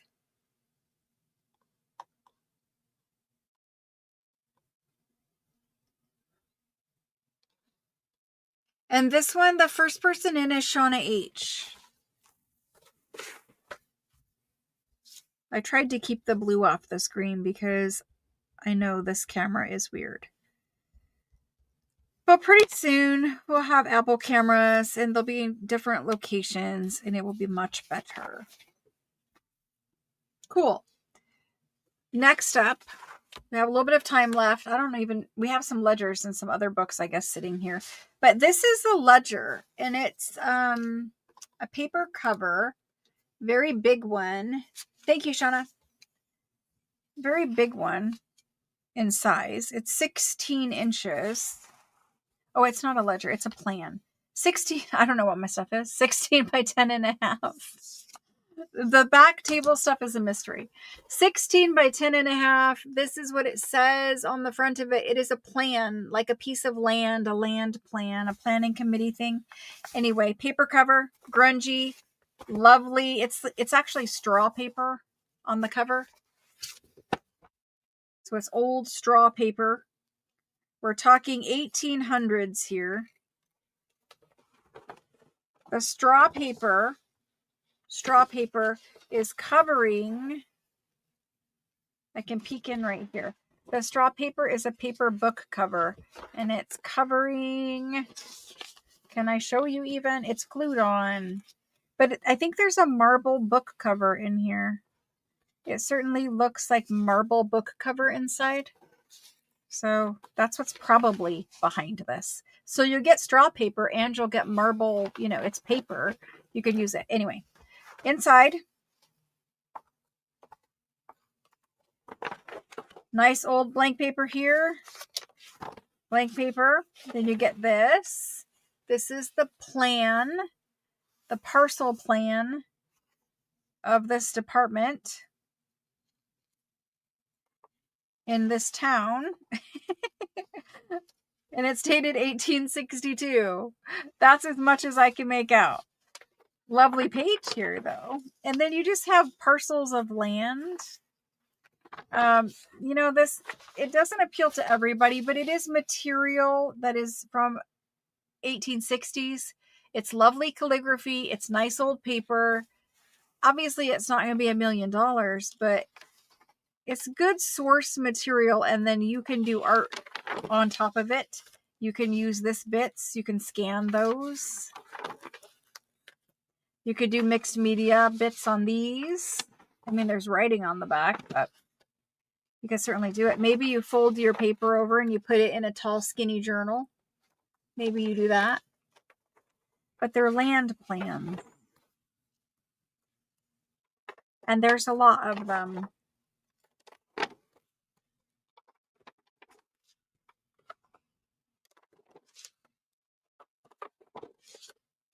Ribbon bound with silk ribbons.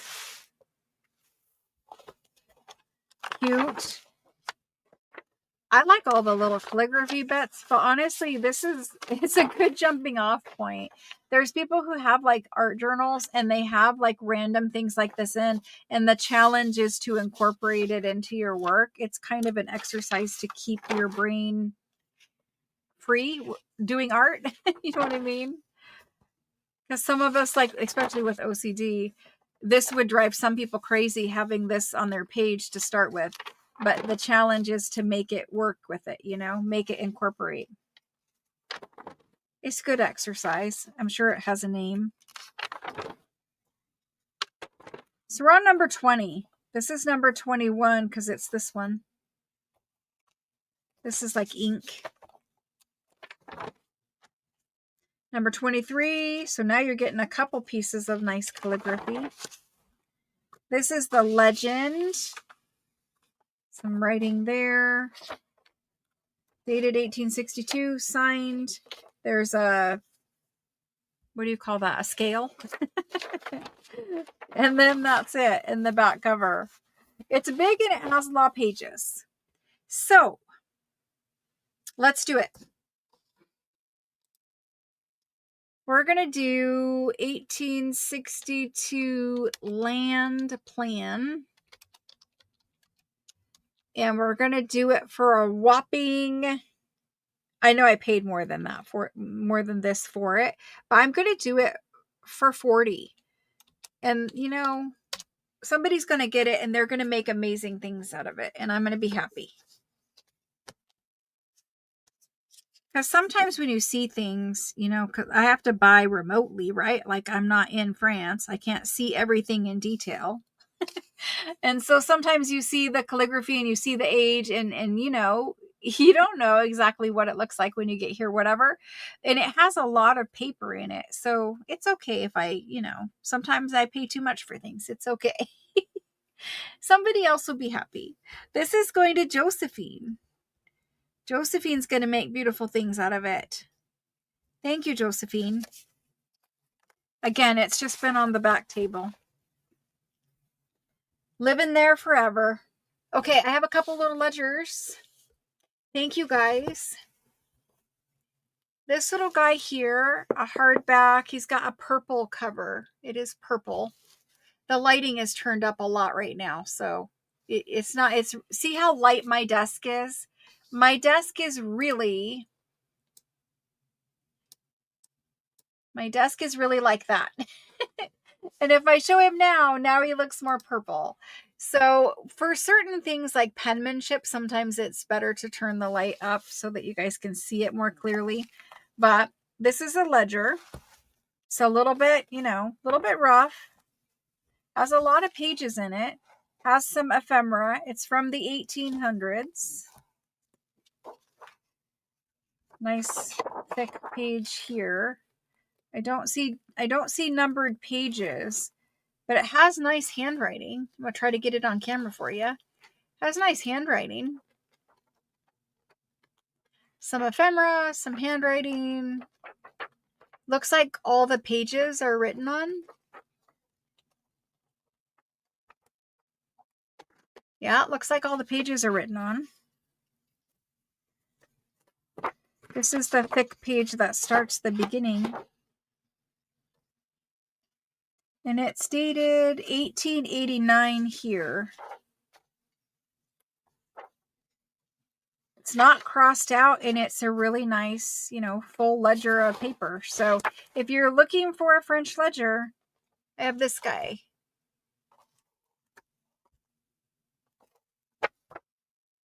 I don't know,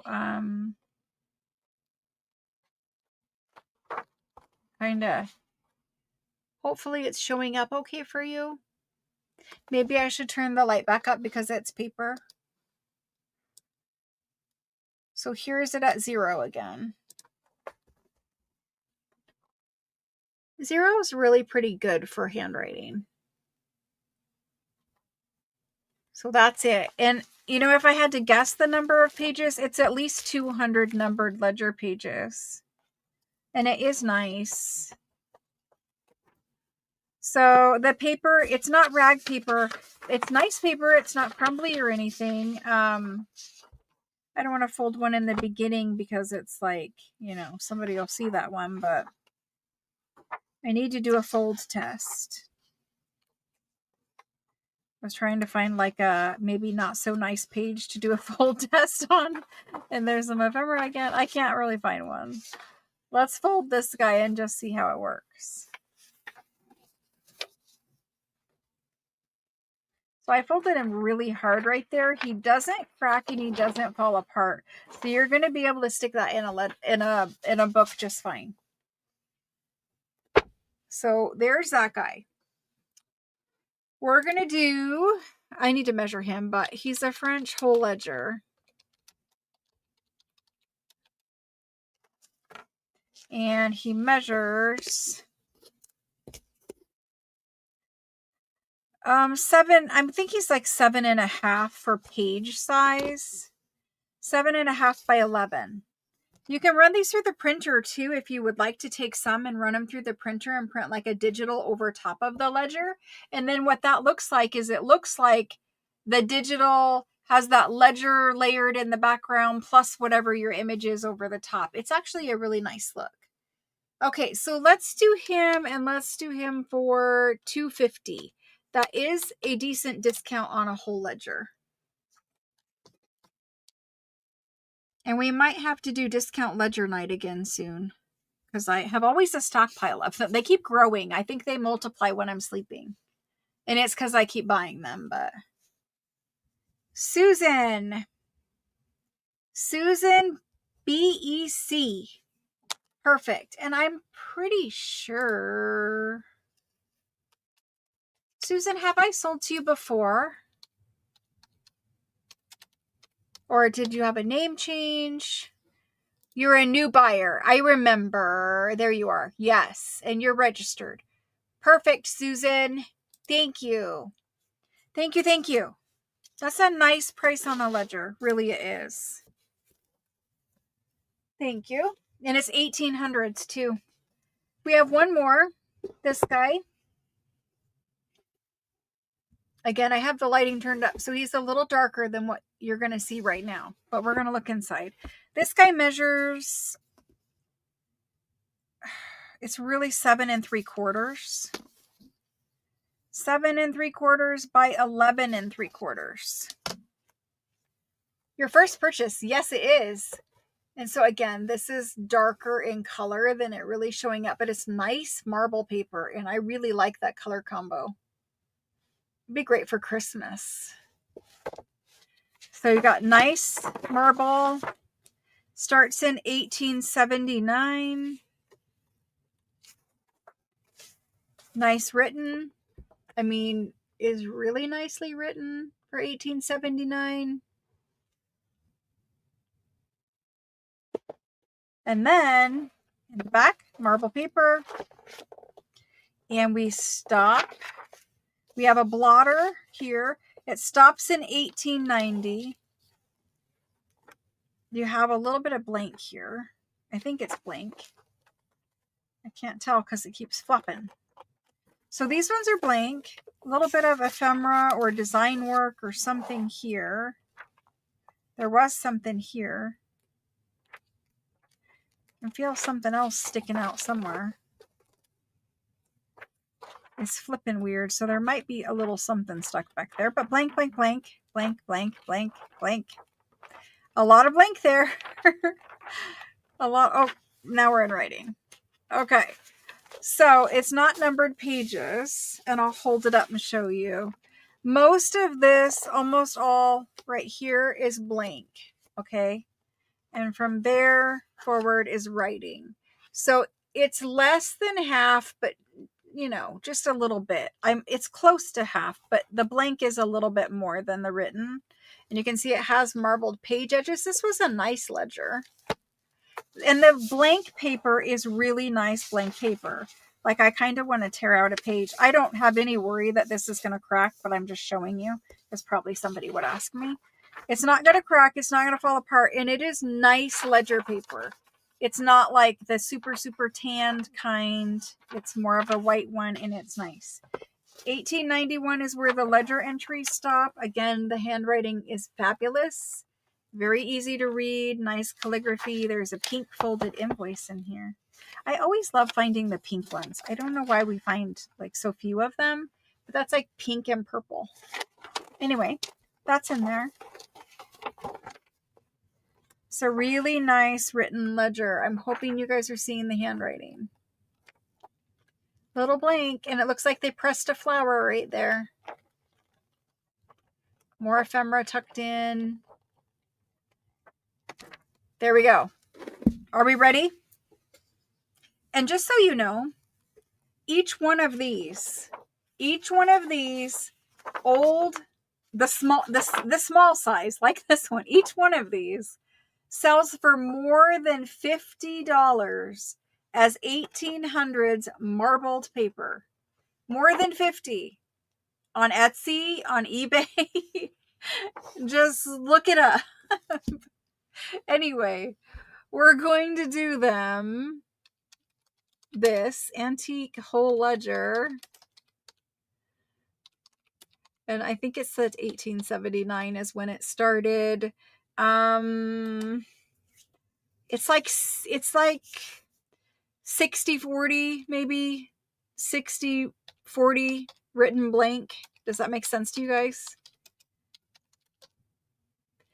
Hopefully this makes sense. 60-40 written blank, the blank being 60. I should have put that the other way, but the blank being 60. Okay.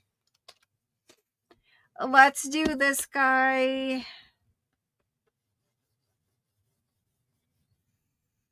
I'm going to do him at, this is going to hurt me a little bit. I'm going to do him at $290. $2.90 because the written part that is written is 18s and it's very nicely written. The marble paper is super nice, and even the blank paper is super nice. So that's what I'm going to do him for. And if he stays, I'm totally fine with that, because honestly, I cannot sell it for less than that. I will pull the marble paper out and then make paper packs before I did it. When I see the marble paper like that, I'm seriously like, how many ledgers do I have that are really big and have nice marble end papers? And a lot of them. I could go into the marble paper business. Like I need another thing to do, right? If you guys start seeing all the ledgers have the marble paper ripped out, you'll know what I did with it. I'm teasing. You guys know I don't do that, but I'm just saying. Oh my gosh. It's tempting, but I do tear it apart enough other books and things where I do have a lot of marble paper, and I probably need to start assembling some kind of pack where you guys get some marble paper with some other things that are kind of interesting, like end papers and that. Okay, so this one went to Marilyn. Marilyn, thank you. I appreciate it. That's a good one. Susan and Marilyn, you guys got some pretty good ones from the back table. Now, there's a couple other lots that I have here, and then I think we're getting pretty close, but I have 2 lots. I'm going to do these both as lots. These were pre-planned. This lot has 3 things in it. This lot has 3 things in it. Okay. So we are going to have, I'm just going to do them one at a time. It's just easier, but I wanted to show you kind of what's coming. This guy here is more of like a travel lot. A travel,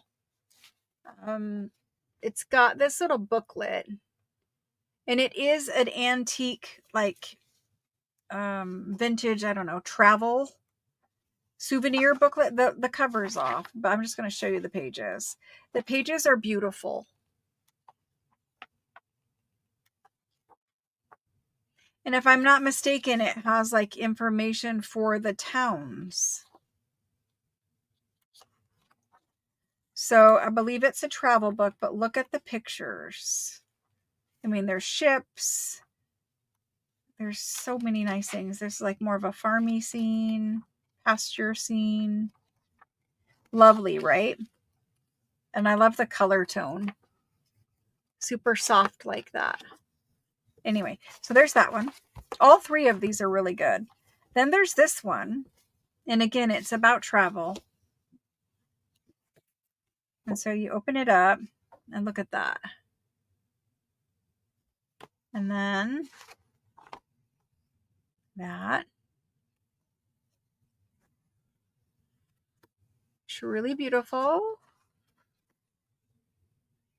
Try to hold it up a little bit better for you. It's blue again, so. And then you get to some pages that look like these. Look at that.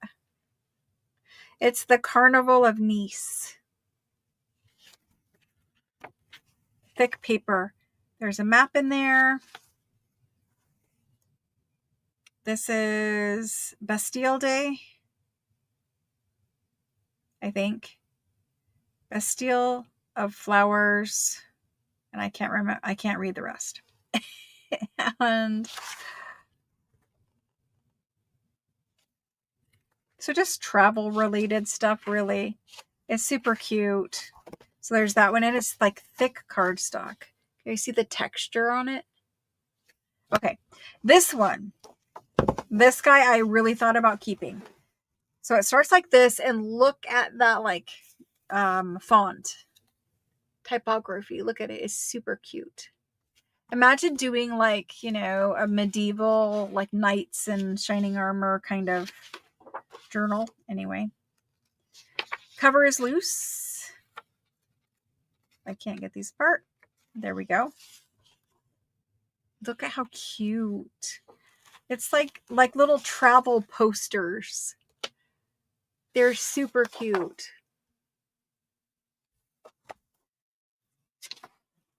Like, I think this is fabulous. Like, it has flowers. I mean, they're super decorated.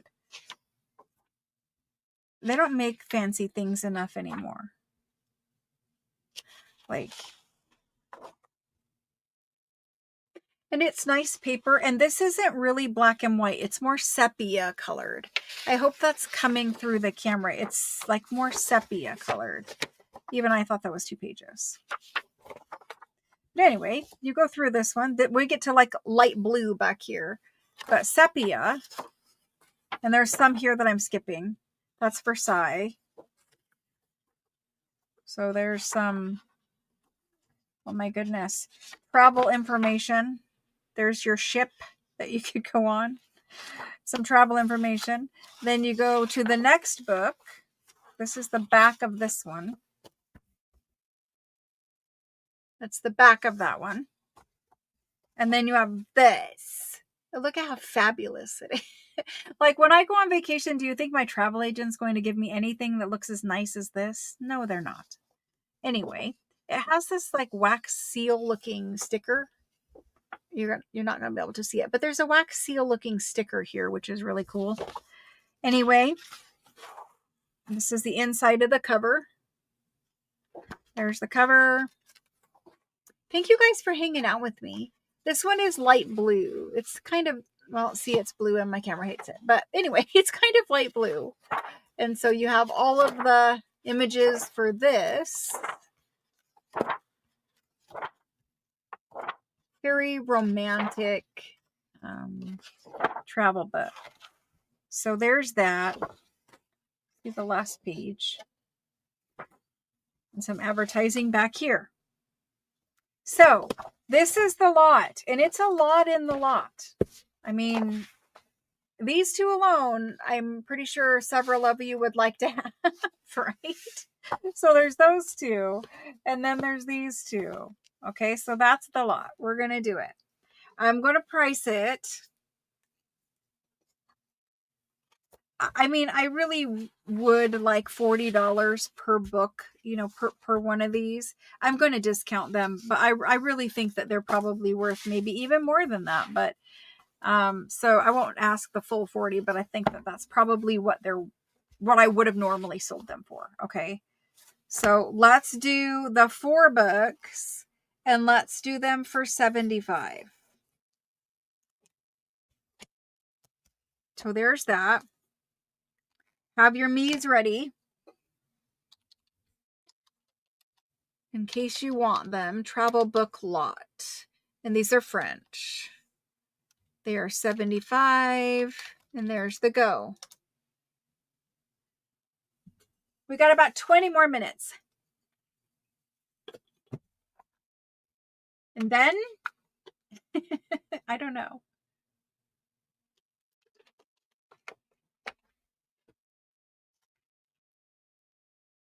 I have a lot of shipping labels to print. That much I do know. Okay, this one went to Beth CZ. Beth, basically. Beth, thank you. Thank you. And then, sorry, you see my head on the table. I was looking to see if the stack of books is about ready to fall over. We have this one. This one is a little different. I need to turn the lighting down because it's like super kind of washing everything out. At least that's a little better. It was a good lot. I really thought about keeping it.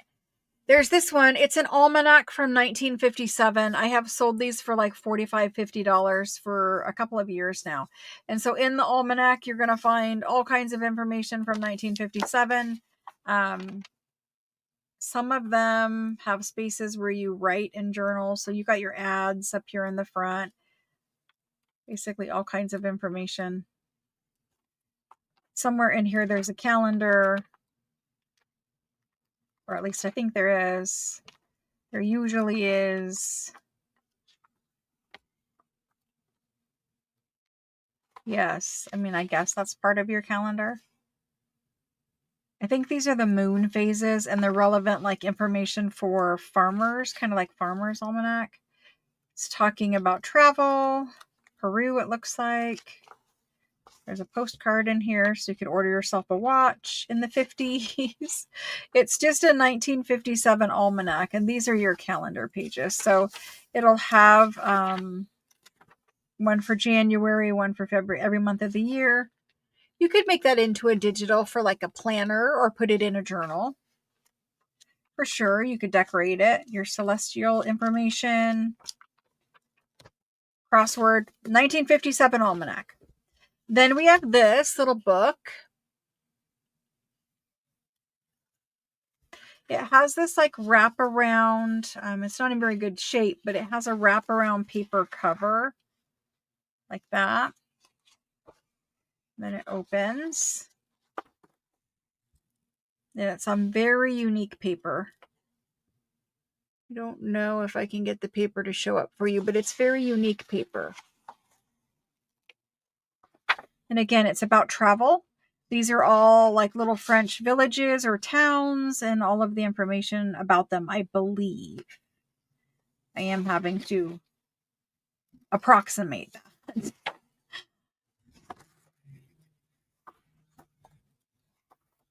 And you guys really need to feel the paper. But it's super good. And I think you guys can just take these pages right out. Like this one is tanned because it's up against this. But these ones are all not tanned. They're very cute. And they're about the size to go in a 6x9 journal. They'll definitely fit in there. And then there's a little bit of information back here. Some lovely tables. And that's that. So there's that one.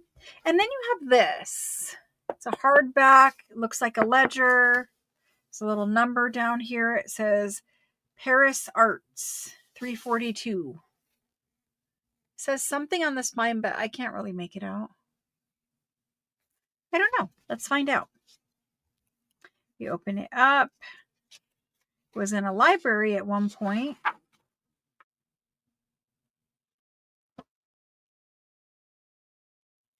I think it's a book about artists. I don't know. Yes, basically. Like ancient art. I don't really, maybe not ancient. I think it is, but it's old. It goes through all the tourist sites and different artifacts that you can find there, maybe. I don't know, but you guys will have to Google Translate it once you get it. But there's a lot of nice pictures in here and a lot of paper. And it's all in French. And you can cut out those pictures and you can use all of this stuff to use for focal points or pockets. Make a travel journal. I don't know. You can do something with the art. Mix it in with mixed media stuff.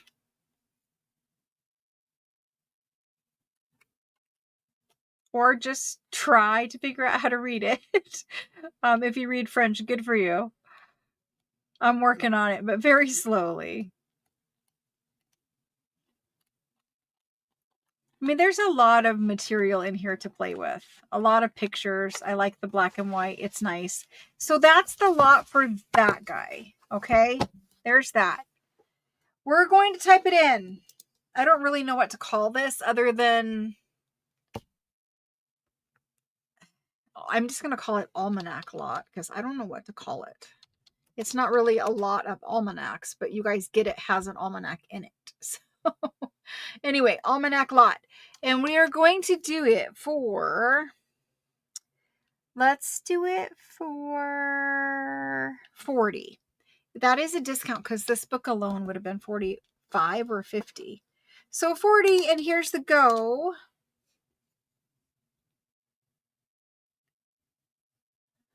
And this one goes to,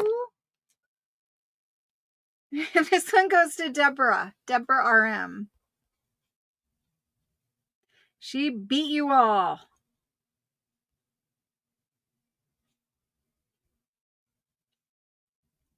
Thank you, Deborah. I appreciate it. Thank you. Thank you. I like doing the discount bundles. It's fun because I get to see a bunch of things that I didn't really know I had either. Okay, I have one of these that was sitting over here. I have one of these, and there is 4. This is March 1891. We've had these before. This one, the cover is loose in the front, loose in the back. So we did these earlier, and I couldn't find this at the time because it was buried in the lots of calendars and everything else. But when we did these earlier, these are the English, the American fashion books, fashion magazines. And the way that they came when, you know, you could go to the, I'm going to say newsstand. You could go to the newsstand and buy the magazine for the month. Like we would go buy, I don't know, a Vogue magazine, right? And this was the March one from 1891. So when they buy them and they're the monthly magazines, they come in these blue covers. And the blue covers are really a nice, you know, a nice paper. They have a lot better advertising on them. Like, we'll just look at the cover. A lot better advertising on them. So there's the cover. And then the magazine itself, it's going to have either 4 or 5, you know, issues in it. Full issues of this that we did for $20 an issue. And so you've got, here's your fashion. I skipped all the text pages. Here's your fashion and lace. That's the first one. Your ads. That's the first issue. There's the second issue. And look at that. A full alphabet and fashion over here. I could turn the lighting back up again. It's super, I'm fighting with it. And yeah, let's put it at 0. Maybe we'll just leave it there. Anyway, full alphabet. Totally scan this. This is close to rag paper. You can feel the text from the other side impressed in here. And I would absolutely love to have this like right now today as a digital. It's fabulous. So this is the second one. There's your ads. It's talking about winter dresses. This is the third one. And then you got your fashion. That's the third one.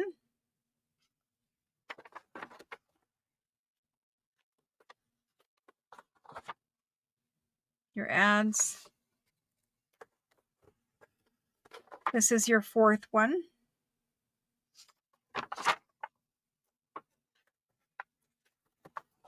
Your fashion. All the undergarments and things that we needed, I guess. Like 5 million of them. So that's the fourth one. The last one. And there's your ads. You got a couple little tiny ladies. And the music page. So in this one, in this issue, in this month of March 1891, you had 4 weeks. And that's why you had 4 magazines bound into one monthly magazine. So for this guy, because his cover is off, we used to do the individual issues at $25 an issue. Because his cover is off and there's 4 bound in there, I'm not going to do them at the normal $125. I'm going to discount this. So let's do this one. I'm just going to type it in. March 1891. Fashion magazine. Again, it's English. You can read all the articles and things like that. The stories. I need to say blue cover. That'll be what makes sense to me later. Blue cover. And let's do it tonight for just 100. Okay. The paper itself is in great condition. It's just that blue cover being completely off. And we have discounted these down to 20 now per issue instead of 25. So that's that. I really do like that alphabet in there though. Like if I had the energy, I would probably have scanned it, but I didn't have the energy. So there's that. We're going to do this one. I'm sorry about the blue in the camera. This one goes to Linda RB. All right. Which is Linda B. Yes. Thank you. I appreciate that. One more thing off my table.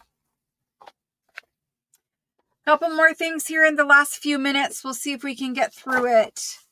I've got some tapestry, a tapestry book, a French tapestry book. This is off the back table, and maybe we'll add things to this, I'm assuming. I can't even get it open, so tapestry patterns.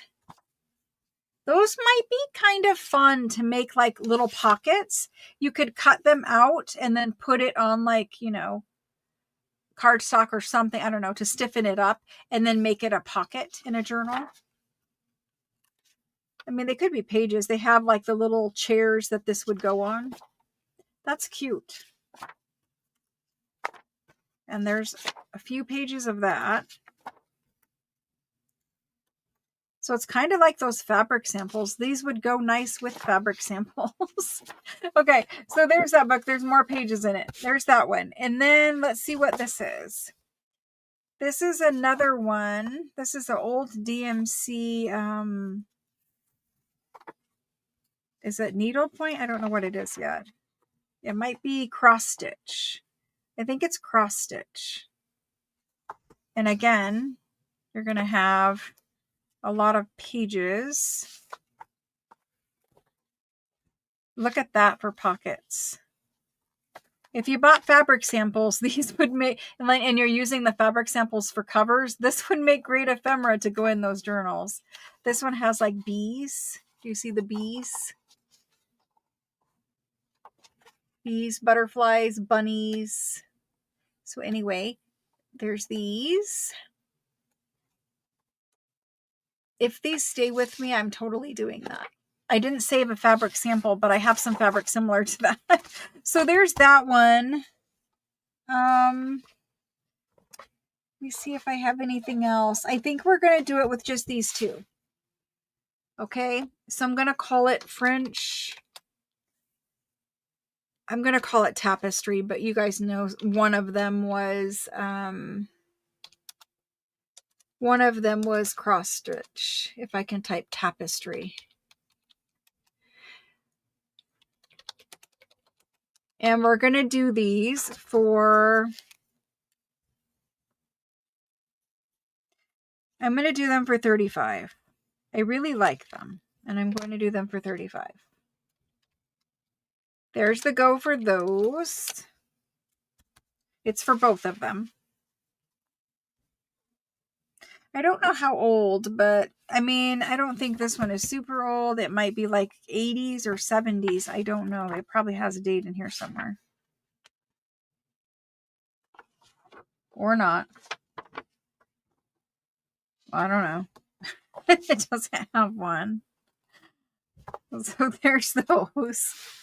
And these are going to, this is going to Paula Drift. Paula. Thank you. Okay. Let's see what else. We got 9 minutes. Let's see if we can get the rest of this pile. There's a couple catalogs here. We might see what this is. This is a, what is it called? Where you pull the drawn thread for like eyelet, maybe? I think it's like that. Anyway, it's a needlework one. It says it was €25. And it's patterns for, I think, drawn thread here to make that little open work, and then embroidery. So it's a bunch of embroidery patterns, and it's showing you like the tablecloths, the bed covers. That's really nice, actually.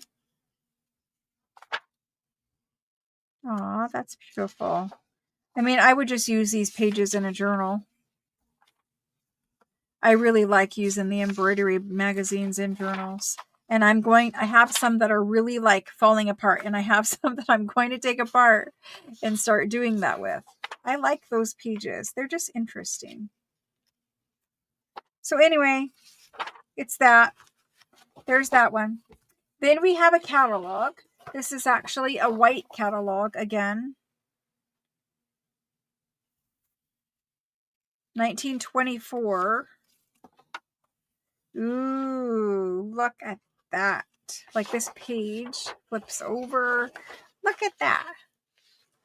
The light is up a lot right now, so it's kind of washing it out, but it's beautiful. Look at all the little sections.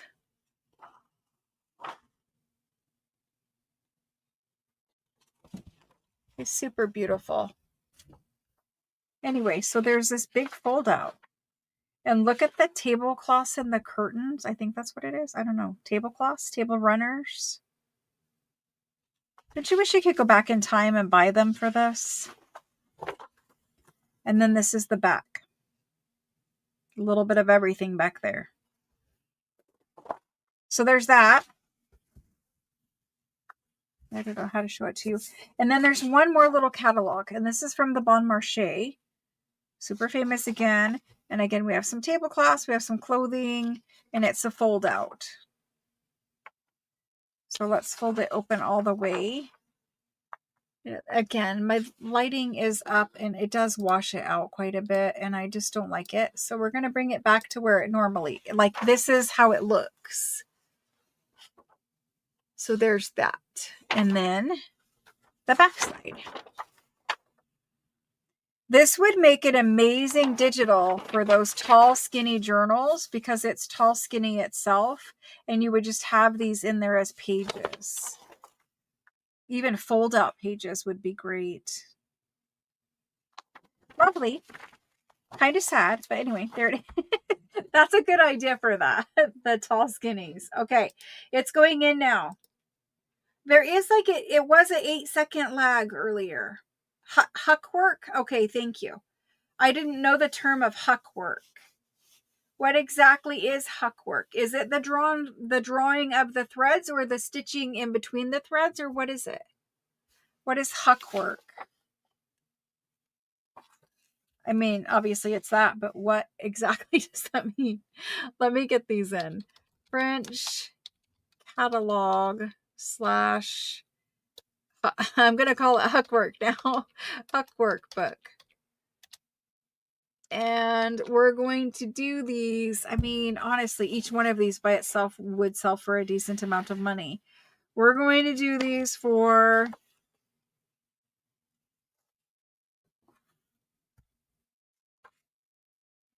I'm going to do them for $70. I still feel like this is a very good price, and I really like them and don't mind if they stay here because I would use them. This one is going to Kendall.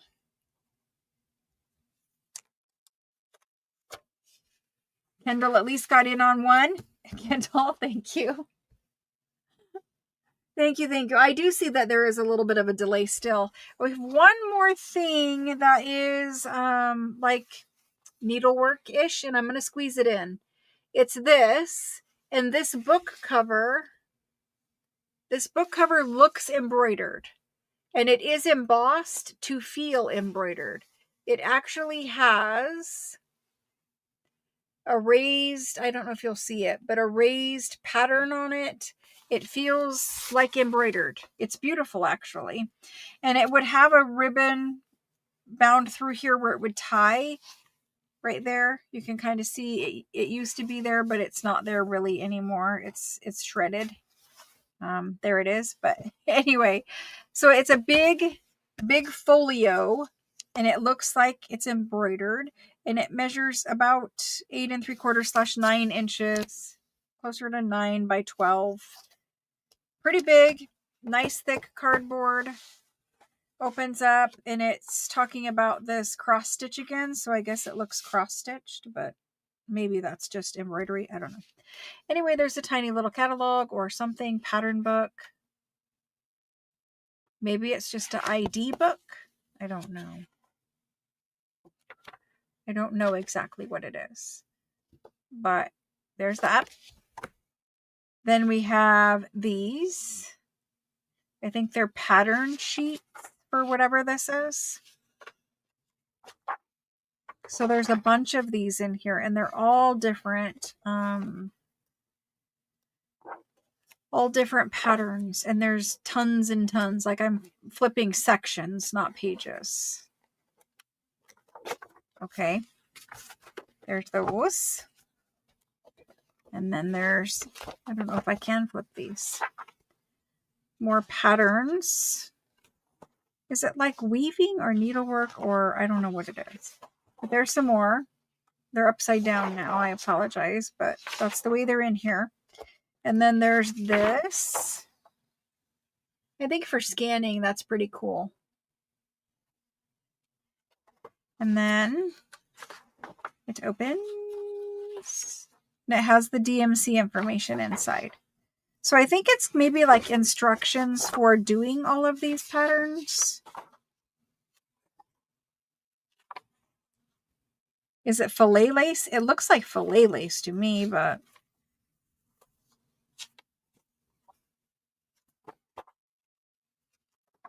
to me it looks like filet lace. I don't know. And then you've got a color chart, and it actually has little samples like glued onto it. And then there's the DMC thing over here. So that's what's in here. A whole big bunch of things. Pick all these up and put them back.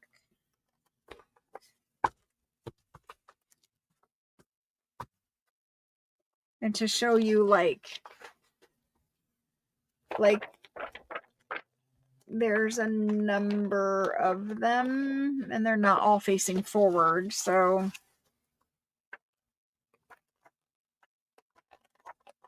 I don't know. That's what's in here. And this little booklet too. And a really cool folder. Okay, and is this guy ready to go? And we're going to do this guy. We're going to do this little embroidery sample book. I know, we're out of time, but I'm going to do this and then we're done. Embroidery sample book, and it's actually stitched. Like somebody sewed these and did the little pattern work to it, okay? And there's that one. And they're on little cardstock cards sewn to like a school workbook. Little string kind of came loose there to bind the pages together like that.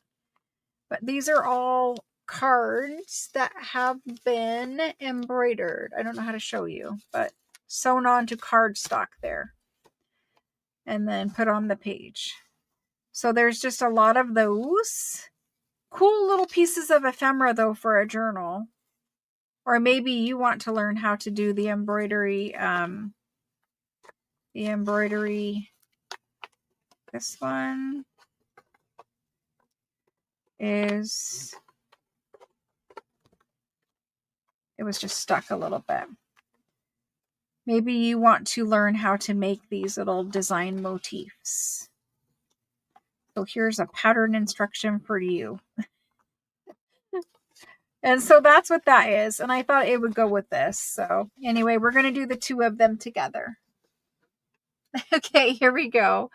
This is embroidery sample book with pattern book. I don't know how else to explain it, but there they are. And I do know why I paid for this. I don't remember exactly what I paid for that, but it probably wasn't cheap. And we're going to do them for I'm going to do them for $75. You guys have been patient and here with me for a little while tonight, so thank you. I'm going to do them for $75. And that is going to be our last item until next week. And then I'll be back on Tuesday. I'm going to get to see my grandson. You're going to see a giant pile of papers in front of me. Who got this one? This one went to... This one goes to Alice W. She was in first. Alice W. You were all in within just seconds of each other. Thank you, Alice. I'm going to turn the camera around. You're going to see this. Well, actually, let me just move it, and then you won't see the avalanche that's about ready to happen.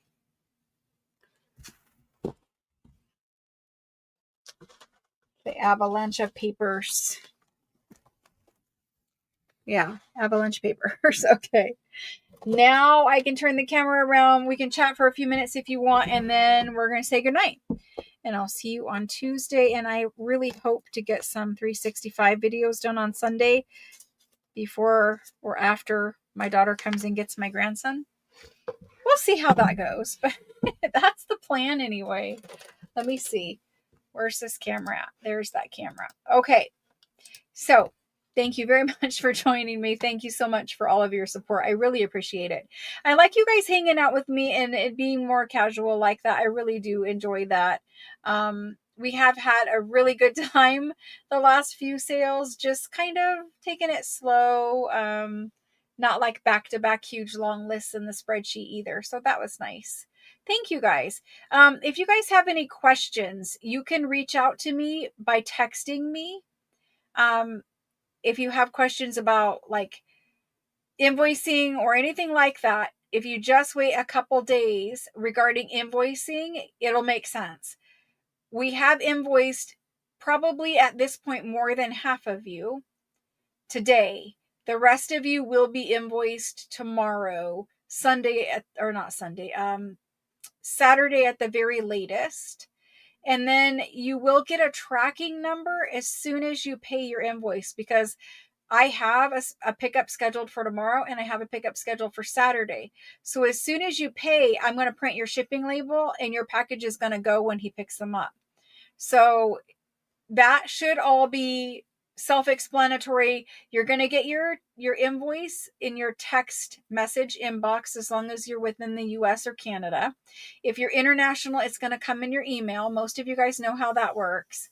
And then I think it's only 2 people who have a previous invoice now that is sitting there. I think we're all good to go for most things.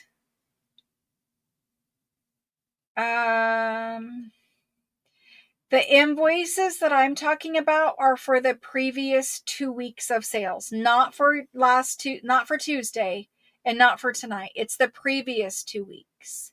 So we were running behind with invoicing and shipping because we did a lot of changes. So the previous 2 weeks, not this week, is what you're getting invoiced for right now. You will be invoiced for this week, also this weekend. And I realize for some of you that is back-to-back invoicing, which might not be the most convenient thing. If you need more time, just text me and let me know you need more time. It's fine. Even if it's a few days, you don't even have to text me. It doesn't matter. I won't even really notice. In all honesty, I won't really notice until it's been like 4 or 5, 6 days. And then I start wondering, did you get it? Did you like the emails not work or text not work or something like that? So anyway, let me look for questions quick.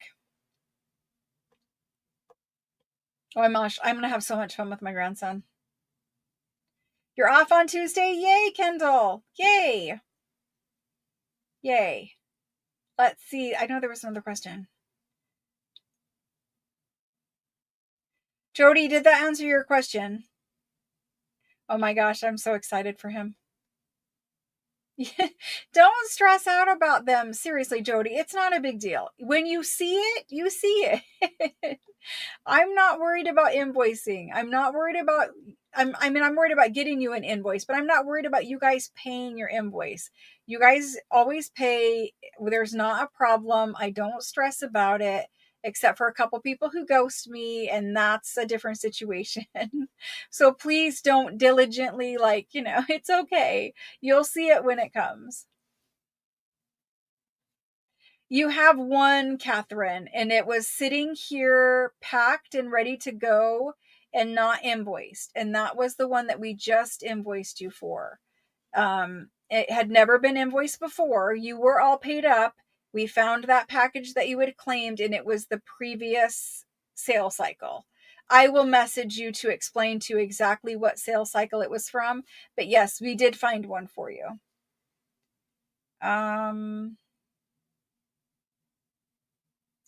All of the invoices have always been itemized. Nothing has ever been, here's your total, no itemization. Every single item you buy is a line item on your invoice. It has always been that way. unless you buy a bundle or something like that, where it's a price for a bundle. If it's a bundle, you just get bundle on your invoice and it says whatever kind of bundle it was. But every book, every paper pack, all of that stuff is always, every little thing has always been itemized on your invoices. I think that's what you're asking.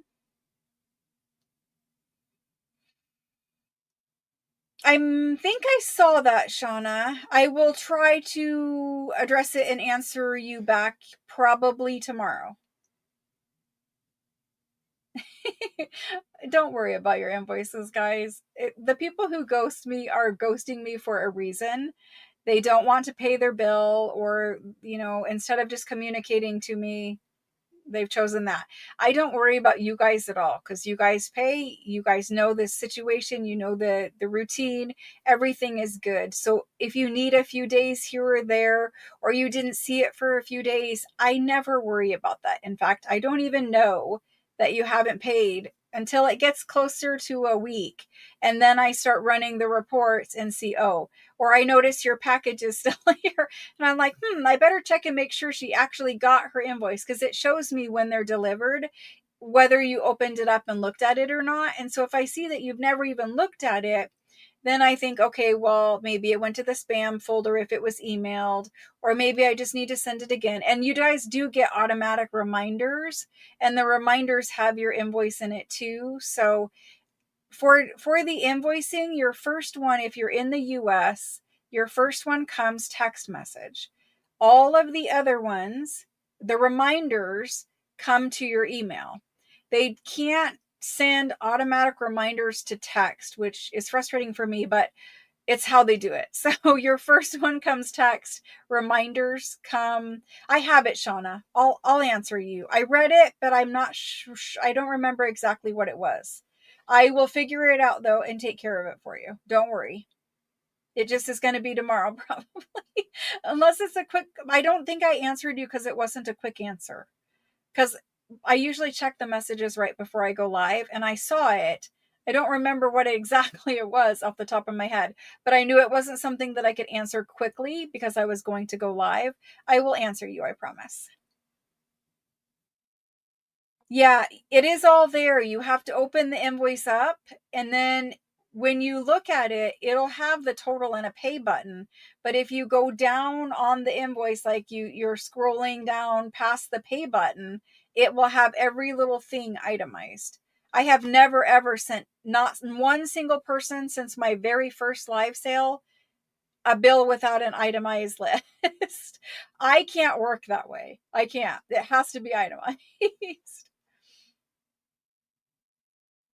Mickey, you are being invoiced now for the previous 2 weeks, and you will be invoiced in the next few days, by Monday, probably for this week. I know, and the faster you pay, the faster it does get shipped. It's just how it works. You can tell me right now, Teresa. You can tell me. If anybody wants to add something and it's still available, it's easier to do it like this. So yes, you can tell me. Thank you, Shauna. I promise you'll be getting answered in the morning. I promise. Thank you, Sarah. What can I add for you guys? Let me know now and I'll get it done. Thank you, Paula. It is a gift. My daughter gets, she's going to a wedding, a friend's wedding, a good friend's wedding. And so that's why they're leaving him with me. And so it's good for her to get a little bit of, this is the first time she's had where, she's been out of the house doing something, right? And I hope she enjoys it. But I also know she's also very stressed because it's her first child and it's the first time that she's going to be away from him overnight. And you know how your first child, you're super careful and you're super worried about everything. And for me, I've only had two. So like your second child, you're not quite as worried. And probably by the time you've had three or four, you're really not worried. I know that she's very stressed because it's the first time she's leaving him.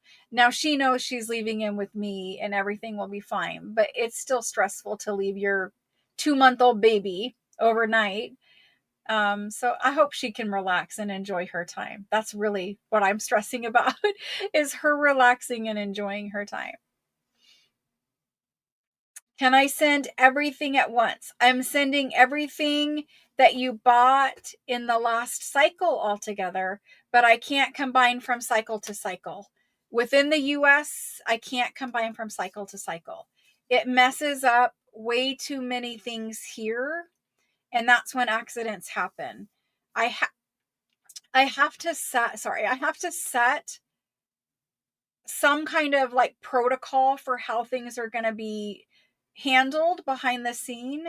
And anytime somebody asks me to deviate from that protocol, it just allows for errors to happen. And sometimes those errors are costly to me, where a customer might get a package shipped to them that's hundreds of dollars because they asked for me to pull them out of protocol and do something different for them. And then somehow, because an accident happened, their package was shipped before their invoice was paid. And that's happened twice. And both times, if you give a person an opportunity to take merchandise they haven't paid for, those two people in particular opted for, well, I have the items now, so why would I pay my bill? And so it was kind of two costly lessons. And they were both asked for something different, special, out of protocol. I did it, and that was my thank you. And so it just creates such a mess. You also have to remember everybody's little special request. And while I would love to do it, I would totally love to do it. I get why people ask. But at this point, it's just too hard to do it. You also have to remember I'm not the only person doing things now. And I had to set a protocol for how it's going to be handled. And that's really where we have to stay now. Even the last cycle, I did something for someone who is here out of protocol. And it was hours of us behind the scenes dealing with the aftermath of it. And it's just something we can't do anymore. So whatever we say is how it's going to have to be. And it kills me to do it that way. It really does. But that's kind of how we do it. Yeah. And I've even talked to one of them will not even acknowledge anymore, but tracking shows it's delivered. I know she got it. The other one literally said, well, I have it.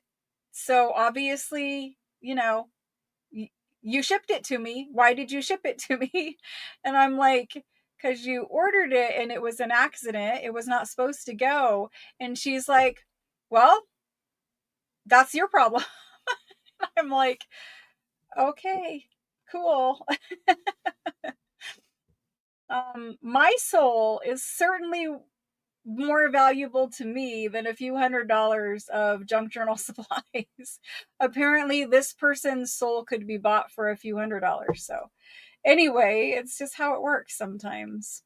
Some people, if given the opportunity, they can't do the right thing, and it's sad. And I laughed about it right there and joked about it, but when you really think about it, like that's their soul. Like, I don't know. It's hard. Anyway, let me know what I needed to add. I didn't see it. Maybe oh, the French letter pack. Okay. It wasn't in caps and I saw it scroll and then there it was. Let me get the French letter pack before I forget to do it for you, because I will.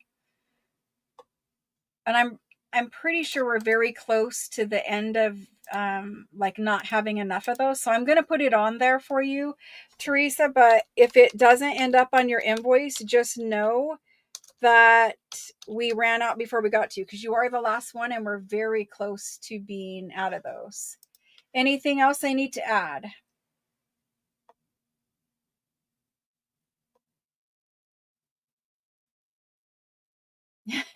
My daughter called me a bunch. Yeah. I'm hoping she doesn't. I'm hoping she just relaxes, but she knows. I'll send her pictures and whatever, like, it'll be fine. But FaceTime, yes. And we have the little sock he can wear that she can see on her phone. So it'll be fine. Like a baby monitor sock and she can see it. Yeah, it'll be fine.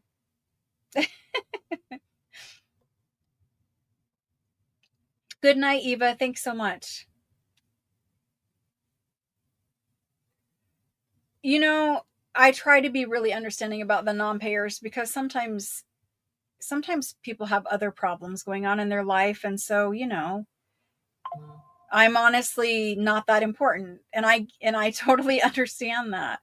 It's just a shame that what really makes me upset is that you wait until you are invoiced, and for one of you particular, you waited till I bought you a $200 USPS international shipping label to then tell me, oh, well, something happened in my life, so I'm not going to pay you. And it was like, cool. Well, I just bought you a $200 shipping label that I have to wait to get refunded, and I've already packed you. Like, it just, sometimes the timing of it just seems like a little bit like inconsiderate, I guess. But anyway, it's all right. This is part of it. It can't be all roses and happiness all the time. It's just part of it. It's okay. It's okay. We're all right. Thank you guys so much for hanging out with me. And see, the few people that cause a little bit of grief, there are so many more that bring so much joy. And so for just the couple of you that are remaining here, 44 of you that are remaining here for you, I just want to say, like, just try to think good, happy thoughts. I know the world is sometimes scary and sometimes, like, it can bring you down, and people stealing from you might bring you down, or people being rude to you might bring you down. But honestly, just try to take that feeling and turn it into making someone else's day better. Maybe it's as easy as just smiling at someone when you're out and about at the grocery store, wherever you are, and not in a weird way, but just a smile sometimes can make someone else's day. It can, maybe they were feeling all that stress and all that pressure of, like, the world, and they're at the grocery store picking out an orange or whatever they're doing, and you smile at them, and that just brings their stress level down. That brings them, oh, okay, there are good, kind people left in the world, right? And so I think, as bad as things get, and sometimes they make me mad and whatever, just try to smile at people, just try to be nice to people, just think about others, and think about how, if I'm feeling this way, maybe other people are feeling stressed or overwhelmed, or, like, every day the news is terrible, or whatever the case may be, right? Just try to be kind. Just whatever way that you can be kind, making cards and sending them to other people, smiling at a stranger, when you see them and it's appropriate to do so. Like, there's times where it's not, right? But if it's appropriate, smile at them. Just try to be kind, try to show our fellow man, woman, whatever, just try to show them kindness. And I think that helps you feel better about something that I might, like, it helps me feel better about something I might have been stressing about. So I've been trying. It's not, you've seen it. It's not always it's not always how it happens. It certainly doesn't. But I've been trying. I've also been trying to deal with this curly hair. I'm about over the curly hair. Good night, guys. Thank you so much. I really appreciate it. Find somebody who's making an art thing and tell them how beautiful it is, and be kind to them. Because artists in particular are very big critics of their own work, and they always need encouragement. Always. It doesn't matter if you think that they are the best at making junk journals and they're the top person. They still are critics of their own work, and they still need reassurance, and they still need to be told it's beautiful. And I'm not talking about myself, I'm talking about other people. I'm saying, like, every single person who's an artist is very critical of their own work. Just be kind to them. Just find something nice to say in the Facebook group. Find something nice to say about it. Just whatever it is. Just think about how hard it was for, some people can share and post in the Facebook group without even a thought. They're totally comfortable with it. For other people, it is a really big stretch out of their comfort zone to share something that they made with their own two hands. So like, we have to be very conscious that that might be hard for some people. And so find something nice and encourage them.